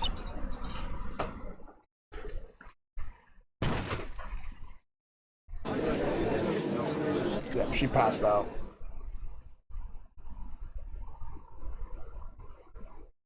Now then, I assume you are the real Iris? Yes, I was just rescued from the Sacred Cavern. I must say you and your twin sister are indeed identical from what I can see. In any case, it appears that everything has finally been cleared up. Mr. Godo, what happened to Dahlia Hawthorne? If you ask me, Your Honor, it looks like she went back to hell, the hell she came from. Seems that Misty Faye wasn't the only victim of this crime. Maya Faye, as well as the young Pearl Faye, were also victims of this wicked and selfish plan. Yes, Your Honor. The tragedy of Medium Valley has finally come to an end, it seems. It would be best for everyone if no further attempts made to channel that spirit again. Your Honor? Yes, what is it? About this whole spirit medium thing. It's almost weird how comfortable you seem to be with the concept now. Well, to be frank, my younger brother's quite judgmental. He often criticizes me for not studying hard enough. That's why I made a concerted effort to study up on the Korean channeling technique. Hey, isn't that the New Year's issue of Occult? I've seen quite a few things in my many years on the bench. And in that time, I finally learned this one thing. Each case is different and takes place in its own world, if you would. In order to fully understand that world, first, we have to immerse ourselves in it completely. And that's where my brother and I used to differ. Never thought of it that way. At any rate, it's time to pass judgment in the case of Iris of Hazakura Temple. What the?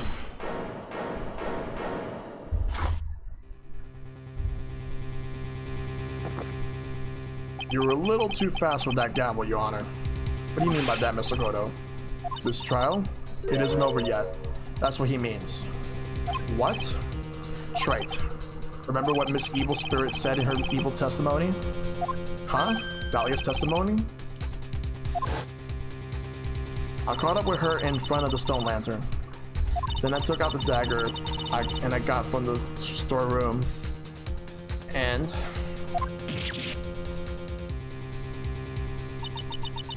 it's strange, but I don't have a clear memory of what happened after that. I think I was stabbed. Just as Dahlia Hawthorne was about to attack Maya, she was stabbed and killed by someone. Yes, that's right. The person that was ultimately killed was the spirit medium that channeled Dahlia. Elise Donham. No, Misty Faye. But who killed her? We still don't know who did it. This isn't over.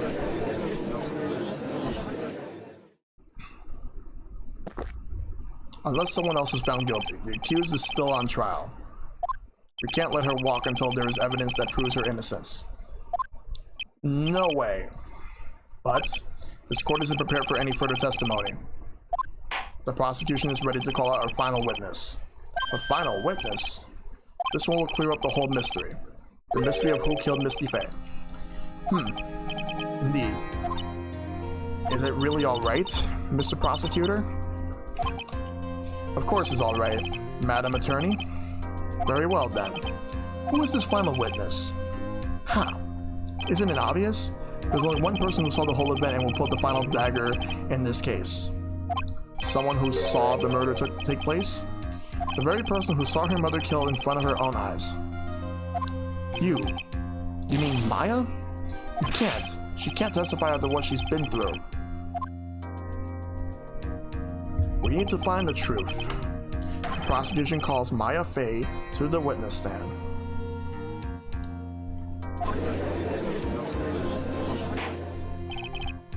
Very well. But first, we'll take a brief recess. We'll have to wait for Miss Faye to recover before summoning her. Once we receive the doctor's permission, we will proceed with the trial. Hey Trent, I got something to say to you, so listen up. What is it? I don't think much of you as a lawyer. It's always the same with you. You somehow manage to just squeak by without a feint of understanding the case. Some beautiful woman always seems to come dashing in at the last minute to save you. You got some nerve. But that's not going to happen this time. This time, you're going to have to do this by yourself. That's enough. This court is now in recess.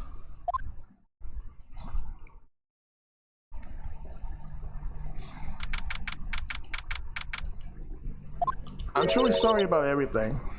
You were working so hard to defend me, but I was missing all day and we didn't even have a chance to talk. She's right.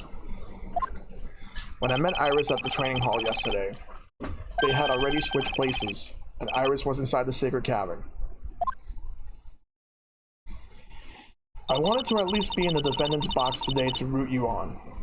Well, it wasn't your fault you were locked up this whole time. There's something more important than that, though. I have to ask you. Why did you help your sister out as much as you did? Huh? You had tried to get help at the sacred cavern yesterday. You wouldn't have spent an entire day locked up in here. My sister, I felt sorry for her. She was abandoned by her mother and never got any love from our father either. Yes, but it was the same for you too, wasn't it? Yes, but at least I had Sister Bikini, who was like a mother to me. If only Dahlia had come with me to the Hazakura temple. I always loved her. Dahlia was always so smart, so strong, she never complained about a thing. That's why I promised her that I would help her.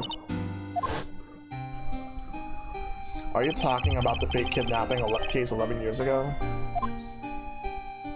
Iris is too innocent for this world. Yes, I wanted to be useful to her in some way.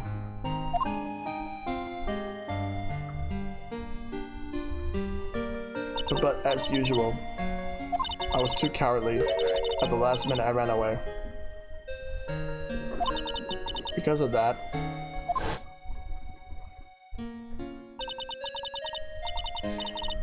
Dahlia's stepsister Valerie ended up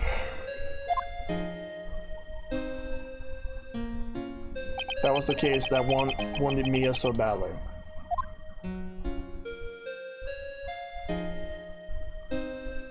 But things didn't end there, of course. Some people suspected that my sister was involved in the murder.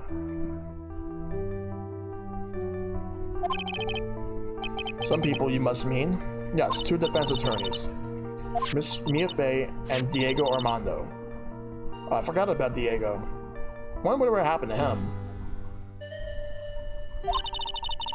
After poisoning Mr. Armando, who was getting too close to learning the truth, Dahlia even tried to kill the person who had unknowingly hid the poison for her. Oh shit. Dude. That's right. Iris. There's one more thing that I have to ask you. So yeah, he got poisoned. That's awful. Yes, what is it? On the night of the murder, the person that cleaned up the corpse of the victim, Elise Donham, was it really you?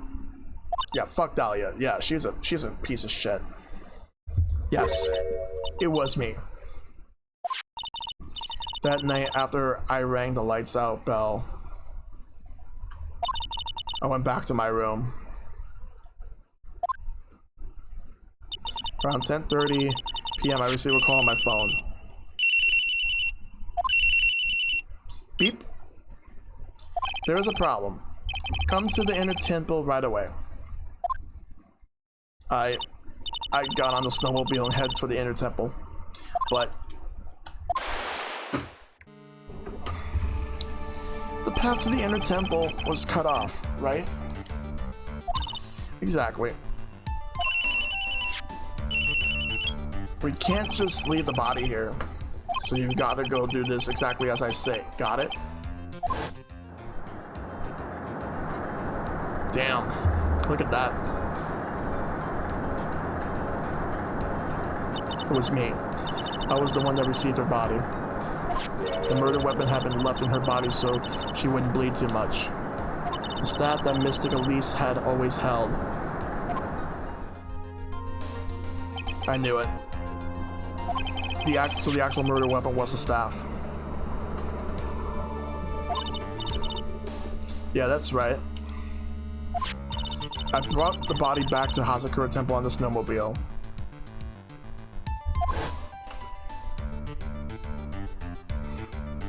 But why? Why did you alter the body? I didn't want anyone to know the staff was the murder weapon. I didn't want to leave anything that would lead back to Misty Faye. So I dressed her in a robe and stabbed her with the shishito. I wiped the blood off the staff's blade and left it next to her on the ground. Iris, just tell me one last thing. Tell me the name of the person that called your cell phone. The real killer. I'm sorry, Mr. Wright. I can't do it. I can't say who did it. I see. Alright. Defendant, yes? The judge is calling you. He wants you to see you in his chambers. He has some questions about Dahlia Hawthorne. Alright. Well, then, I'll see you later. Something I want to tell you. Oh, okay. Something she wants to tell me? So it's true. Iris cooperating with the real killer. Maybe even from the very beginning. Phoenix. Mia. How's Maya doing? Physically, I'm not worried. She'll recover completely. But emotionally, she's been hurt very badly by this case. I see. You don't mean she's learned who Elise Donham really was? Yes, I went to the medical office and talked with her. I told her everything I knew. But why? Maya is stronger than you think. I knew she could take it. All of it. What do you mean by that? I want you to figure that answer out by yourself. Trial is about to restart. The real killer, do you know who it is yet? Iris wouldn't tell me who called her, but still. I think that's just maybe I know who it was. That night, the victim was killed in the garden of the inner temple, and the criminal wasn't just there by accident. Which means that the killer knew of Dahlia's plan from the very beginning. And one more thing. The victim was moved to the Hazakura Temple side by pendulum. In other words, the criminal couldn't cross the bridge. That means they were struck on the inner temple side for almost an entire day. Exactly. So the culprit was someone that wasn't in Hazakura Temple the following day. That's as much help as I can give you. The rest of the battle is yours to win. Or lose. Okay, I got it. Thank you, Mia.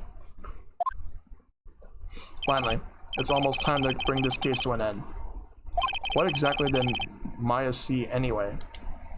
And who was it that actually killed Misty Faye? Whoever it was, I have to prove it. Me. All by myself. And we're gonna end this with the last part that's happening now. This should be the last. There's no way it would end here. There's no way it could continue beyond this one. Let's go.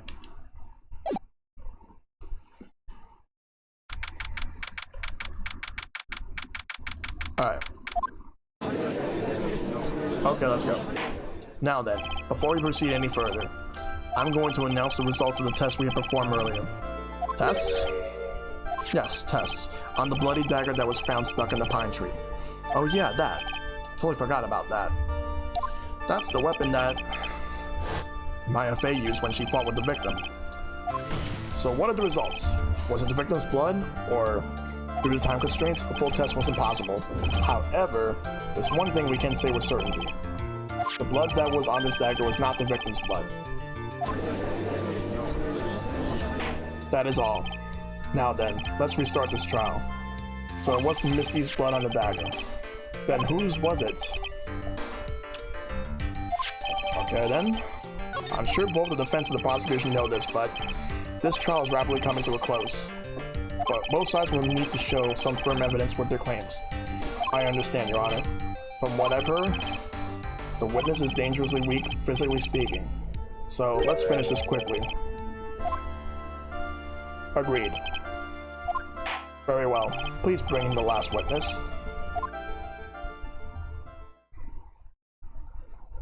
Witness, please tell us your name and profession. Maya Fey. My profession is, I'm the assistant manager at Wright & Co. Law Offices. Maya. According to the magazine I have here, you're a spirit medium with the Korean channeling technique? I'm frightened. The Fey clan. I don't want any more to do with it. Oh, Maya. The pain the Fey bloodline causes must be unbearable. Very well. Now then, Miss Fey, when the event occurred, you were in the temple, the garden of the inner temple. And you witnessed the moment of Miss Elise Donham's murder. Is this correct? I didn't see anything. Objection! Straighten up this instant, young lady. Huh? Pick your head up and speak clearly. There's always time for crying later. But your mother was killed right in front of your eyes. There's nothing you can do to change that fact. But there's something you can do. You can finish this. You've been watching the whole thing, right? You've seen the witness come out and you've seen us squeeze the truth out of them. Now it's your turn. Let's hear your testimony. On the night of the crime, what exactly did you see happen? Witness, if you please. Yes, Your Honor. She's actually handling this worse than her sister's death, and like her sister was a part of her life. Yep. I was passing through the garden on the way to the spare prep room when it happened. Suddenly, someone struck me over the head. I stumbled and ended up against the stone lantern. I think I screamed, "Help me!" Then something warm splashed over me. That's when I lost consciousness.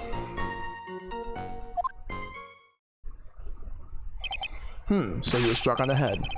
I suppose it must have been this staff. Maya, the person who hit you. It was Dahlia Hawthorne, wasn't it? I'm sorry, Nick. I couldn't see. I don't know who it was. Maya, think hard. Sorry, Nick, but I really couldn't. Can't say it wasn't an especially good night for young ladies to be walking around alone. It seems that it will be hard to determine the criminal thought testimony alone. Very well then, Mr. Wright. Please begin your cross-examination. Maya, hang in there.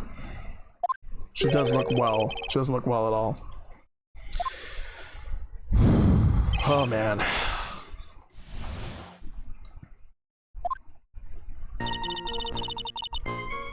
No. I'll go with this one. You think you screamed, but you're not sure? Listen, I was a complete wreck. It was dark and I couldn't see my attacker. Was it a man, a woman, an adult, a child? I had no idea. I was scared out of my wits. Believe me, my dear, I'm certain I would have soiled my robes. I thought this person might have attacked me, anyway, I'm pretty sure I screamed. I thought that it was my last hope. Wow, it sounds like poor Maya really was out of her mind. But I wonder what she meant by last hope. What should I do? Do I press her? Or for more details?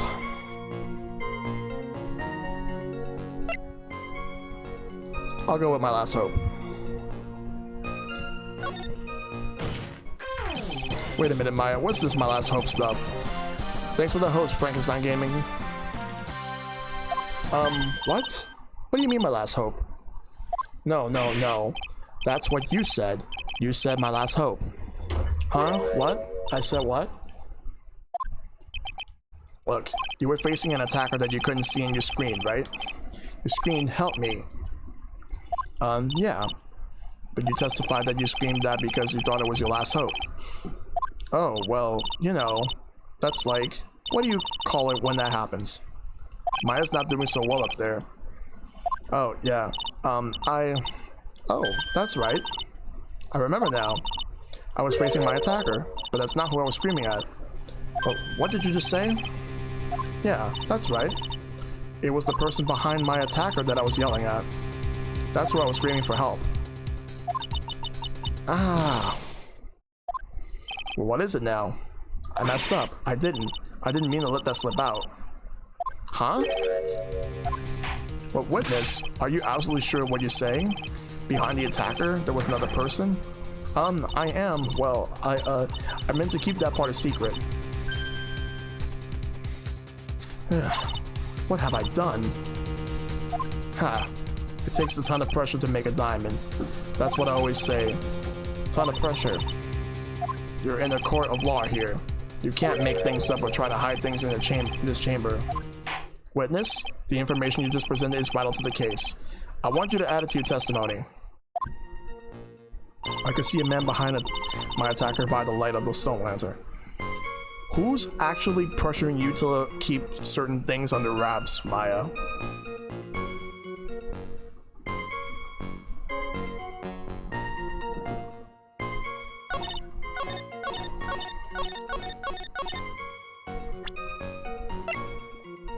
I'll go with the stone lantern.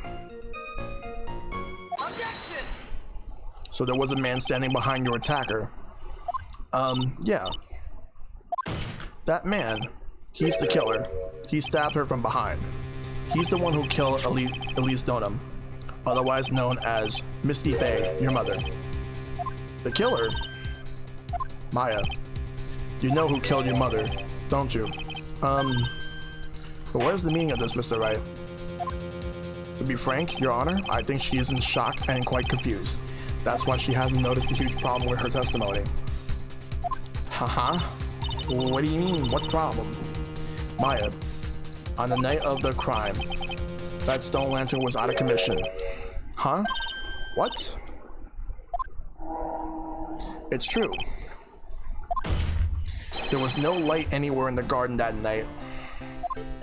No? How I killed your mother would be a very different show. Yep. Order in the court. Mr. Goto, explain this.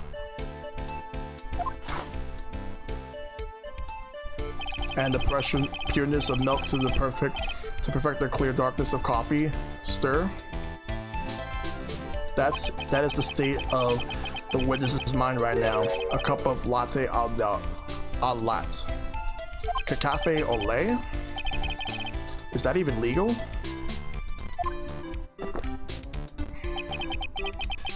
Mr. Tright's words are the milk and you are the spoon. I'm the spoon? I'm no spoony bard, but I'll have you know. You must have noticed it too, Trite.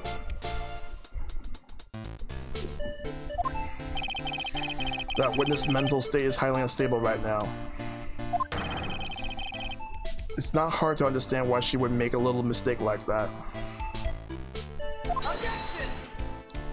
Sorry, but that's not going to cut it. What did you say? There's truly no light in this garden. Then there's a fatal contradiction in the witness's last bit of testimony. Nick. May I? Recall the witness's statement about her attacker. She said that she didn't know if I was a man or woman, an adult, or a child.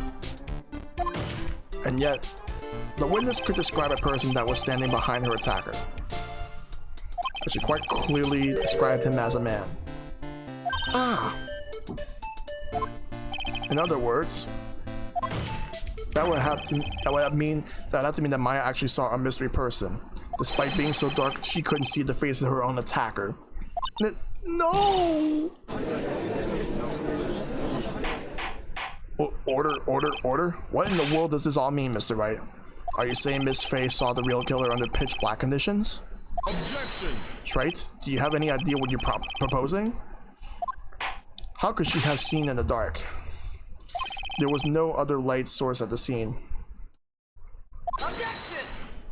There are some things that you can only see in the dark, Mr. Godo. Maya, you did see who the killer was in the dark. And now, you're trying to cover for him? Cover for the man that killed her mother? There's only one conclusion I can draw from this. You know who this man is.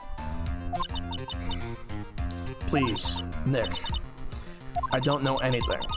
Please, I'm begging you. Ha! You talk a good game, Trike. But let's see if you can walk the walk. It was pitch black, so what could the witness see? I'm calling you bluff. No, Nick, don't. Please, stop. Maya is dead set on protecting this guy, the man who murdered Maya's long-lost mother. But I can't let him get away with it. I'm a lawyer, an officer of the court. I'm here to find the truth.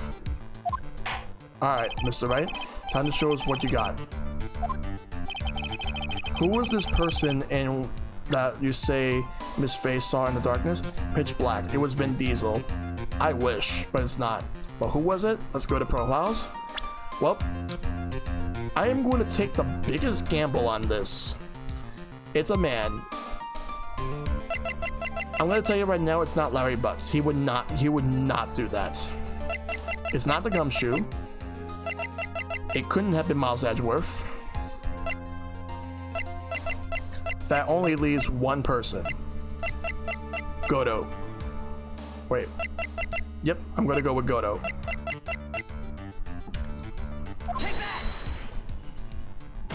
Because it was pitch black, Miss Faye was able to recognize the killer easily. I'm sure the court would like to see for itself how this is possible, yes? What? But how do you propose to show us something like that? It's easy. We just need to recreate the conditions of that night. Conditions? Your Honor, the defense officially requests that all the lights in the courtroom be turned off.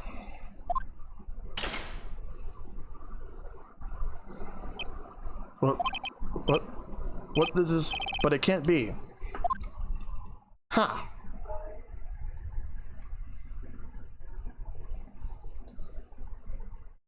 That was a nice bit of deduction. Right?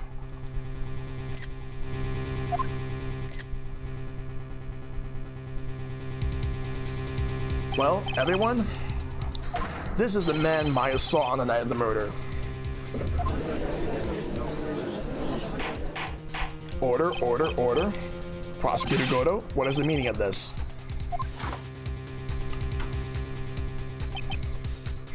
Surely you must be shocked to hear yourself accused of such a thing? Why aren't you denying it? Ha! Your Honor, you're asking the wrong person. Well, what do you mean by that? If you got a question, ask the witness. That's one of my rules. Well, Maya, how about it? What you saw that night? Was it 3 glowing red lights? Well, witness, answer the question. You're wrong. I never saw that. But Maya, I thought the person that stabbed my mother was a man for a totally different reason. Well, what? Witness, Mr. Wright, what the? Objection! Stop your chattering, Your Honor. Chattering. It's worth asking. Ask the witness. That's one of my rules. All right. Well then, let's continue with the testimony. Please tell us how you knew the killer was a man. Yes, Your Honor. I didn't realize that until after I woke up, but... Alright. When I came to, I was just lying there on the training hall floor. By the time I got back to the garden, the place had totally changed. The torches were lit, and the body was gone, and all the snow around the stone lantern had been carefully cleaned up too. Since the person did all that work alone, I just assumed it was a man. So it was after the crime took place that the witness came to think the killer was a man. Yes, that's right. I'm sorry, Your Honor. No need to apologize. It's as Mr. Goto say, you're utterly exhausted. It's only natural that you would be a little confused. Also, if you consider the situation you described, it doesn't seem too much of a stretch to assume the culprit was a man. Mr. Wright, proceed with your cross-examination.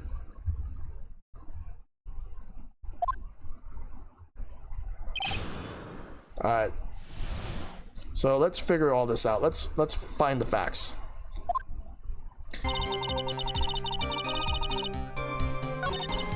Let's go to this one. Let's press it. The torches were lit. That's how I noticed that the whole scene had changed. I'm going to say it was the killer who lit the torches. I mean, who else could it be? The killer probably lit them since it'd be impossible to do any cover-up work in the dark. However, if that's true, there's one thing that still bothers me. Why did the killer go to the effort of moving the body? That's true. It's hard to see how that would be of any advantage to the killer. The only one who would gain anything from that would be the only person that was at the inner temple, Maya. Very well. Let me hear some more about the condition of the crime scene. And all the snow around the lantern had been carefully cleaned up too. So you're saying the killer cleaned up the snow? It did look really odd. The snow was removed in an unnatural looking rectangular shape around the lantern. There were a lot of shovels around the inner temple. But they're all really heavy, way too heavy for me to use. An odd fellow indeed, this killer. Why on earth would anyone want to take snow away? Well, there's one thing I can think of. Didn't you say that a lot of the victim's blood sprayed onto the snow? Yeah. Started late tonight, or did you get knocked offline? I actually started at 8, but but we're getting closer and closer to the end, Ice Pick. It is almost over. Huh, because the alert just showed up for me? Really? That's crazy. Yeah. The arena I collapsed in ended up being splattered. In other words, the killer's purpose was to hide the bloody snow. I think that's the most reasonable explanation. Alright, no problem. I never really understood how that happened. But yeah, I think that's the most reasonable explanation.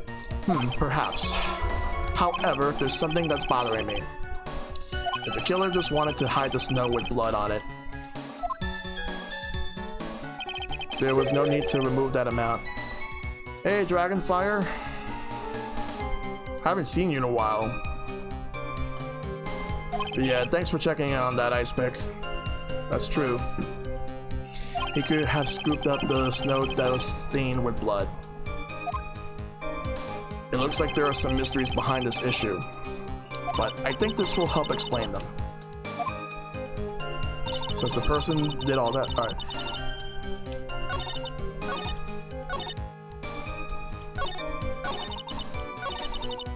We're gonna go to this one and press this one.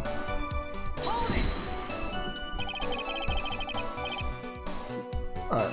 Naturally, the killer must have done it, right? Yes, I think so. But why would the killer tamper with the crime scene like that? There must have been something that the killer desperately wanted to hide. Yep.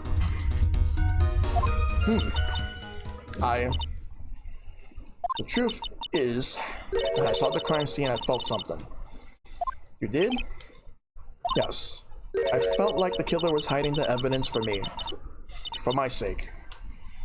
Well, what? Hiding it from you? Everyone knew that I was the only one at the inner temple that night.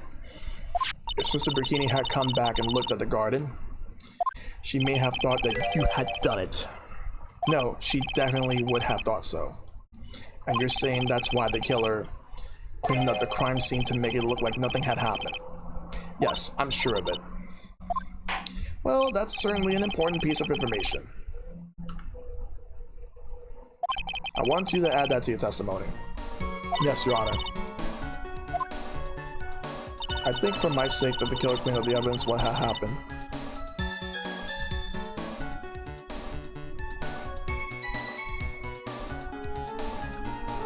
Let me think carefully about all this right here.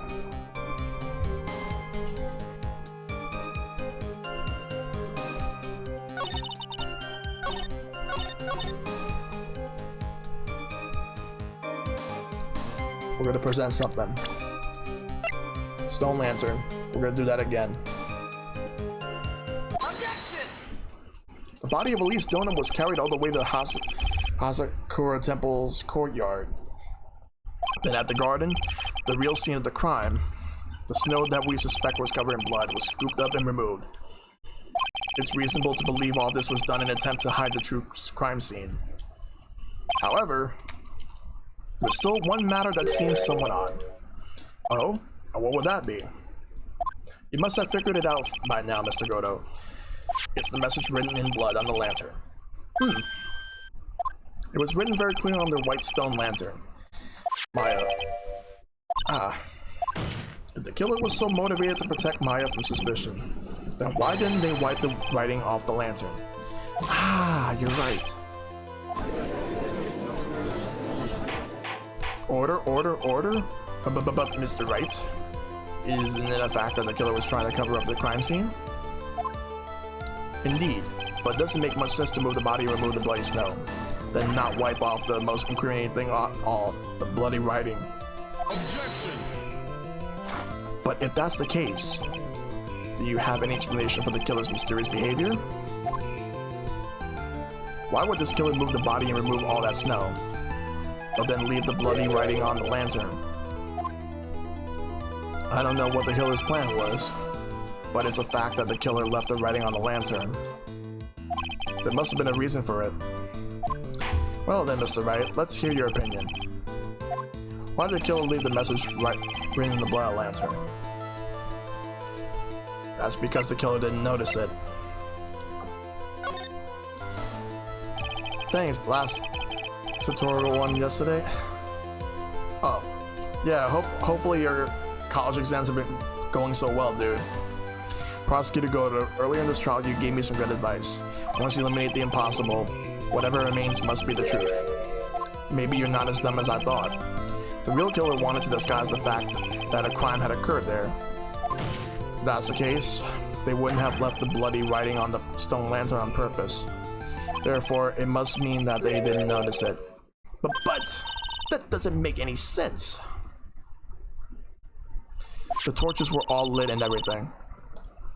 There's no way any normal person would miss something as glaring as that. You're right. There's no way any normal person would. What are you trying to say, Mr. Wright? There's only one person involved in this incident. Who could have missed seeing the bloody writing altogether? And who would that be? Who's this person that could have failed to notice the bloody writing? That's very obvious. It's Godo. We already proved this. We already established this earlier in this case. This part of the case. Mr. Godo, this is what you said yesterday. My eyesight is pretty messed up. Even with these huge goggles on my head, I still can't see everything. You can't see everything?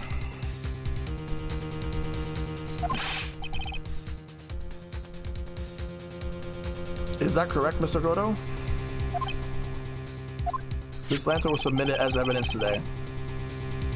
Wait, if it's a winter break over there and it's cold over there, where are you at anyway?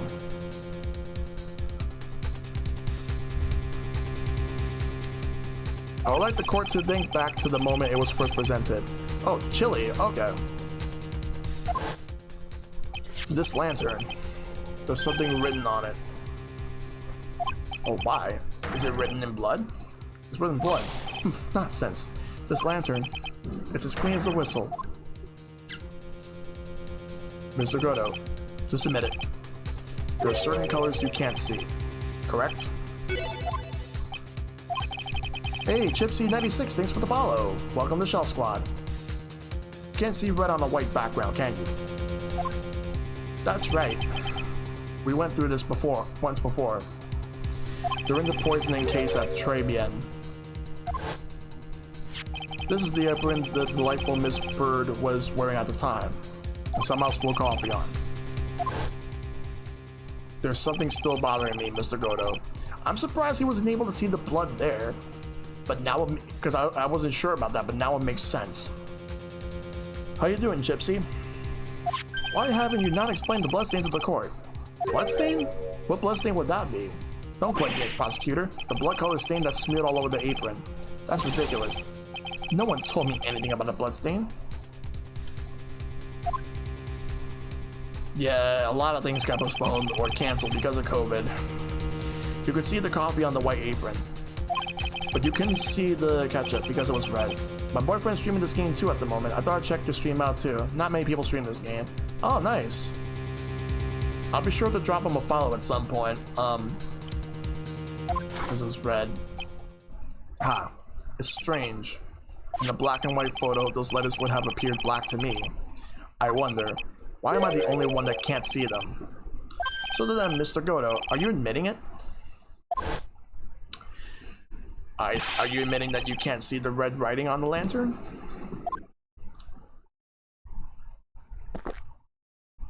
Hey, Gramps. Didn't you know? That's the reason why I don't drink red tea. I wasn't sure about it until now, but I just can't believe it. Prosecutor Godo is the murderer, but there's no going back now. I finally figured out the truth.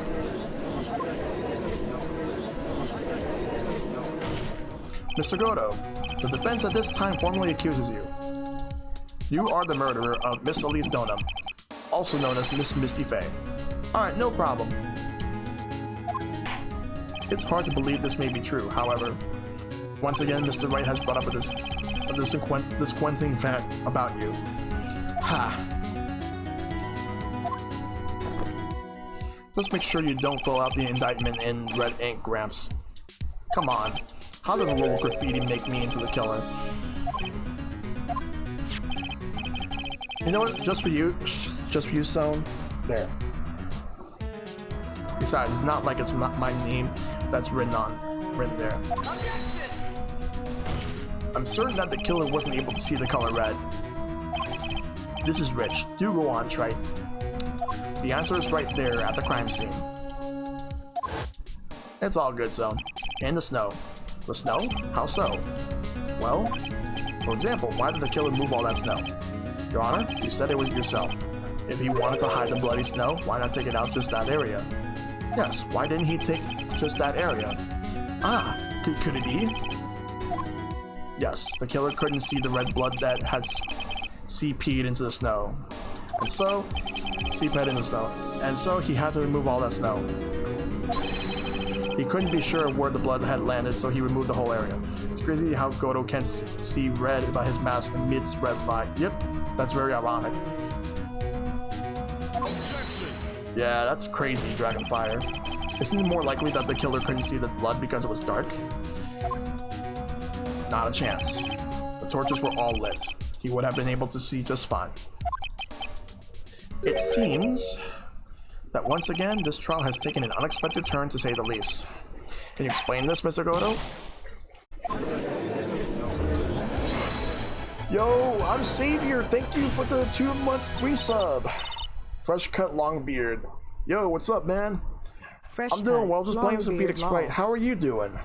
Wait just a minute. Maya. Well, what is it? Witness? Mr. Godo isn't the killer. Good, just end to see these with the guys? Nice. Hope you guys had a good time. After all, he didn't come to the inner temple until 2 days after the murder took place. He didn't show up until after the old bridge got fixed up. Objection. Maya. You can't testify to something like that. Why? What do you mean? What do you... Eek! after the murder happened, you didn't even exist. I gotta rest up by say hello. You have a good stream. Thanks, man. May you have a good rest and have a good night, Savior. She didn't. I'm afraid I don't follow. Are you senile, old man? We established this just a little while ago. After the murder, this witness was unconscious for a long time. Because she was channeling Dahlia Hawthorne. Oh, that's right. Please, Your Honor, let me add to my testimony. Nick, please listen to me. Mine. Do you plan to cover for Goto no matter what the cost? If that's the case, then I've got no choice. Your Honor, let's hear the testimony. If this means we're going to hear the whole truth, I say we should not silence her. How? Nicely done, Wright. Very well, let's hear the witness testimony. Please tell us what happened at the inner temple after the murder.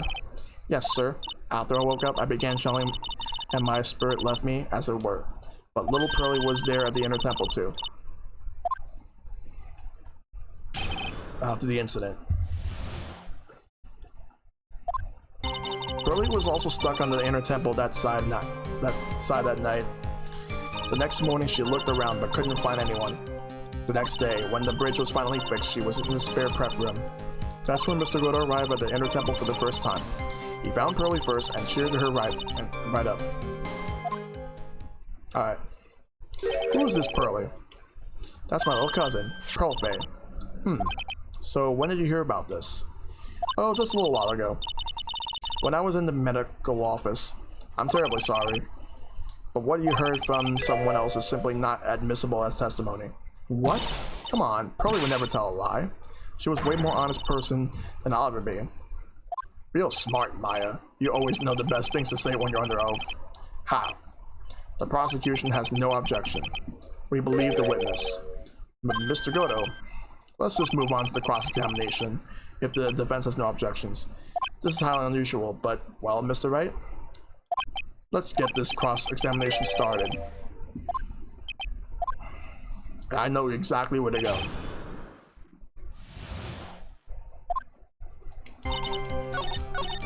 To this part over here. He cheered her up? That's what Pearlie said. She said he was a very nice older gentleman. Thank you for looking after my cousin, Mr. Goto. And here I was thinking you were nothing more than a coffee addict. Ha! Cut it out. Cut it out. You're making me blush. This guy is really beginning to get on my nerves in more ways than one. The truth is, there aren't that many places to look on the inner temple side. The policemen were all busy going over the garden with the fine-tooth combs. So I decided to carry out an investigation my own way, Goto style. I'm the same way. I like to hand down my verdicts in my own way, judge style. Maybe I should ask some questions. Phoenix style. No? No? I'll go with this one. Goto's investigation. You said that you conducted an investigation of your own. Did you find anything? It looks like my investigation went about as well as yours, Tribes. After all, I did miss the bloody writing on the lantern. Well, I did miss it, so speak for yourself, Goggles. The only thing I discovered was the beauty in the training hall. Beauty? Miss Ife, naturally. Clad in her stunning Japanese garb, surrounded by the hue and aroma of Western tastes. Western tastes? Could you find a stranger way to describe gravy? So from there, you headed for the prep room. Wait a sec, what did Goto just say now? I think I just found his proverbial weak spot. There's only one thing of any importance here. Where was Goto when the murder was taking place? He must have already been at the inner temple when it happened. Otherwise, he couldn't have killed Elise Donham.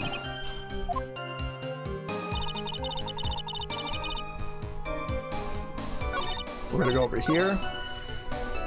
This is where we're gonna present something. This hanging scroll. Mr. Goto, the first time you crossed Dusky Bridge and went into the inner temple was long before the murder took place. Well, why do you say that? Because he just made one fatal slip-up. The hanging scroll in the training hall. Hanging scroll? But Mr. Goto is right. That scroll shows a picture of my mother. Maya, I know you know who it is, but here's something you didn't know. By the time the bridge had been repaired 2 days after the murder, the hanging school and the training hall looked like this. What's that wonderfully delicious smell? The morning after the crime. Someone covered it with gravy. Gravy? But why gravy, Nick? Because gravy was much more than a condiment to the culprit. Well, Mr. Goto, if you really hadn't seen the hanging scroll until after the murder, you wouldn't have any way of knowing that it was Misty Faye. Wait a minute, Nick. Yes? Take another look at the hanging scroll. Look, at the top. There's a crest there. Ah, that. It's the mark of the master, correct? Exactly. So if you know the meaning of the mark, you can guess that it was a picture of Misty Faye on there. True, but Mr. Goto described what was underneath like this. Clad in her stunning Japanese garb surrounded by the hue and aroma of Western tastes. Oh. Yes, it's possible that he knew what the crest meant.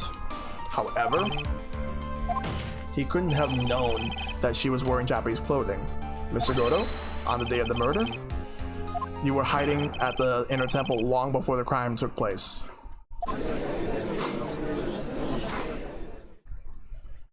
Can I ask you just one little thing, Trite? What is it? This whole theory of yours, it all rests on a certain assumption. That I knew beforehand that a crime was going to be committed. That's right. Otherwise, there's no reason for him to sneak into the crime scene.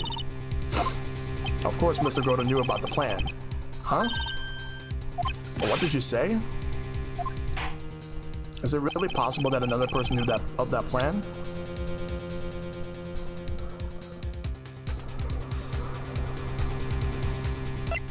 What about this burnt letter? This crime was actually planned over a year ago. Morgan Faye altered the plan for her daughter's future. Yeah, good luck, Dragonfire. And these instructions were hidden somewhere in Faye Manor for a year. Wait. Wait, Evo 2020 is not happening now? However, by the time Little Pearls found these instructions, they had already been unsealed. Unsealed? Yes, the killer had read these instructions long before Pearls ever found them. At the start of the stream, I already knew that Capcom and NetherRealm pulled out, so the whole thing actually got canceled for good. That's how he knew the crime was to take place at the Inner Temple. And you still insist this crafty killer is me? You bet I do. But you just said that the instructions were hidden. That's right. Mr. Goto couldn't have known what the instructions were hidden. If he really wanted to know, he had one great chance to find out. Now, I'm not sure if Dragonfire is talking about the same thing, but yeah, I heard about Capcom and NetherRealm, but everyone else pulled out. Damn. Yes, and when was that? During a visit. A visit? Morgan Faye told her daughter Pearl about where the instructions were hidden. During one of her visits to the detention center. That would be the only time for someone to have learned where they were hidden. The CEO was fired too. Sexual allegations and sexual misconduct. Eavesdropping on a visit at the detention center. Yes, it could be arranged if you were someone with easy access in and out of there. Like, for example, a prosecutor such as Mr. Goto. Ugh. I've always heard some really nasty things about Mr. Wizard, but nothing like this. Holy fuck, man. Order, order, order. Mr. Goto, you're under fire again. This murder could not have been carried out without prior knowledge. And you were the only one that could have acquired this information before the murder.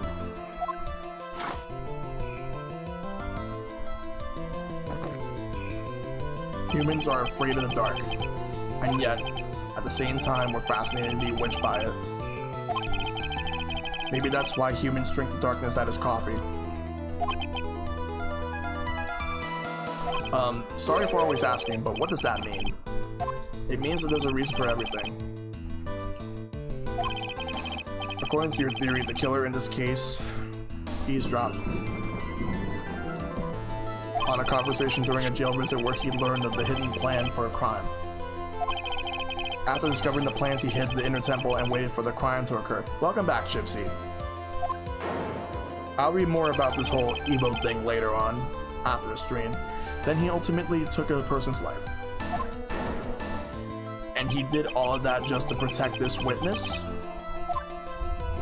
That's right. If you're accusing me of this crime, I have to ask you, why would I do this? This girl is nothing but a stranger to me. I got no reason to go through that kind of trouble to protect her. I am what you see. I'm certainly not the type to rescue the damsel in distress. This killer's behavior is certainly extreme, for lack of a better word. Even considering that the killer wanted to protect this witness's life. Well, Gypsy, apparently this is supposed to be the second longest case in the game. But it's, or actually the series. His behavior is still a little too unnatural. However, you had good reason, didn't you, Mr. Godo? An unshakable reason that forced you to protect this witness at all costs. I knew it. You figured it out, haven't you, Nick? Maya, I guess you were doing your best to cover for Godo. For the same reason, huh? Won't be able to get a drink right now. I need to focus on this, but I'll get a drink after the stream, Gypsy. Okay, Trey, I'm all ears. Let's hear it. It's very simple. Maya Fey is a lot more than just a stranger to you. But what's this? There's one person who lies at the very center of this whole story. One person that ties you and Maya Fey together inextricably. And that one person is none other than Mia Fey. There's a very good reason why Maya Fey's life is so precious to you. I think I might know now. I think I might understand. I like the floor of your mic. The flip from my mic? Thanks. She is Mia Fey's only sister. Mia Fey. You once worked alongside her. That was when you were a defense attorney. But wait a second here. Mr. Godo is a defense attorney? With your honors piercing intellect, you must have figured it out by now. The real name of this man who calls himself Godo? His real name is Diego Armando. Of course it fucking is. Of course it's fucking Diego. Isn't that right? God fucking damn it. The last time someone called me by that name was over 6 years ago. Diego Armando. That name rings a bell. It should, Your Honor. All of this is related to a single case. Because Diego was a really cool guy, but fucking Godo is an asshole. He's a piece of shit. A case in which a convict named Terry Falls killed himself. Mia Fey's first time in court. The tragic outcome left a deep wound in her heart. She knew that behind it all was a heartless, scheming demoness in disguise. But in the end, Mia couldn't tear off that disguise. However, there was one man who reached out to help her. Whatever reasons he has must be selfish. Diego Armando, a senior defense attorney at the office where Mia worked. It's my fault. All my fault that Mr. Falls killed himself. Mia, you can't cry yet.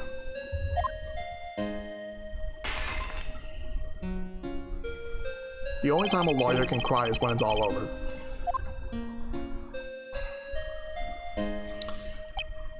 I was moved by her. The way she put all her faith in her clients. That pure, sweet heart of hers. That's why I could never forgive Dahlia Hawthorne. Me and I thoroughly investigated that fake kidnapping incident. Then one fateful day, Dahlia wanted to meet with me. It had been 6 months since the trial. We met in the courthouse cafeteria. I just remembered. 6 years ago, right here in this courthouse, you were poisoned. Even I didn't see it coming. Dahlia Hawthorne slipped some poison into my coffee. Some newspapers at the time called it a murder. every little information about the case was released to the press. Yeah, Dahlia is awful. But you weren't dead at all. No official reports ever actually called it a murder. I was just in a deep, deep coma. I see. My body shut down, and my life became nothing but a long, deep sleep. That woman's poison did a real number on my central nervous system. I lost my sight, and all my hair turned white due to the damage it caused. That's terrible. Apparently, it was a miracle that I ever regained consciousness. 5 years had passed since I drank that poison brew. Then one morning, my eyes flew open from the smell of the doctor's cup of coffee. 5 years? You were asleep for 5 years? And the worst possible news was waiting for me. Mia Fey was dead. From the very moment I opened my eyes, I had already lost everything I thought I had. The woman I love had been murdered, and the woman I love had been sentenced to death. The woman you loathe? The woman who had spiked my scalding hot coffee, Dahlia Hawthorne.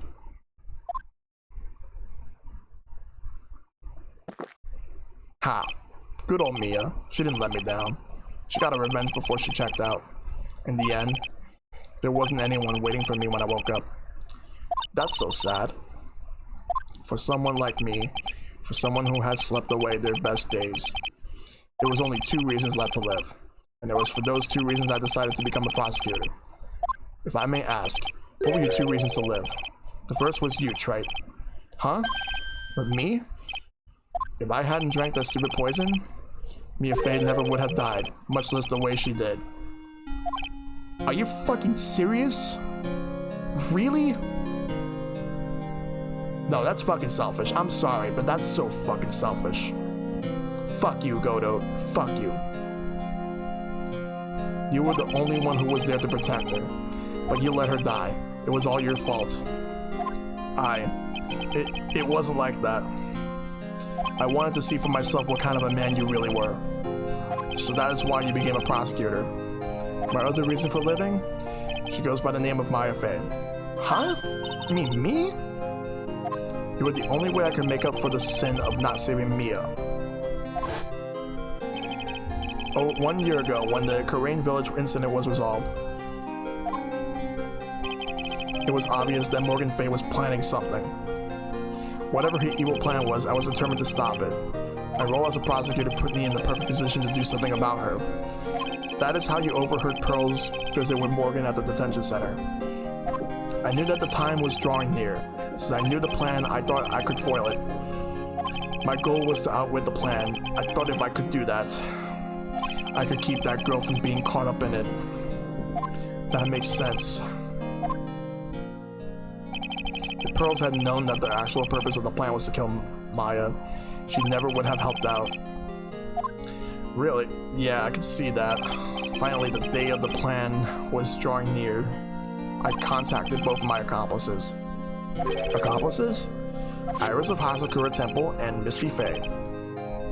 I especially needed the help of Iris. So she was to take the fall on my backup plan in case we couldn't control Pearl Fey. But, how did you contact my mother? She had been missing for almost 20 years. Officially, yes. What? What do you mean? You heard about it, haven't you? About the strong ties between the main family and the government? Now that you mention it, Bikini did say something to that effect. She said that the master of Korean had great authority. Even without her official position, Misty Fey still wielded great influence. The police have been keeping an eye on her movements all this time. That's how I was able to contact her. Again, because of my position as a prosecutor. So my mother was cooperating with you? Don't ever forget, no matter how far away from you she was, she never stopped thinking about you. So she was always... That's why I knew she would do anything to protect you. If you want to know how strong her resolve was to protect you was, look at her staff. Her staff. The one with the sword in it. The day the plan was to be carried out soon enough. We met for the first time at Hazard or Temple. That's where your mother showed me her special staff. I realized it then, just how far she was willing to go. She was ready to use that sword to protect you from Morgan Fay if necessary. Yes, even if it meant paying the ultimate price. Mother. Yeah, that night, the night of the crime, there was just one way to stop Morgan's evil plan. You mean pearls, don't you? Well, you had to make sure she didn't channel Dahlia Hawthorne. Well, Pearls, what are you going to do tonight? Well, if you like, you can come to my room. Perhaps we can read some books together. We thought we could prevent her from playing her part in Morgan's plan, but she never showed up. She was worried and followed me into the inner temple. That was the thing we were the most afraid of. And that's why Misty Fey had to do the channeling herself. She channeled Dahlia Hawthorne into her own body. What? What do you mean? If she channeled the spirit first, then Pearls wouldn't be able to do it herself. As Master of Karain, Misty Fey's power was supreme. So that's how it went down. She channeled Dahlia Hawthorne so that Pearl Fey wouldn't be able to.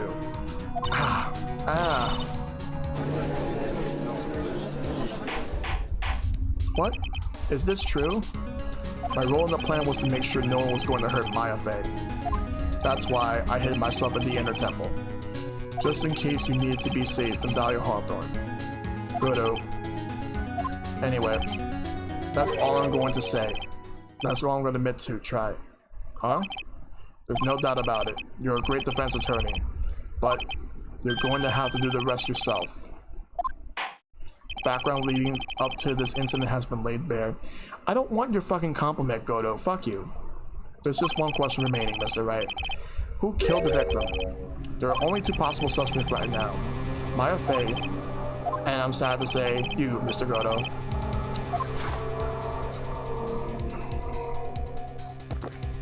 Well, Trey, if you're the real deal, then finish this thing once and for all. Show us beyond a shadow of a doubt that you can finish this on your own. No, Nick. Please don't. Maya. I heard the whole thing. My sister in the medical office. That's why I have to protect Mr. Godo. I can't do it. I can't testify against him. After all, he's the man who put his life on the line to protect Mia, and me too. Maya, I know that. Nick. But even so, it doesn't absolve him of his crime. Please, Maya, testify. Do it, Maya. Miss Fey, your testimony, please. This is the final testimony. Don't bother trying to hide anything, because I'll know. I want to hear the truth from your own lips. I understand. I'm sure you're right. I'm ready now, Nick. Alright, young lady. Tell us about the moments before you lost consciousness. What exactly happened at this time of the murder?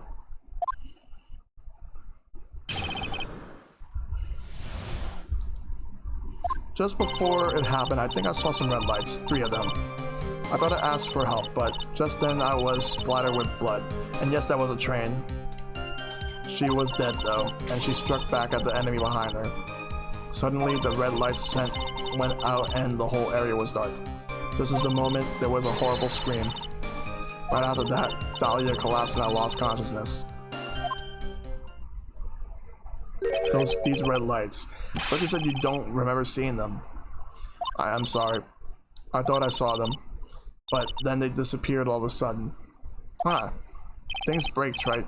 Even the best of theories. Who was it that stabbed Misty Fey? It looks like you still can't prove it. Maya's telling the truth this time, I know it. The rest is up to me. Well then, Mr. Wright, proceed with your final cross-examination of the witness.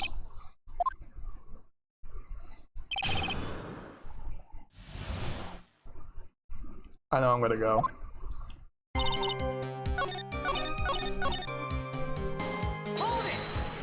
What do you mean by just at the moment? Do you mean by the moment when the lights went out? Yes, that's right. That scream you heard there, was it Dahlia Hawthorne? I don't think so. I'm pretty sure it was a man's voice. What? So then that scream came from the killer. That's gotta be it. Think. Dahlia Hawthorne must have taken the blade and attacked our killer with it. And then the killer let out the scream of the pain, huh? After that, the killer stole the blade back and delivered the final blow, I guess. Well, Mr. Wright, it seems to make sense to me. Sounds like a reasonable deduction, but I still kind of wonder. There's a contradiction. I'm sorry to say this, but that interpretation would create an enormous contradiction. That makes sense. After all, my deductions are almost certainly never correct. Remember the testimony she just gave before the killer let out a scream? Maya said she had already been splattered by the victim's blood. In other words, the blade and the staff had already been plunged into the victim. Is that right? She couldn't have struck back with a sword that was already struck in her body. The weapon that caused the killer to let out a scream must have been something other than the staff. If you're so sure about that, then don't keep us waiting any longer, Trite. There's only one thing I can think of that could have been used as a weapon here. Dahlia Hawthorne had already been stabbed in the back by the staff. What could she have used to strike back at the killer? This dagger right here. Take that! Naturally, the dagger the killer brought to the scene of the crime. Oh, that's right. I forgot about that. The dagger was found at the crime scene, stuck in the pine tree. Yo, Kentendo, what's going on? Thanks for the host. Yes, the detective found that this morning and brought it to me. Dahlia Hawthorne struck back at the killer with this. She managed to wound him as well. Objection! Just because he let out a scream doesn't mean that he was wounded. For all we know, the blood on the dagger could have been from the victim. Objection! Have you forgotten that the blood has already been tested? Since we learned that it wasn't the victim's blood, it must be the killer's blood. The killer must have a wound somewhere on his body. So you're saying the blood on this dagger belongs to the killer? Exactly. DNA analysis of the blood will prove it beyond a shadow of a doubt. And yes, Mr. Gordo, it would prove that it is your blood. Nice theory, Trite. Order in the court? Is this the end? Have I done it? Even he wouldn't be able to change the results of a scientific test. Ha! Let me ask you something, Trite. Let's just say that it turned out that I was the killer. Do you really think I would be stupid enough to leave the evidence like that? What the? Just think for a second. This dagger was found this morning by a detective and brought it to me. There was already blood on it, correct? But even so, I was the only one who brought this dagger here to the courtroom. Yes, what does that prove?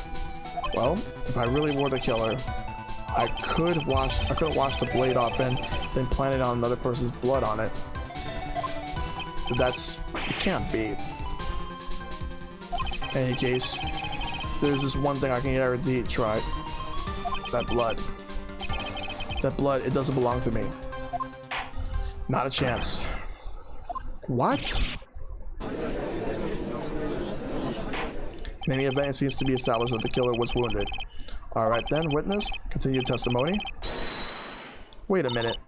What's the problem? I know probably shouldn't say this, but there's a big contradiction in Nick's explanation. Maya? This dagger. You said that it wounded the killer? That's right. But if Mr. Goda had really been cut with a dagger, his clothes should have been bloody or have a rip on them, right? Maya?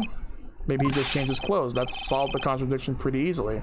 What are you talking about? It's not simple. It's not that simple at all. Remember back to the day of the murder? Everyone that was inside the inner temple got trapped there. That's right. Once the bridge was fixed and the police headed for the inner temple, Mr. Goda was already there waiting for them. He never had a chance to change his clothes.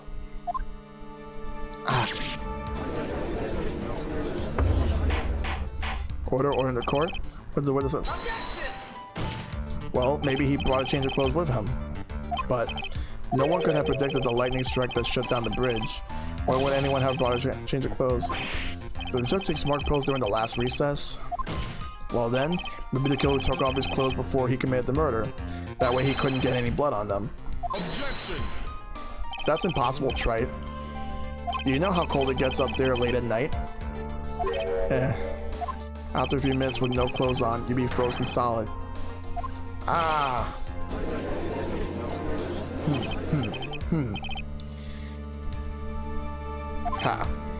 So that's all you got. I knew you weren't tough enough to finish this.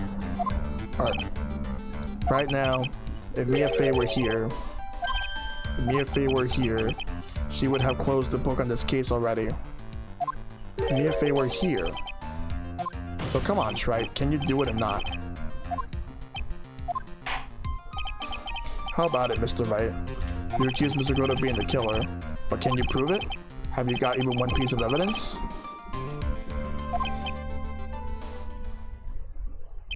The question isn't whether I can prove it or not.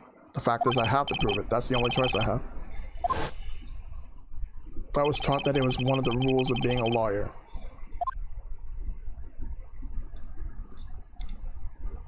I can prove it. I'm going to bring your magnificent vengeance to fruition just as you want it. Ha, that's good. Fight it till the bitter end, right? Since there's just one piece of evidence that can prove your point, why don't we go for the ultimate penalty?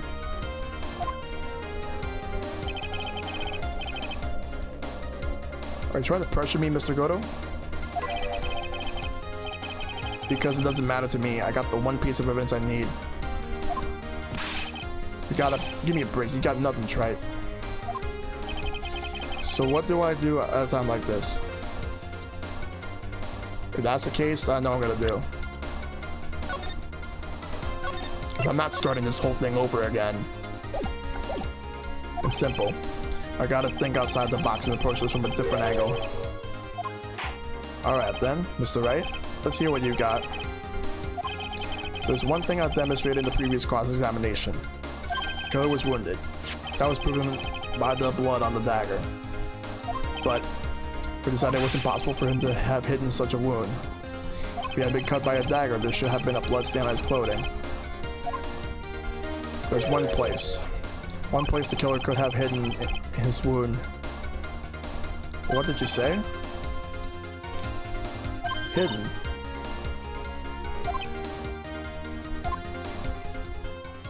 This is it. My last stand. I need to think about this from a different angle. I don't need to think about why there's no blood stains on his clothing. I need to show how he hit the wound. It's the end of the line. Final stop, try. Let's see what you got. Where's his location and where you say the killer hit his wound?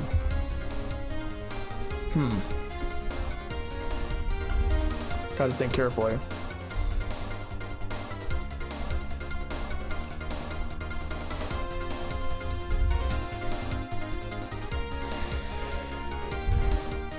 Let's see, where can it actually be?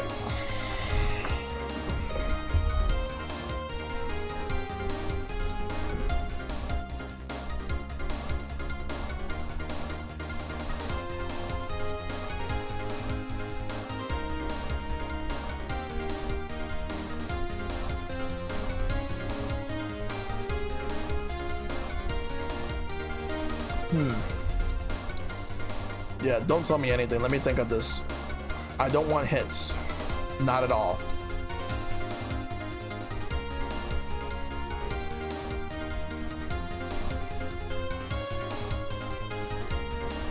Let's see.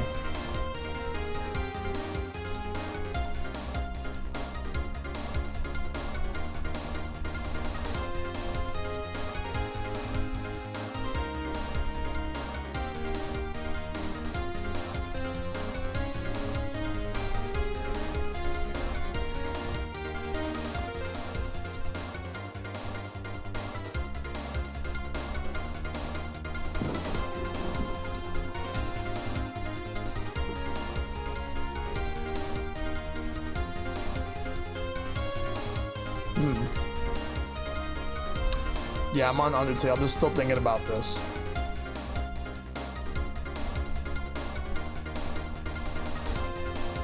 I think I'm gonna just bite the bullet and just say fuck it.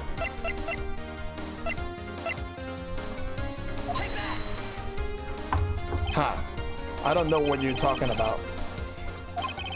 And frankly, I don't need to know. Yes, this is intense, dude. What I do know is that you'll never be half the lawyer she was. Is that right, Trite? Huh? What was that just now? Mia? It can't be.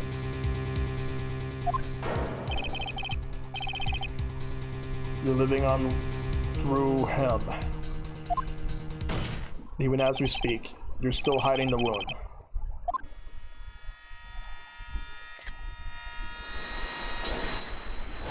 It's beneath your mask. During the fight, the red lights give off by the killer suddenly disappeared.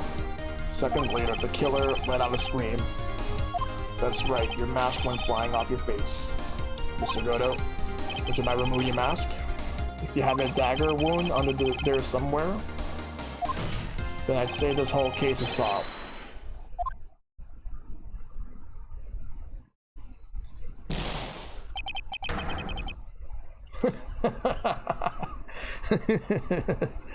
Oh my god.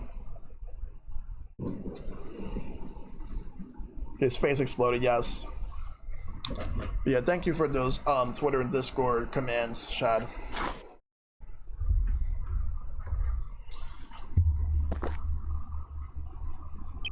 Just now, I saw her spirit in you. Huh? I never liked you. 6 years ago. You helped the woman who put me to sleep by hiding her bottle of poison. And then, while I was sleeping, you let Mia die. But you didn't care. Just kept living your pathetic happy-go-lucky life. You had the nerve to follow in her footsteps as a lawyer. I could never forgive you. That's what I thought. Mr. Godo? But I was wrong about you. I knew it from the very beginning. Truth is, the only person that could never find it in my heart to forgive was me. You? Yourself? I was the one that failed to protect Mia. Me and no one else. I tried to avert my eyes from the truth, to escape from the harshness of reality. I couldn't face Mia's death head on, so I ran. Hid behind a mask and threw away my true name. I couldn't even deal with being a defense attorney anymore, so I quit. But you saved Maya. Yeah, that was my plan. Up until just now, anyway. But what do you mean? Are you listening, Maya? If I had really wanted to save you, then there's one person that I should have gone and talked to right away. Who would that be? Are you talking about Nick? But I didn't do it. I tried to get the help of Iris and your mother, but I closed my eyes to the most important man involved. Do you know why? The real reason? No, why? I suppose I wasn't really interested in saving you at all. Yeah, it's good to see you content though. Hope you're doing well. I was just trying to salvage what's left of my own broken soul. I was trying to make up for the fact that I couldn't save Mia, nothing more. That's why I let you walk right into a situation that I knew was dangerous. Forgive me. You're wrong. You put my life on the line to save Maya. Was it really for Maya's sake? Even I'm not really sure. But what do you mean by that? That night in the darkness of the garden, when I saw her silhouette?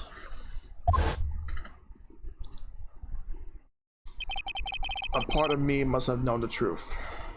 The truth is that it wasn't really Dahlia Hawthorne standing there in front of me. It could have been Misty Faye, or even that little girl.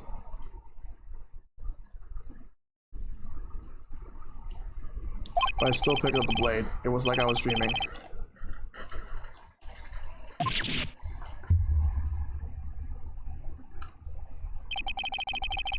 I'm not sure exactly what was going on in my mind at that point. Welcome back, Gypsy. Was I really motivated by that pure desire to protect Maya Faye? Or was it something else? Was it my hatred for a woman who had stolen everything from me 6 years earlier? Could it have been simply a desire for revenge? That's fine. And now I don't know anything anymore. I did learn something today, however. I finally realized that I was the arrogant one. I was just chasing an illusion, a fantasy. A stupid fantasy of defeating you in the courtroom.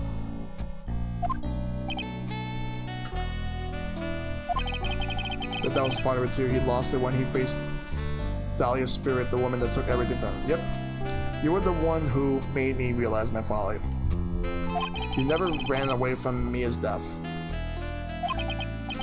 Instead, you picked up where she left off as a true defender of the people. And that one moment, I understood everything. Mr. Godo.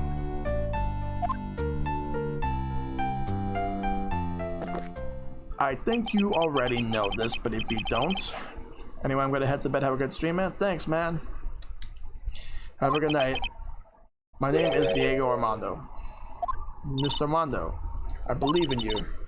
I know you were trying to save me.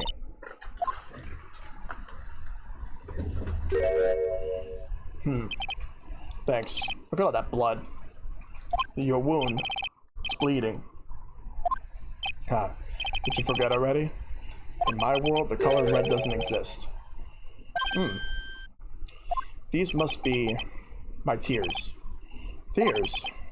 Ever since I woke up from my coma, I think I've been waiting for this very moment. Mr. Armando, do you do well to remember this, Maya? The only time a lawyer can cry is when it's all over.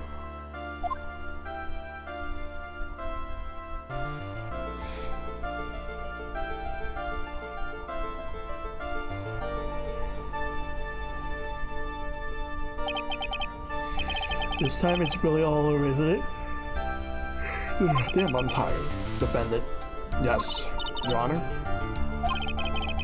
Although you weren't directly involved in the murder, tampering with the body and the crime scene is a serious offense in itself. Oh, she was saying goodbye to goodnight to Kentendo. I understand, Your Honor. Mr. Armando explained that to me very carefully. I knew the best and I was really incorporated anyway. It's 3 p.m. there? Where exactly are you? Very well. Before I hand down my verdict, is there anything you'd like to say? Well, there is one thing. I'd like to say something to Mr. Wright. I want to apologize to you. Apologize? To me? For what? For the case 5 years ago, of course.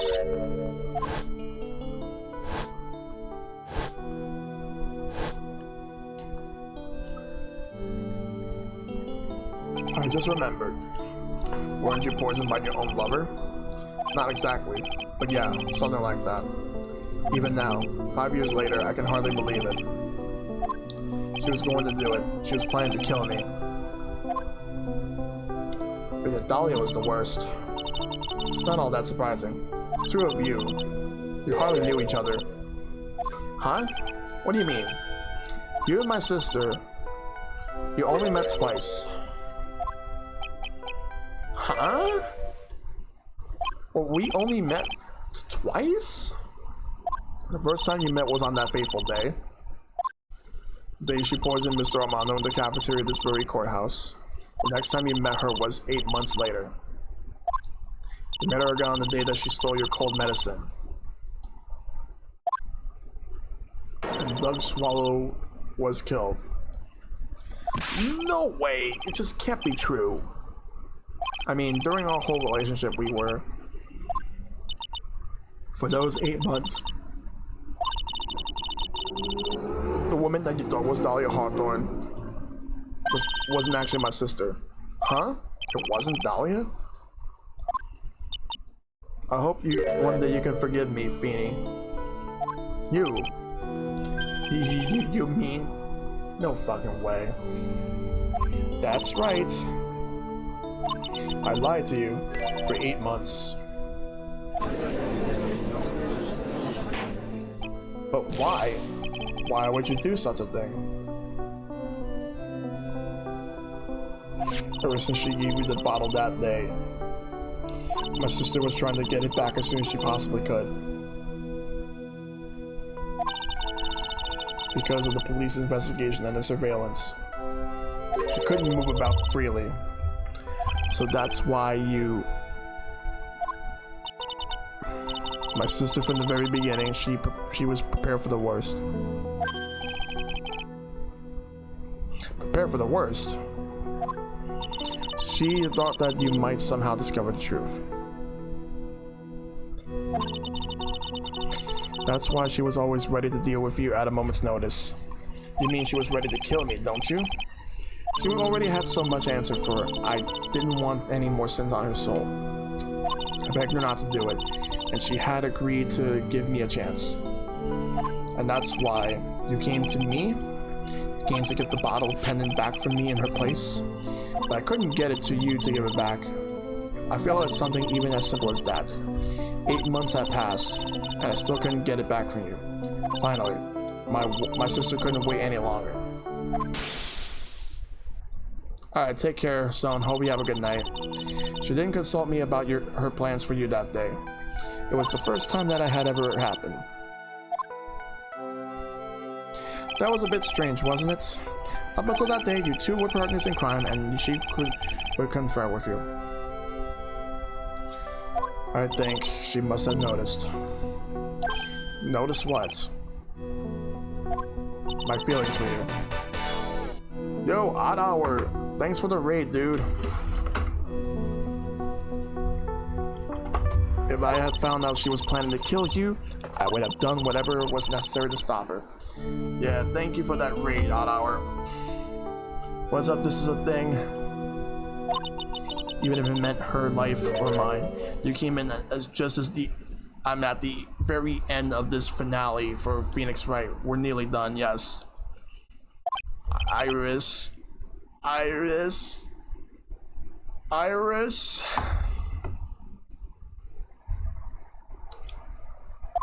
After spending those 8 months by your side, I fought the sun. What's up? My feelings towards you, they changed. I have something to say to you too. Yes? You really are the person I always thought you were. Even after Dahlia Hawthorne was found guilty, I still believed in you.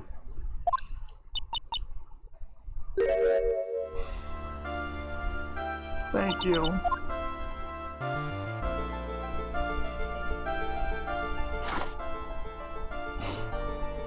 How many cups of darkness have I ever drank over the years? Even I don't know. I'll tell you though, right now, this one cup here is the greatest cup I think I've ever had. Don't you think so, Phoenix Wright?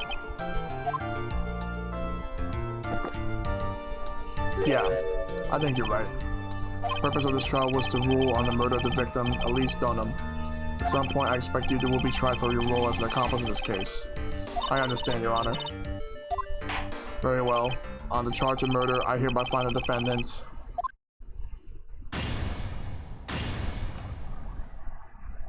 Court is now adjourned. No confetti because there's nothing to celebrate here. So I guess it's all over. The way everything ended, was justice really served? The man who risked his life to save Maya is being sent to prison by my own hand. Of course justice was served. Mia, I'm proud of you, Phoenix. Your defense was truly brilliant.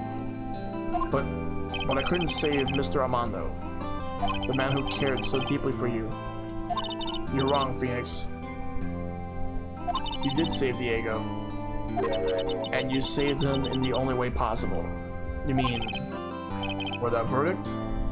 So is Phoenix Wright going to live long enough to be a villain, Chad? I think one day you'll understand too. Phoenix, I want you to remember one thing. You're as good out there today as any defense attorney could ever hope to be. There's nothing more than you can learn from me. And Mia, you accomplished something I wasn't able to. I owe you a great deal. Thank you. Mia, I'm sure we'll meet again someday, Phoenix. I've handled lots of cases and seen a lot of things. And along this journey, I found myself asking just one question. What does it really mean to defend someone? I suppose today's case produced one possible answer. That's fine, Chad. Nick. Maya. I guess just like my sis said. Mia, what did she say? That night, when I channeled Mia to get her advice on what to do, this is what she wrote back in my notebook. Don't worry, Phoenix will save everyone in the end. But, come on, cut it out with that gloomy face. Can you see? Me, sis, and I'm sure Iris too. We owe you for everything you have done for us, Nick. Maya. How? How can you be so bright and chipper after all that's happened? You were brutally attacked. You even saw your mother murdered. Ouch! Franziska! Still softy as always, Phoenix Wright. Excellent work, Wright. Huh? Mr. Edgeworth? When did you get back? Oh, that's right. I guess no one filled her in on that. Edgeworth and Franziska have actually been helping me. Helping you? If these two hadn't been here on the first day of the trial, the defense wouldn't have gotten anywhere. How? But where were you, Nick? I heard he fell into a river and caught a nasty cold which forced him to sleep all day. Yes, he laid in bed, shivering from his fever with Iris' hood pulled over his head. Oh, ouch. Talk about embarrassing, Nick. You definitely need more training. Anyway, thank you, Mr. Edgeworth. And thank you, to, Franziska. I don't suppose... Oh god, you. There's room for me in this group hug, is there? Oh, Larry. What's with the, longer than usual face? I realized something when I was reborn. I realized that Larry was never of any use to anyone. Not even once. That's not true. Right, Nick? What? You're asking me? Well, Nick, is it true? I got a place in this world, right? Huh? Oh, yeah, of course. I knew it. Everyone would be better off if I were gone for good. No. Oh yeah. Those portraits you painted. They were really good. Isn't that right, Edgeworth? What? Me? Why are you making me that face, huh, Edgy? Oh, well, yes indeed. I certainly can't say that they lack resemblance. Do you really mean it? What about you, Franny? Did I draw you well too? Oh, my beauty can't possibly be captured by a mere crayon. Where? Nevertheless, I recognize the effort you put into it, and that's worth something. So you need to do it, like you promised? You got a model for me? Don't get carried away. Well, how about that? I guess the only paint portrait is the only I'm good at. Painting a Pearl was pretty damn good too, if you ask me. Huh? Now that you mentioned it, I haven't seen her around. Pearls, where could she have gone? Where could she have gone? Normally, she would have made a beeline for Maya. Oh, I'll go look for her. Be right back. Hey, Pearly. Right? You seem to be uncharacteristically puzzled. I suspect you're wondering how Maya could be so cheerful despite all that's happened. Yeah. To be honest, I can't understand it either. Franziska. That's right. She lost her father fairly recently as well. I think I understand how she feels. Maya's a much wiser person than she appears, and I think she realizes something. Now is exactly the time when she needs to be as strong as she can. What do you mean by now is exactly the time? Maya wasn't the only one that was badly wounded by this incident. In fact, there was someone that was hurt far more deeply than she. I believe it's for that person that Maya's trying to her best not to cry. Someone who's hurt deeply more than Maya? Edgeworth, I think I'm starting to understand too. How? Then tell me, Phoenix Wright. Who is Maya Fey being strong for? Oh, that's easy. Pearl. Pearl Fey. The poor kid. After all, the reason that she worked so hard to follow the instructions was because she loved and believed in her mother, Morgan. It's for the good of the Fey clan. I'm sure she believed in every word. She thought she was doing it for Maya. That's why she was so happy.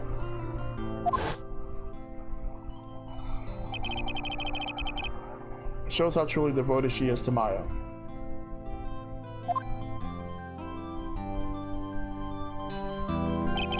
But it's a cool irony that it was her exuberance that led to this tragedy. Yo, Matt Big Fat coming through with the raid. What's up, Matt? Maya Fey's mother was killed and Maya herself was put into the deepest peril imaginable. Hey, Vespi. Yep.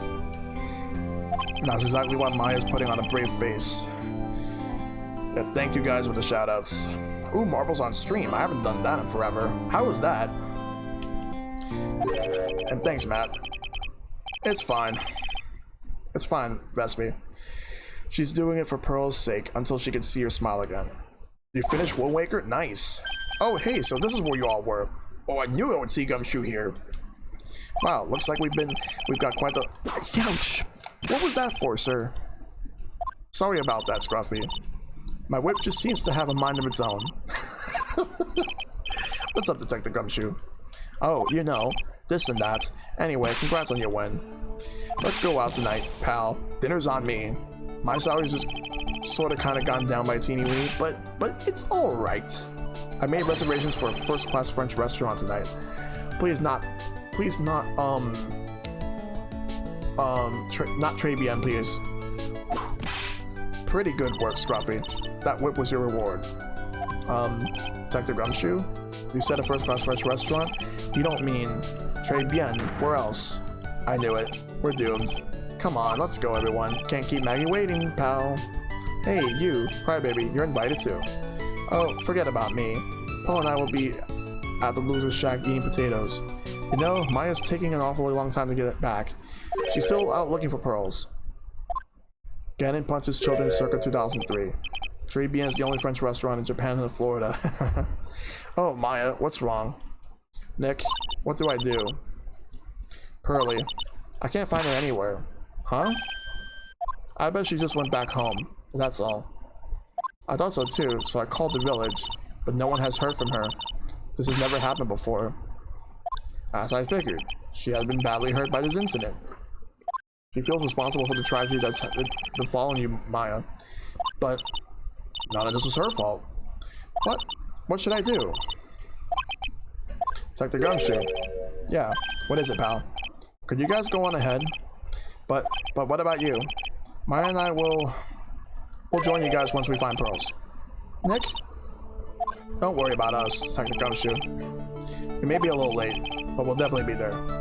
We have a lot of celebrating to do tonight, and I wouldn't miss it for the world. Yeah, but you're the... Very well, Phoenix, right? We'll go on ahead. Don't keep us waiting, right? We won't.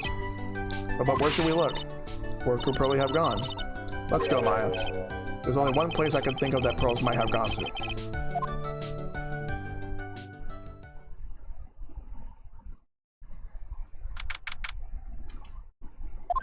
Hasakura Temple. For Pearls, I bet this is a very important place. After all, it's where this whole incident started. What's this? You're all back again so soon? Just a bikini. I thought we'd be eating mashed potatoes alone tonight. So she's here? Pearlie's here? She's in the training hall. Why don't you go hurry along and go see her? Okay.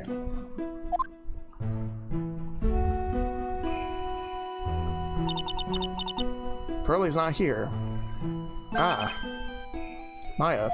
The hanging scroll. Ah. Someone clean it off. It's gotta be Pearls. Ah. Mystic Maya. Pearlie. Why did you just leave like that? Mystic Maya. Mystic Maya.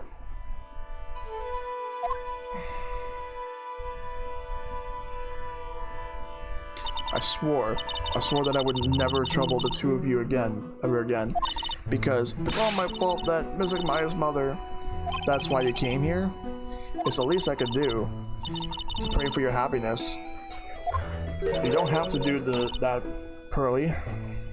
It wasn't your fault. You didn't do anything wrong. Of course I'm sad that my mother is gone, but how do I say this? I'm still happy. You don't have to lie just to make me feel better. No, really. It's true. The only reason I'm still here at all is thanks to everyone who was here for me. My sis, my mother, Mr. Armando, Nick, and you. If even one of you weren't there, I'm sure I wouldn't still be alive right now. That's why I have to be strong for all the people that were there for me when I need them. That's all I can really do. Mystic Maya. I'm impressed. You truly are the daughter of Mystic Misty.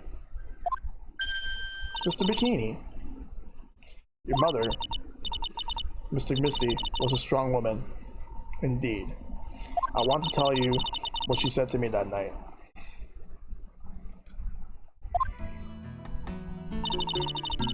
After dishonoring the good name of Karain, I don't have the right to face my daughter.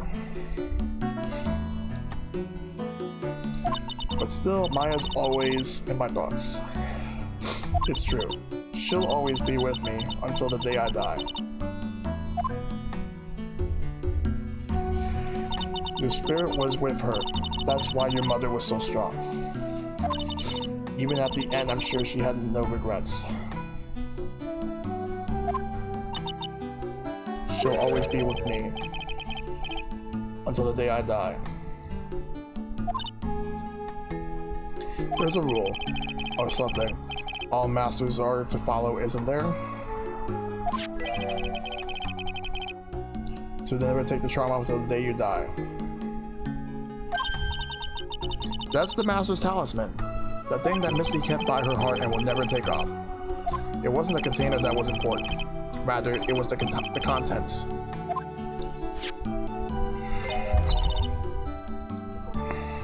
That's a lot of daps tonight. A photo. Ah. Mother. It's only natural for living creatures to fight to protect their own lives. But what makes us human is that we fight for others. But who you fight for? How hard must you fight? That's the true measure of what a human life is worth. We defense attorneys are warriors who are constantly challenged by that question.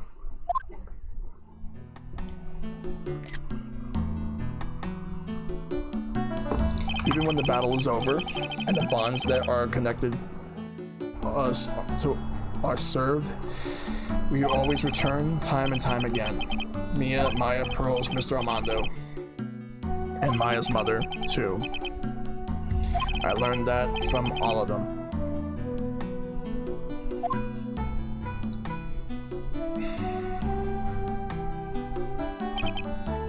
Well, shall we get going? Everyone is waiting. Ah.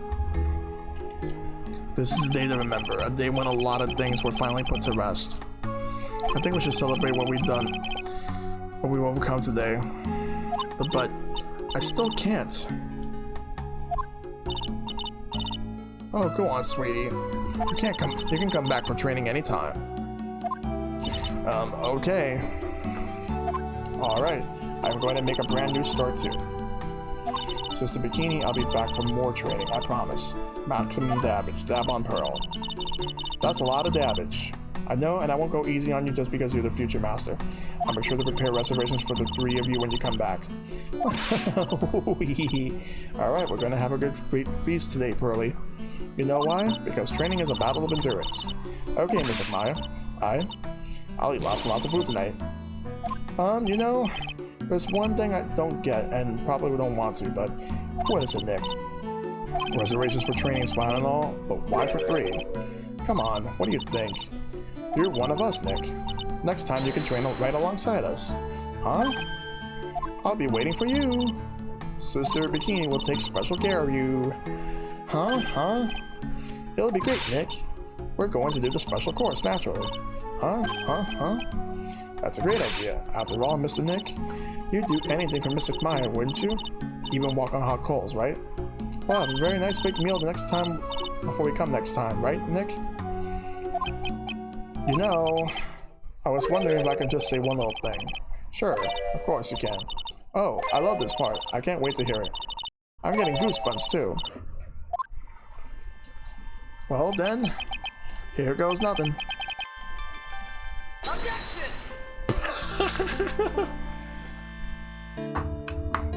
And that, my friends, is Phoenix Wright, Ace Attorney, Trials and Tribulations.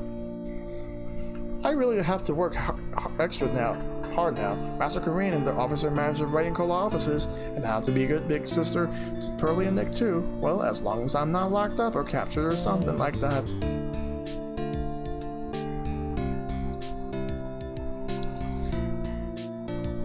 What a fucking game, guys. Easily the best of the 3 trilogy. The original trilogy. So it's true, Mr. Nick really is Mystic Maya's Dark Shining Knight. Yeah, I'm not gonna read any of these out loud. I'm just gonna leave it. Alright, take it easy, H-Bomb. Thanks for sticking with me through the end. Well, I can't stay for the credits. I stayed up way too late as is. Alright. I do appreciate all of that. Alright, thanks. I'd say, like, for anyone that is willing to stay for the raid, because we're gonna raid someone after the credits. I know exactly who I'm gonna be raiding. My god, all these characters, like this game in general. I know who I'm gonna raid, but I'll tell you guys like once we get there.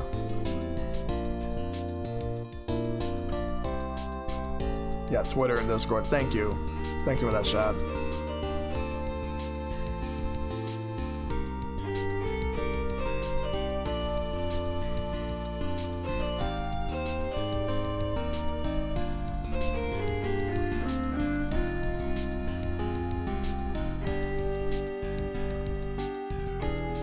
I'll be sure to look him up at some point, Gypsy, but I already had a raid target in mind, but I'll definitely keep him like in consideration for the future.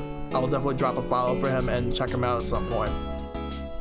But thank you for that.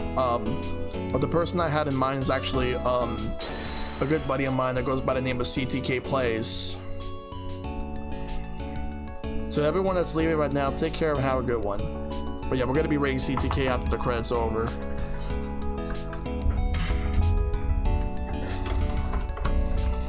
This game is just too good. Man, I've been streaming for almost 2 hours and a half. Wow.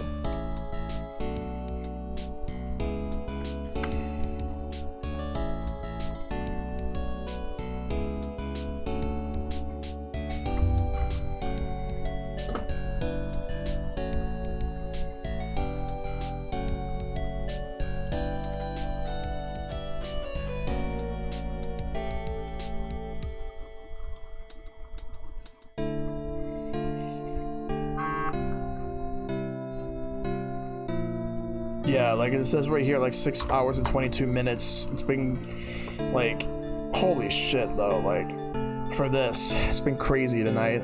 Because this is a very long case, because I started from the second investigation. Like there's 2 parts of it, and then there's 3 parts of the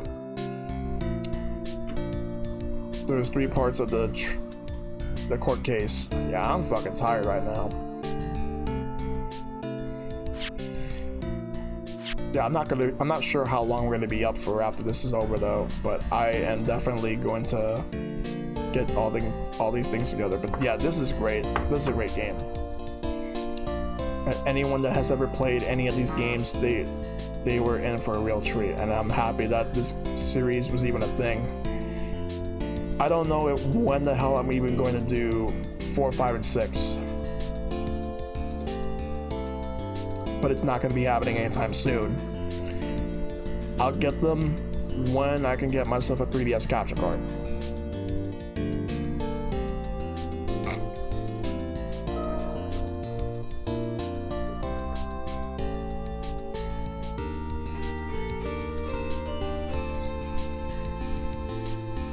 Alright, take it easy, Sir Slush. Yeah, I know, Dragonfire.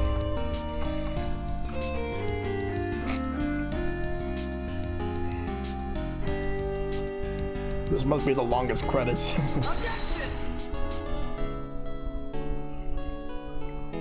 Oh god, Ben Judd. Can't say I'm really too like excited about him these days after a lot of things I've been hearing about him.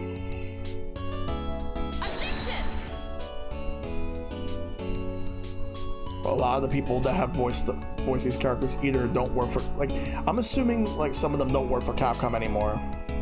Objection.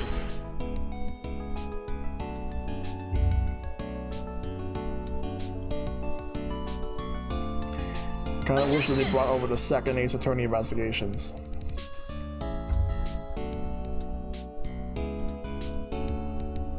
Yeah, all these details are pretty awesome.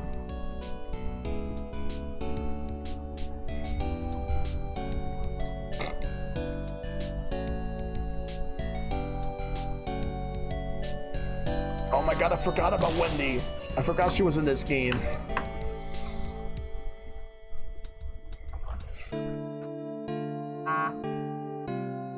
Oh, she's the main localizer? Ah. I wonder if she still works for Capcom.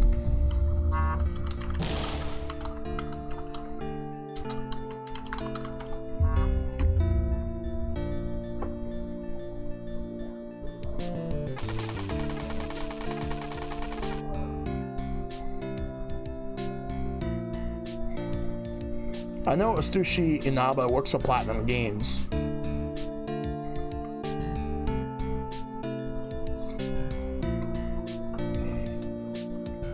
Oh, she does still work for Capcom? Alright.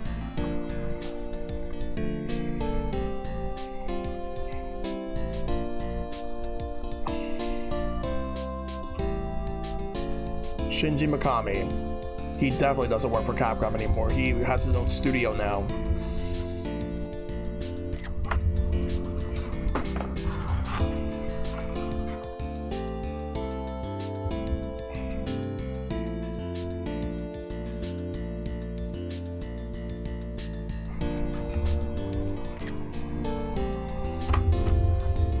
Yep. Well, I'm debating on the thumbnails that I have. Capcom. And there will be more Capcom games I will stream. And that's the end of the Phoenix Wright Ace Attorney trilogy. Not just Trials Tribulations, but the original trilogy. Holy shit, what a stream. I'm glad that I got to go through all of this. Such a great game. Best in the trilogy, easily. To me, I actually consider each game better than the last. I actually like Justice for All more than the original, but I like Trials Tribulations more than both of them. But yeah, that's Clubhouse games. But yeah, I will show off what the game V games are. So here is the poll. So be sure to go ahead and cast your votes if you already haven't. It's either going to be Valhalla, Valkyria Chronicles, Vagrant Story, or Volgar the Viking. So be sure to go ahead and cast your votes for the Game V poll for the Alphabet Challenge, since Game U is Undertale. So poll closes on July 30th at 11:59 p.m. Eastern. But yeah, let's roll the credits. There's a lot of people I gotta thank today, like all in one stream. First off, thanks to Nintendo for the offline follow before the stream started. Thanks to HBomb and Friends for the host, Shad JV for the host, HBomb for the 300 bits, Hito Retro Gaming for 3 gift subs, one to my bot, one to Sir Slush, and one to BNN08. Thanks to Frankenstein Gaming for the host, Chipsy96 for the follow, I'm Savior for the resub, also Nintendo for the host, and to Odd Hour and Matt Big Fat for those raids. Yes, thank you as always, everyone. We are going to be raiding CTK plays. Let me get the raid call going in just a bit, because he's currently playing Toy Story 2, so let's go ahead and do that. But yeah, I am so glad that I got to do this.